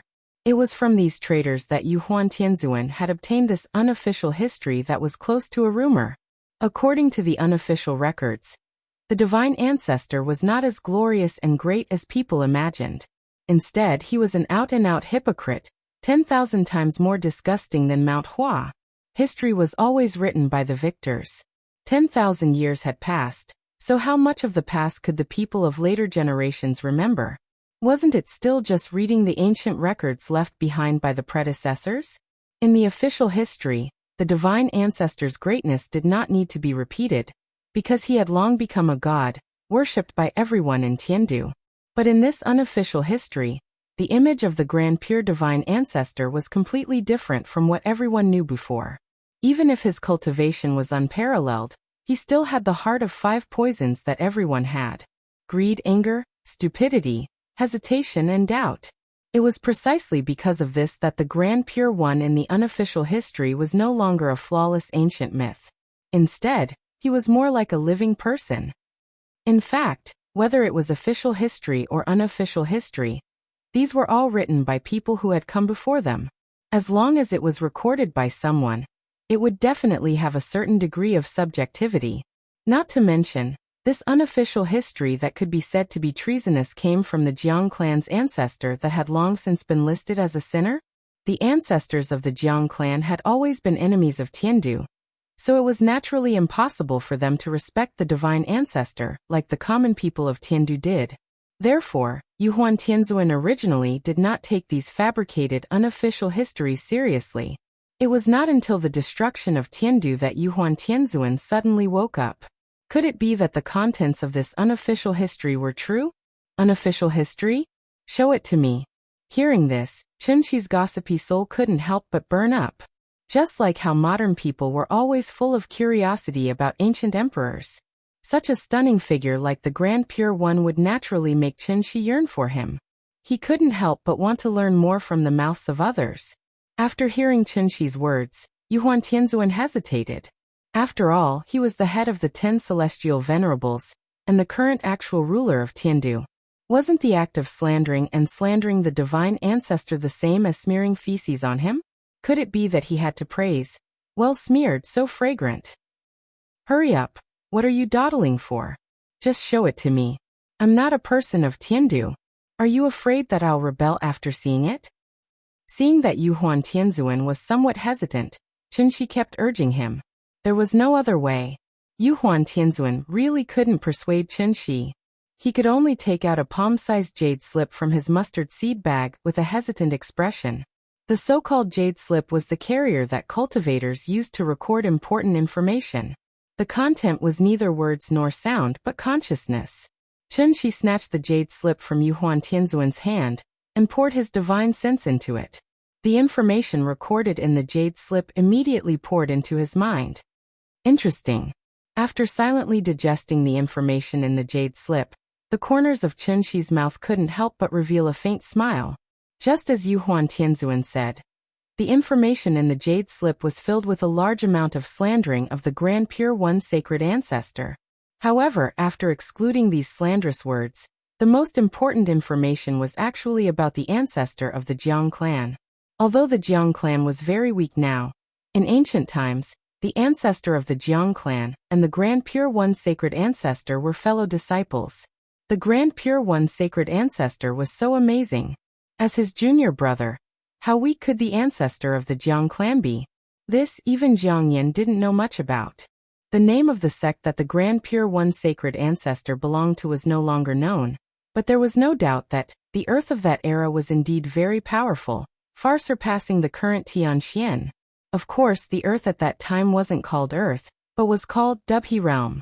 In short, it was an era where heroes came forth in large numbers.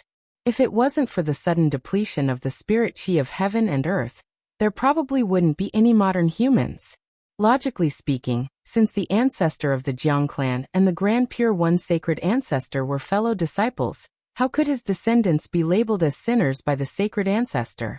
There must be some secret hidden within, but this jade slip didn't record it in detail. Other than some meaningless slander, Chenxi couldn't find a single useful piece of information. This kind of feeling was like someone exposing a celebrity's scandals on the internet. No matter what the rumor mongers said, how could they convince people without concrete evidence? Chenxi held the jade slip in his hand and rubbed it carefully, as if he was thinking about something. One had to know that jade slips had always been used to record important information. How could they only record some baseless slander? In the words of the netizens, that was, how could there be no real evidence? Thinking of this, Chenxi couldn't help but pour his divine sense into the jade slip again, and try to find some useful information from it. This time, he looked very carefully. He carefully studied the jade slip from the inside to the outside. And it was precisely because of this that Chenxi actually managed to find a seal in this seemingly ordinary jade slip. This seal was very strange. It actually contained some of the true meaning of the word void. so that others couldn't discover its existence at all. In other words, only cultivators at the Dongxi realm could successfully read its contents.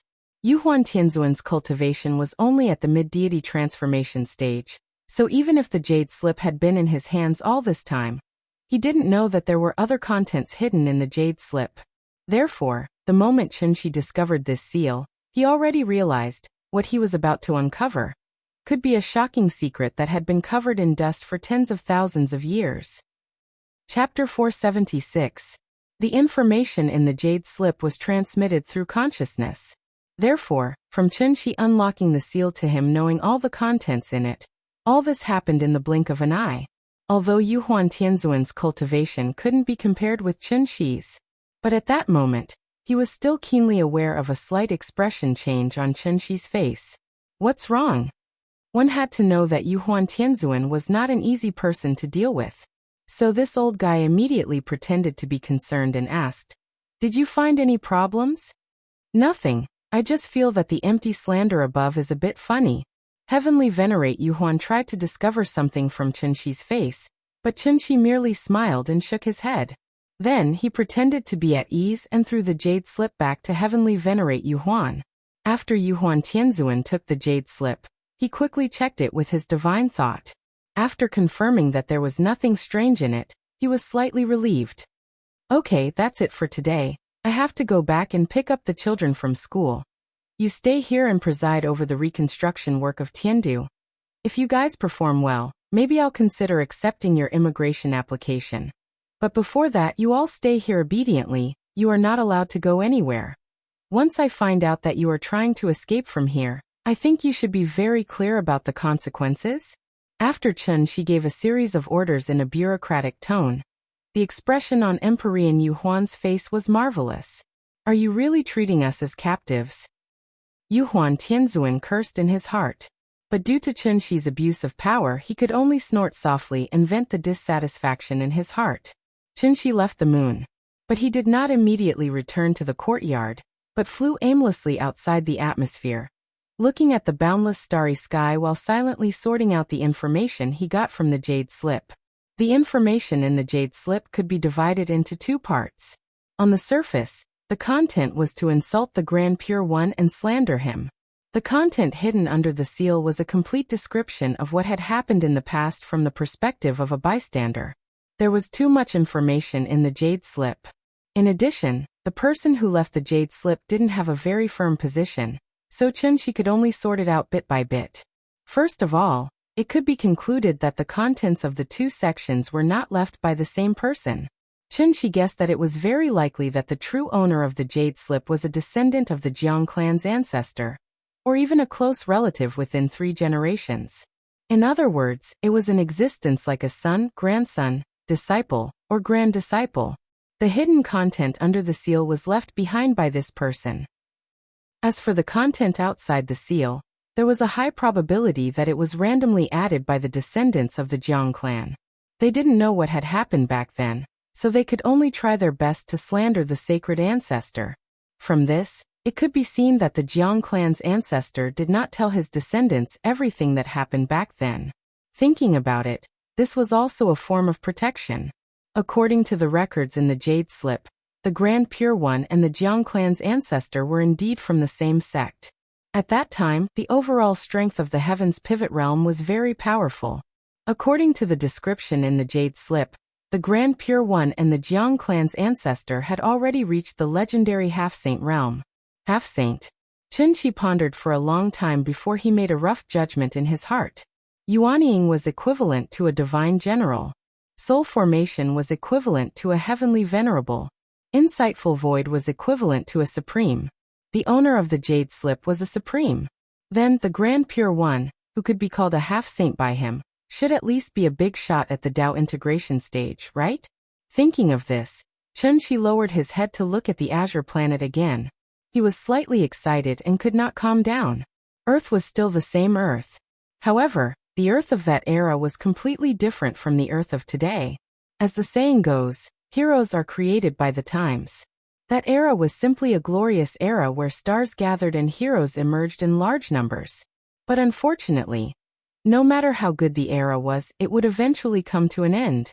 As the spirit chi on Earth began to weaken rapidly, the glory of the heavens pivot realm was no longer the same as before.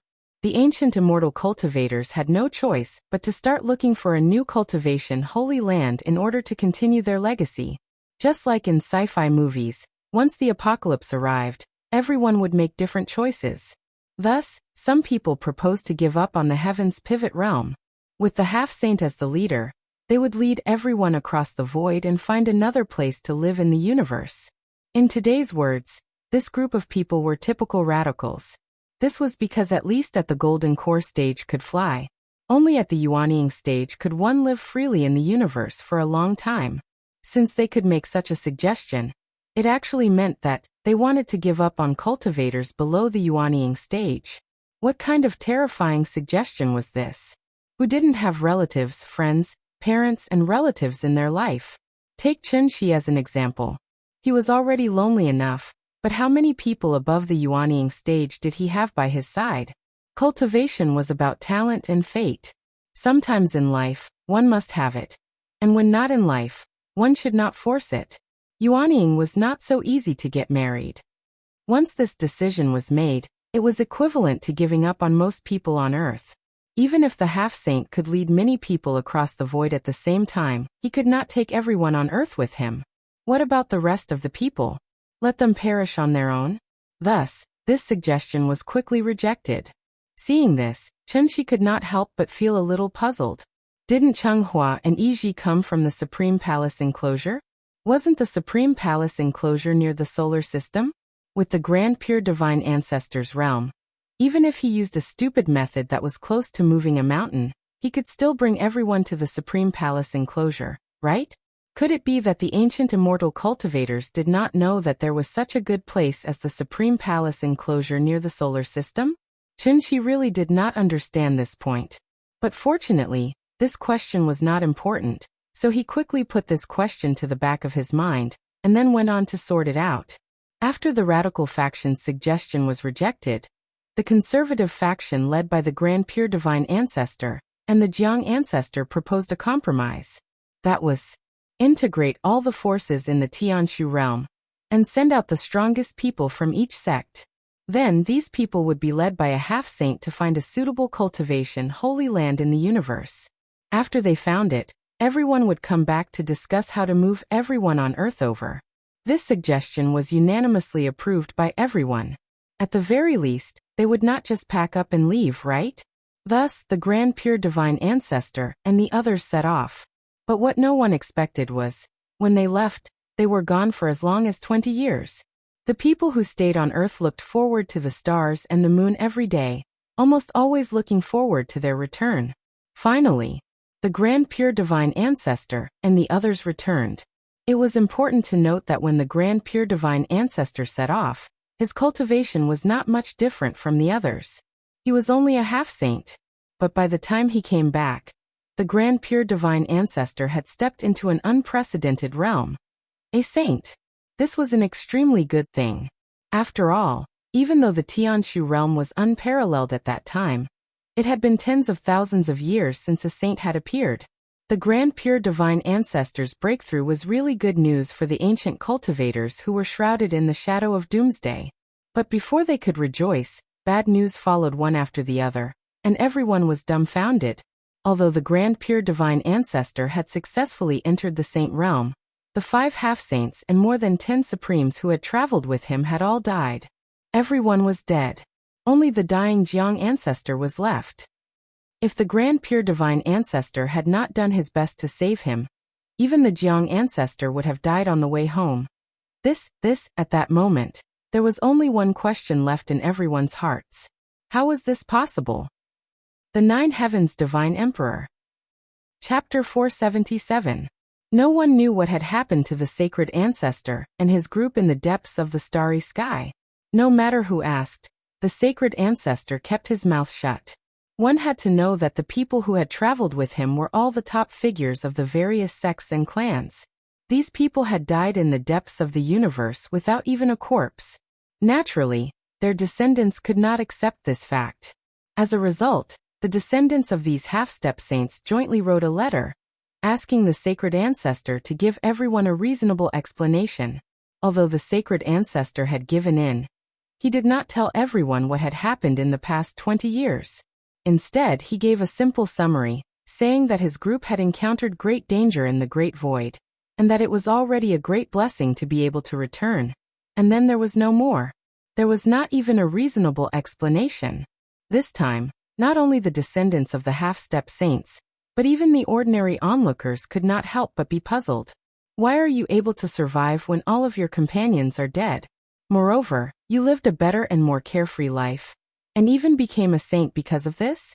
Due to the might of a saint and the fact that all the half-step saints who could mediate with him had fallen, the sacred ancestor became the #1 person in the heaven's pivot realm after returning. No one dared to question him in front of his face, but the rumors became more and more intense in private. There were even some people who made wild guesses. The sacred ancestor and his group might have discovered the immortal emperor's treasury in the depths of the universe, and the half-step saints who accompanied them died in this treasury. Opportunities were always accompanied by risks. In the moment of danger, the sacred ancestor decisively dragged everyone down with him. As a result, he obtained the immortal emperor's inheritance and became a saint in a short 20 years. Otherwise, how could one explain the sacred ancestor's sudden increase in cultivation? This kind of baseless guess was almost equivalent to slander. Even so, the sacred ancestor was still unwilling to mention the details. In desperation, everyone could only cast their gazes on the last survivor of this trip, and that was the Jiang ancestor. At this time, it was likely that only the Jiang clan's ancestor knew what exactly happened in these 20 years. But what was regrettable was that, even though the Jiang ancestor's cultivation was extraordinary, when he was brought back by the Supreme Pure One, he was already heavily injured. For immortal cultivators, physical injuries were naturally not a problem. However, the Jiang clan's ancestor did not only have injuries on his physical body. The truly fatal injury was still the injury on his soul. It was unknown what they had experienced. In short, when the Jiang ancestor was brought back by the Grand Pure Divine Ancestor, he was already on the verge of death, as if he had entered a state of suspended animation. Now the only survivor was in a vegetative state. As long as the Grand Pure One did not take the initiative to mention it, who would know the secret? Rumors were just rumors. One day, they would collapse on their own. That was because people were forgetful. As the Grand Pure Divine Ancestor began to build the Sky Capital, and prepared to open the Sky Gate to lead everyone to the outside world, no one dared to talk about the Divine Ancestor in private anymore.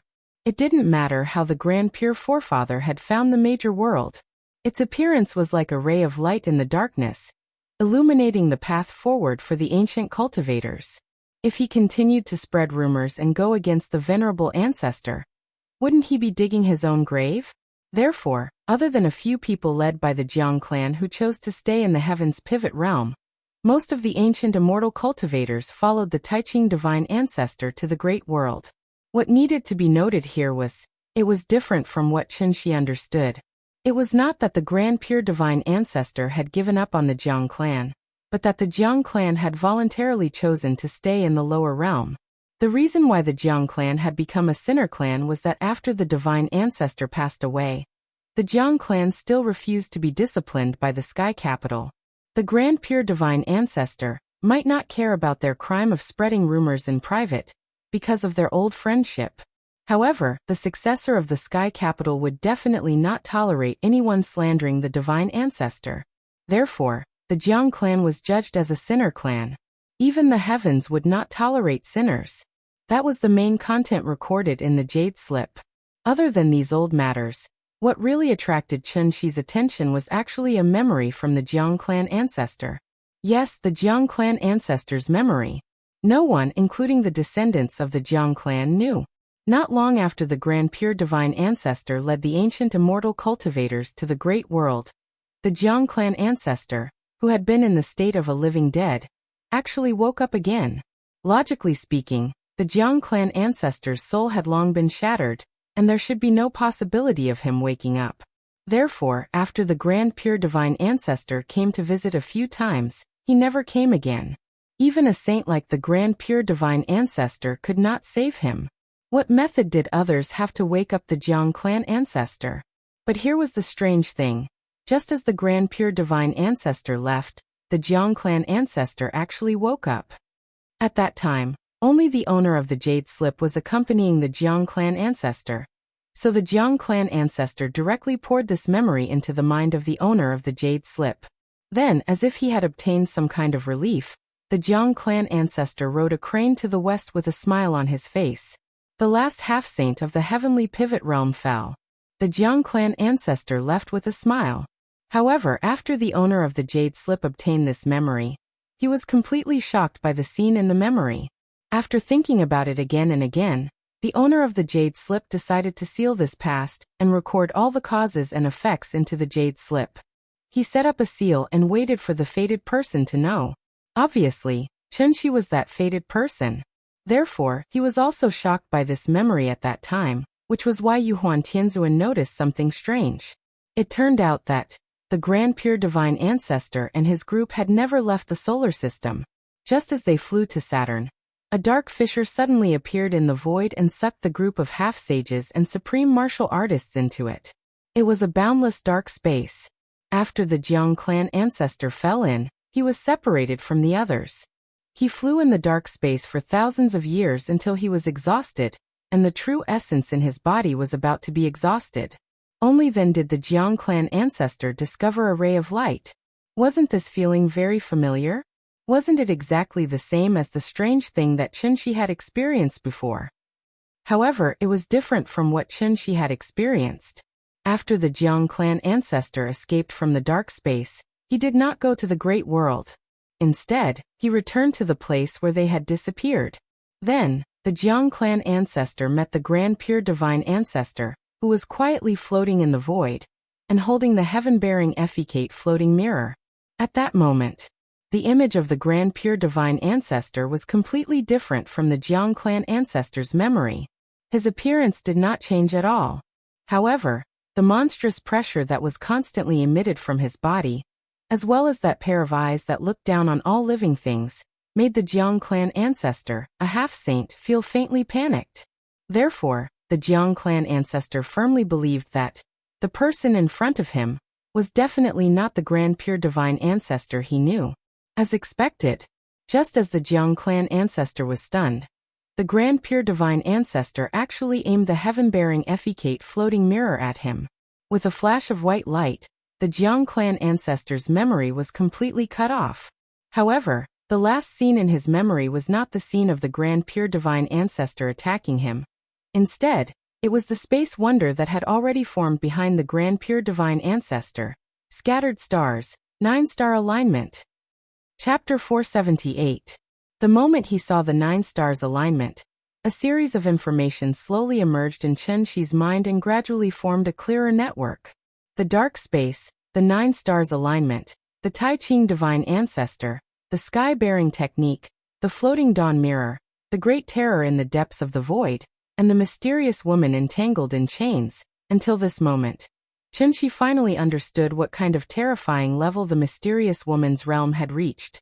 With the combined strength of the Tai Ching Divine Ancestor and the others, even in the heavenly jade domain, they were definitely a transcendent force comparable to a sacred ground. However, after they fell into the dark space, they were still so helpless. If not for the appearance of that white light, the Jiang ancestor might have been trapped alive inside. Even a supreme like Chunxi could enter and exit the dark space at will. How could a half-step sage like the Jiang ancestor not be able to freely travel through the various planes? From this, it could be seen that the Jiang ancestor was definitely controlled by some higher-level power, which caused him to be unable to successfully escape from the dark space. As for the reason why the white light appeared, combined with Chunxi's previous experience, it should be the result of the mysterious woman and the Great Terror's game. It was obvious that the mysterious woman was kind to the cultivators from Earth, and the Great Terror's standpoint was completely different from the mysterious woman's. This was because Chunxi not only felt a strong pressure from him, but also a murderous aura that seemed to be mixed with mountains of corpses and seas of blood. If that powerful murderous aura was placed in the solar system, The result would be that wherever the murderous aura went, everything would wither, and not a single blade of grass would grow. In addition, from the memories of the Jiang ancestor, the Tai Ching divine ancestor should have been possessed and controlled by someone.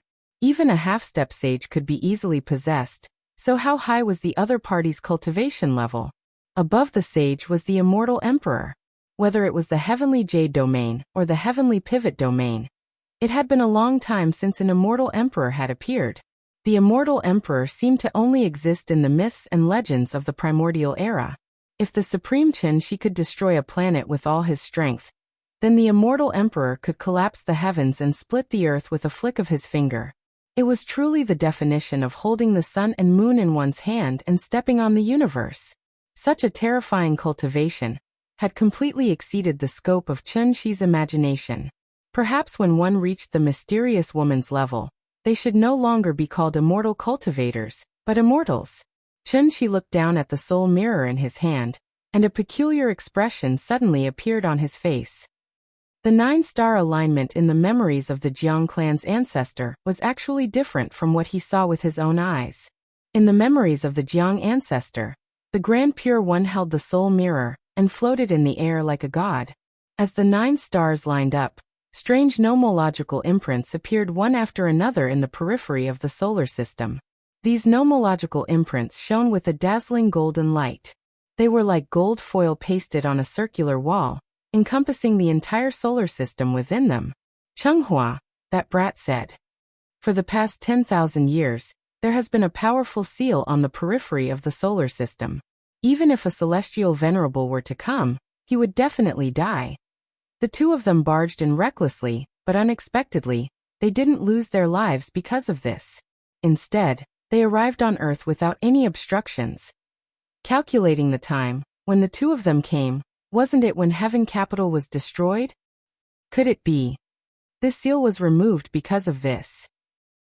But if there's a seal on the periphery of the solar system, why was I able to pass through this seal so easily and safely return to Earth? Could it be because of that mysterious woman again?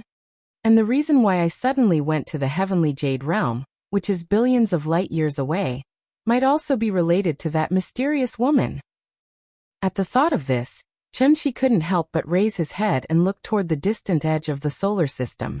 At that moment, Qin Shi's eyes were no longer as clear as before. Instead, they were filled with curiosity toward this unknown world like that of a little fellow. The immortal emperor used the universe and the starry sky as a chessboard, and all living things as chess pieces. Then, what kind of chess game were they playing?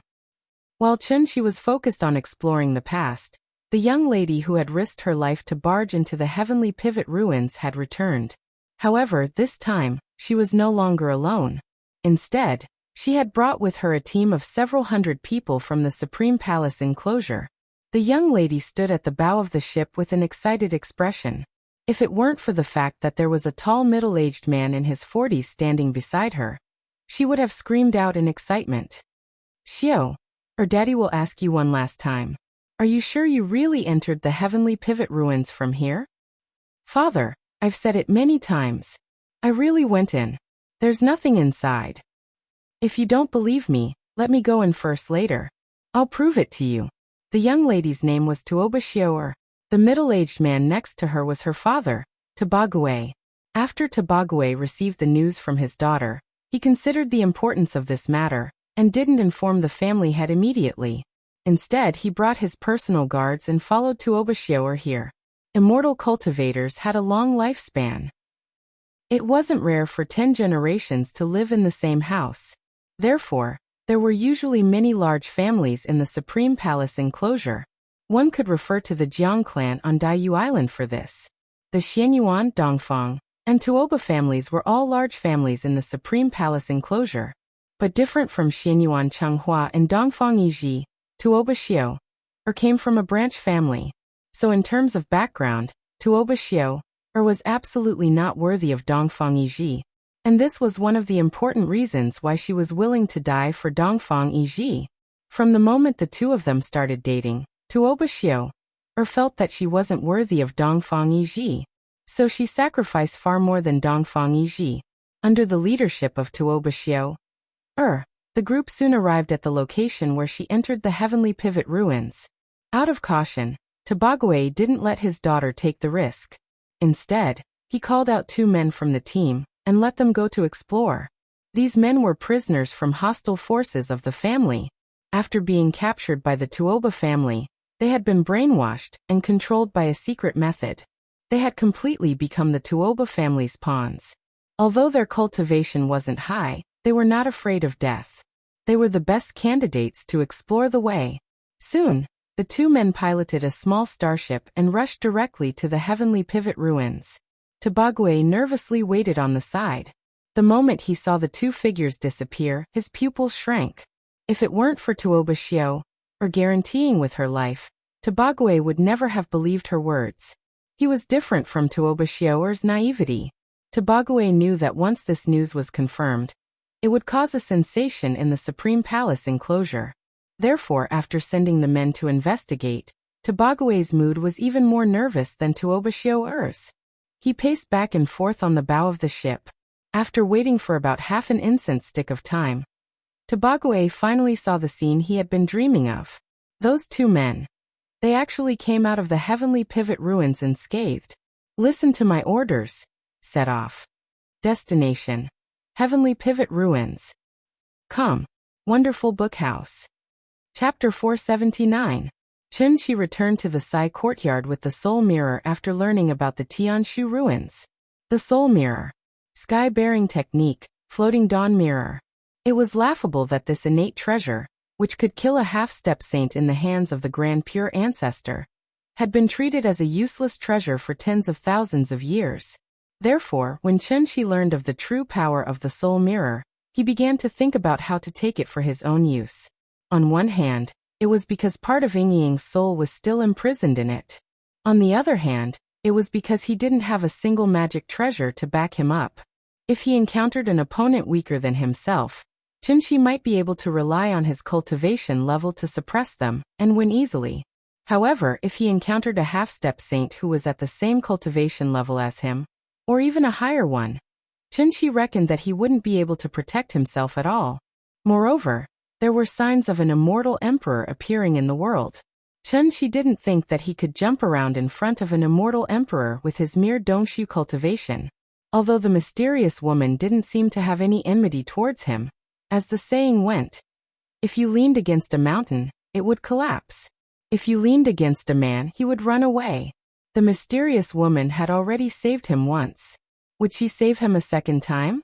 If he couldn't even protect himself, how could he protect his family?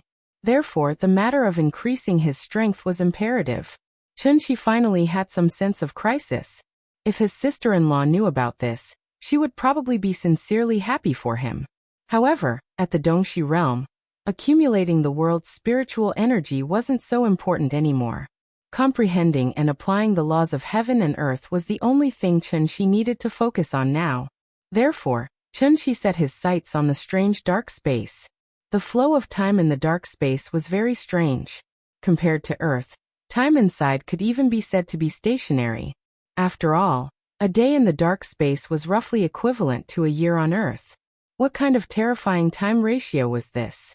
Although there was no matter or spiritual energy in the dark space, Chun-Shi needed to calm down and stabilize his cultivation. Therefore, the dark space became the best place for him to cultivate. After entering the Dongshi realm, Chun-Shi actually had the ability to travel between planes. However, the prerequisite was that he had to know the coordinates of the small plane he wanted to go to. The universe where Earth was located was the main plane. The dark space and the large world were small planes. Small planes were unstable, and at the same time, extremely difficult to discover. If he didn't leave the coordinates in advance, Chun-Shi wouldn't be able to find the specific location of the small plane, even if he poked a hole in the sky. This was the fundamental reason why the Grand Pure Ancestor, and the others had spent so much effort to find another cave abode in the universe. Dongshu stage immortal cultivators would only be able to freely travel to and from small planes after finding them through spatial rifts and setting up coordinates in them. Night. After the little fellow fell asleep, Chun-Shi couldn't wait to fly into the air and get busy. This was the first time he took the initiative to enter the dark space. Therefore, after closing his eyes and adjusting his breathing to bring his body to the best state, Chunshi gently exhaled a mouthful of turbid air and prepared to start trying to open the passage between the two worlds. Opening the passage was actually the same as opening the heavenly gate. Therefore, the moment Chunshi moved, an extremely strong spiritual energy fluctuation was set off 10,000 meters in the sky. Under the guidance of the spiritual energy, the clouds were like a vortex, gradually forming a huge cyclone. Then an extremely dazzling light suddenly bloomed in the center of the cyclone. Like the heavenly gate, the position of the light was obviously the entrance of the passage between the two worlds. Seeing this, Chunshi didn't hesitate at all. His body swayed, and he directly flew toward the light. It was like diving from a high platform. The moment Chunshi's body disappeared into the light, the entire world suddenly quieted down. There was no sound and no light. He was back. Chunshi lit up a ball of light and looked around. After confirming that he was back in the familiar dark space, he directly sat cross-legged in this endless void. At this moment, he was the only source of light in this dark space. As the deduction continued, two faintly discernible golden lines gradually appeared beside Chunshi. These were the two lines of law that he currently controlled. One led to Earth, the other to the outside world. 2 points as a line. As long as he found the base of the two planes, he could use this line of law to travel back and forth between the two worlds. Point, line, surface, body. And this was the basic form of the first law of heaven and earth. When Chunshi was able to freely control face, his cultivation would naturally be able to take another step forward. Today was the weekend. Primary school students did not have to go to school on weekends, so every Saturday night, the little girl would play until late into the night, until the next morning when she would wake up. Early in the morning, the little girl did not see Chunshi when she woke up, so she took advantage of the time when Qin Ruoying was cooking for her to stroll around the courtyard. After this period of time together, Changhua and Yiji were already very familiar with the little girl. Therefore, when the little girl saw the two dejected coming out of the room, she enthusiastically greeted them. "Brother Changhua, Brother Yiji, good morning." "Good morning, Nian. Good morning to you." Changhua did not say anything, and Yiji did not seem to be in a good mood. After trying hard to squeeze out a smile at the little girl, the two were like students who had made a mistake, obediently waiting outside the Chuehua gate for Qin Xueqing's call. It was not that they were deliberately giving the little girl a hard time, but the reason why their mood was so heavy was because today was the day of being beaten again. Qin Wanqing was incredible now. After this period of actual combat tempering, she had completely walked out of a martial artist's path that belonged to her. So even if the two of them attacked together, they were not her match at all. Qin Xueqing seemed to be very vengeful. As her strength grew stronger, her attacks became more and more ruthless, so that the two of them would be beaten half to death by her every time. Although their lives were not in danger, but it was really painful. Looking at the two of them now, where was the young and frivolous attitude they had when they first came here? Their injuries had just recovered, and sister-in-law was ready to ask them to go out to practice again. The little girl did not know the details. Therefore, when she saw Qin Xueqing coming out of the room, she enthusiastically greeted Qin Xueqing. "Aunt, are you going out to play? Can you bring me along?" Hearing this, Qin Xueqing suddenly stopped in her tracks. She lowered her head and looked at the cute little niece in front of her, who was like a porcelain doll. Looking at her big bright eyes, Qin Xueqing could not help but hesitate for a moment, as if she was thinking about something. After a while, Qin Xueqing made a decision in her heart. Didn't Chunshi not want Nian to cultivate? Then I'll make her want to learn. Therefore, Qin Xueqing was like an evil woman who used a lollipop to lure a little girl. And for the first time, a smile hung on her face. Nian wants to take them to practice martial arts. It's the kind of martial arts that you see on TV.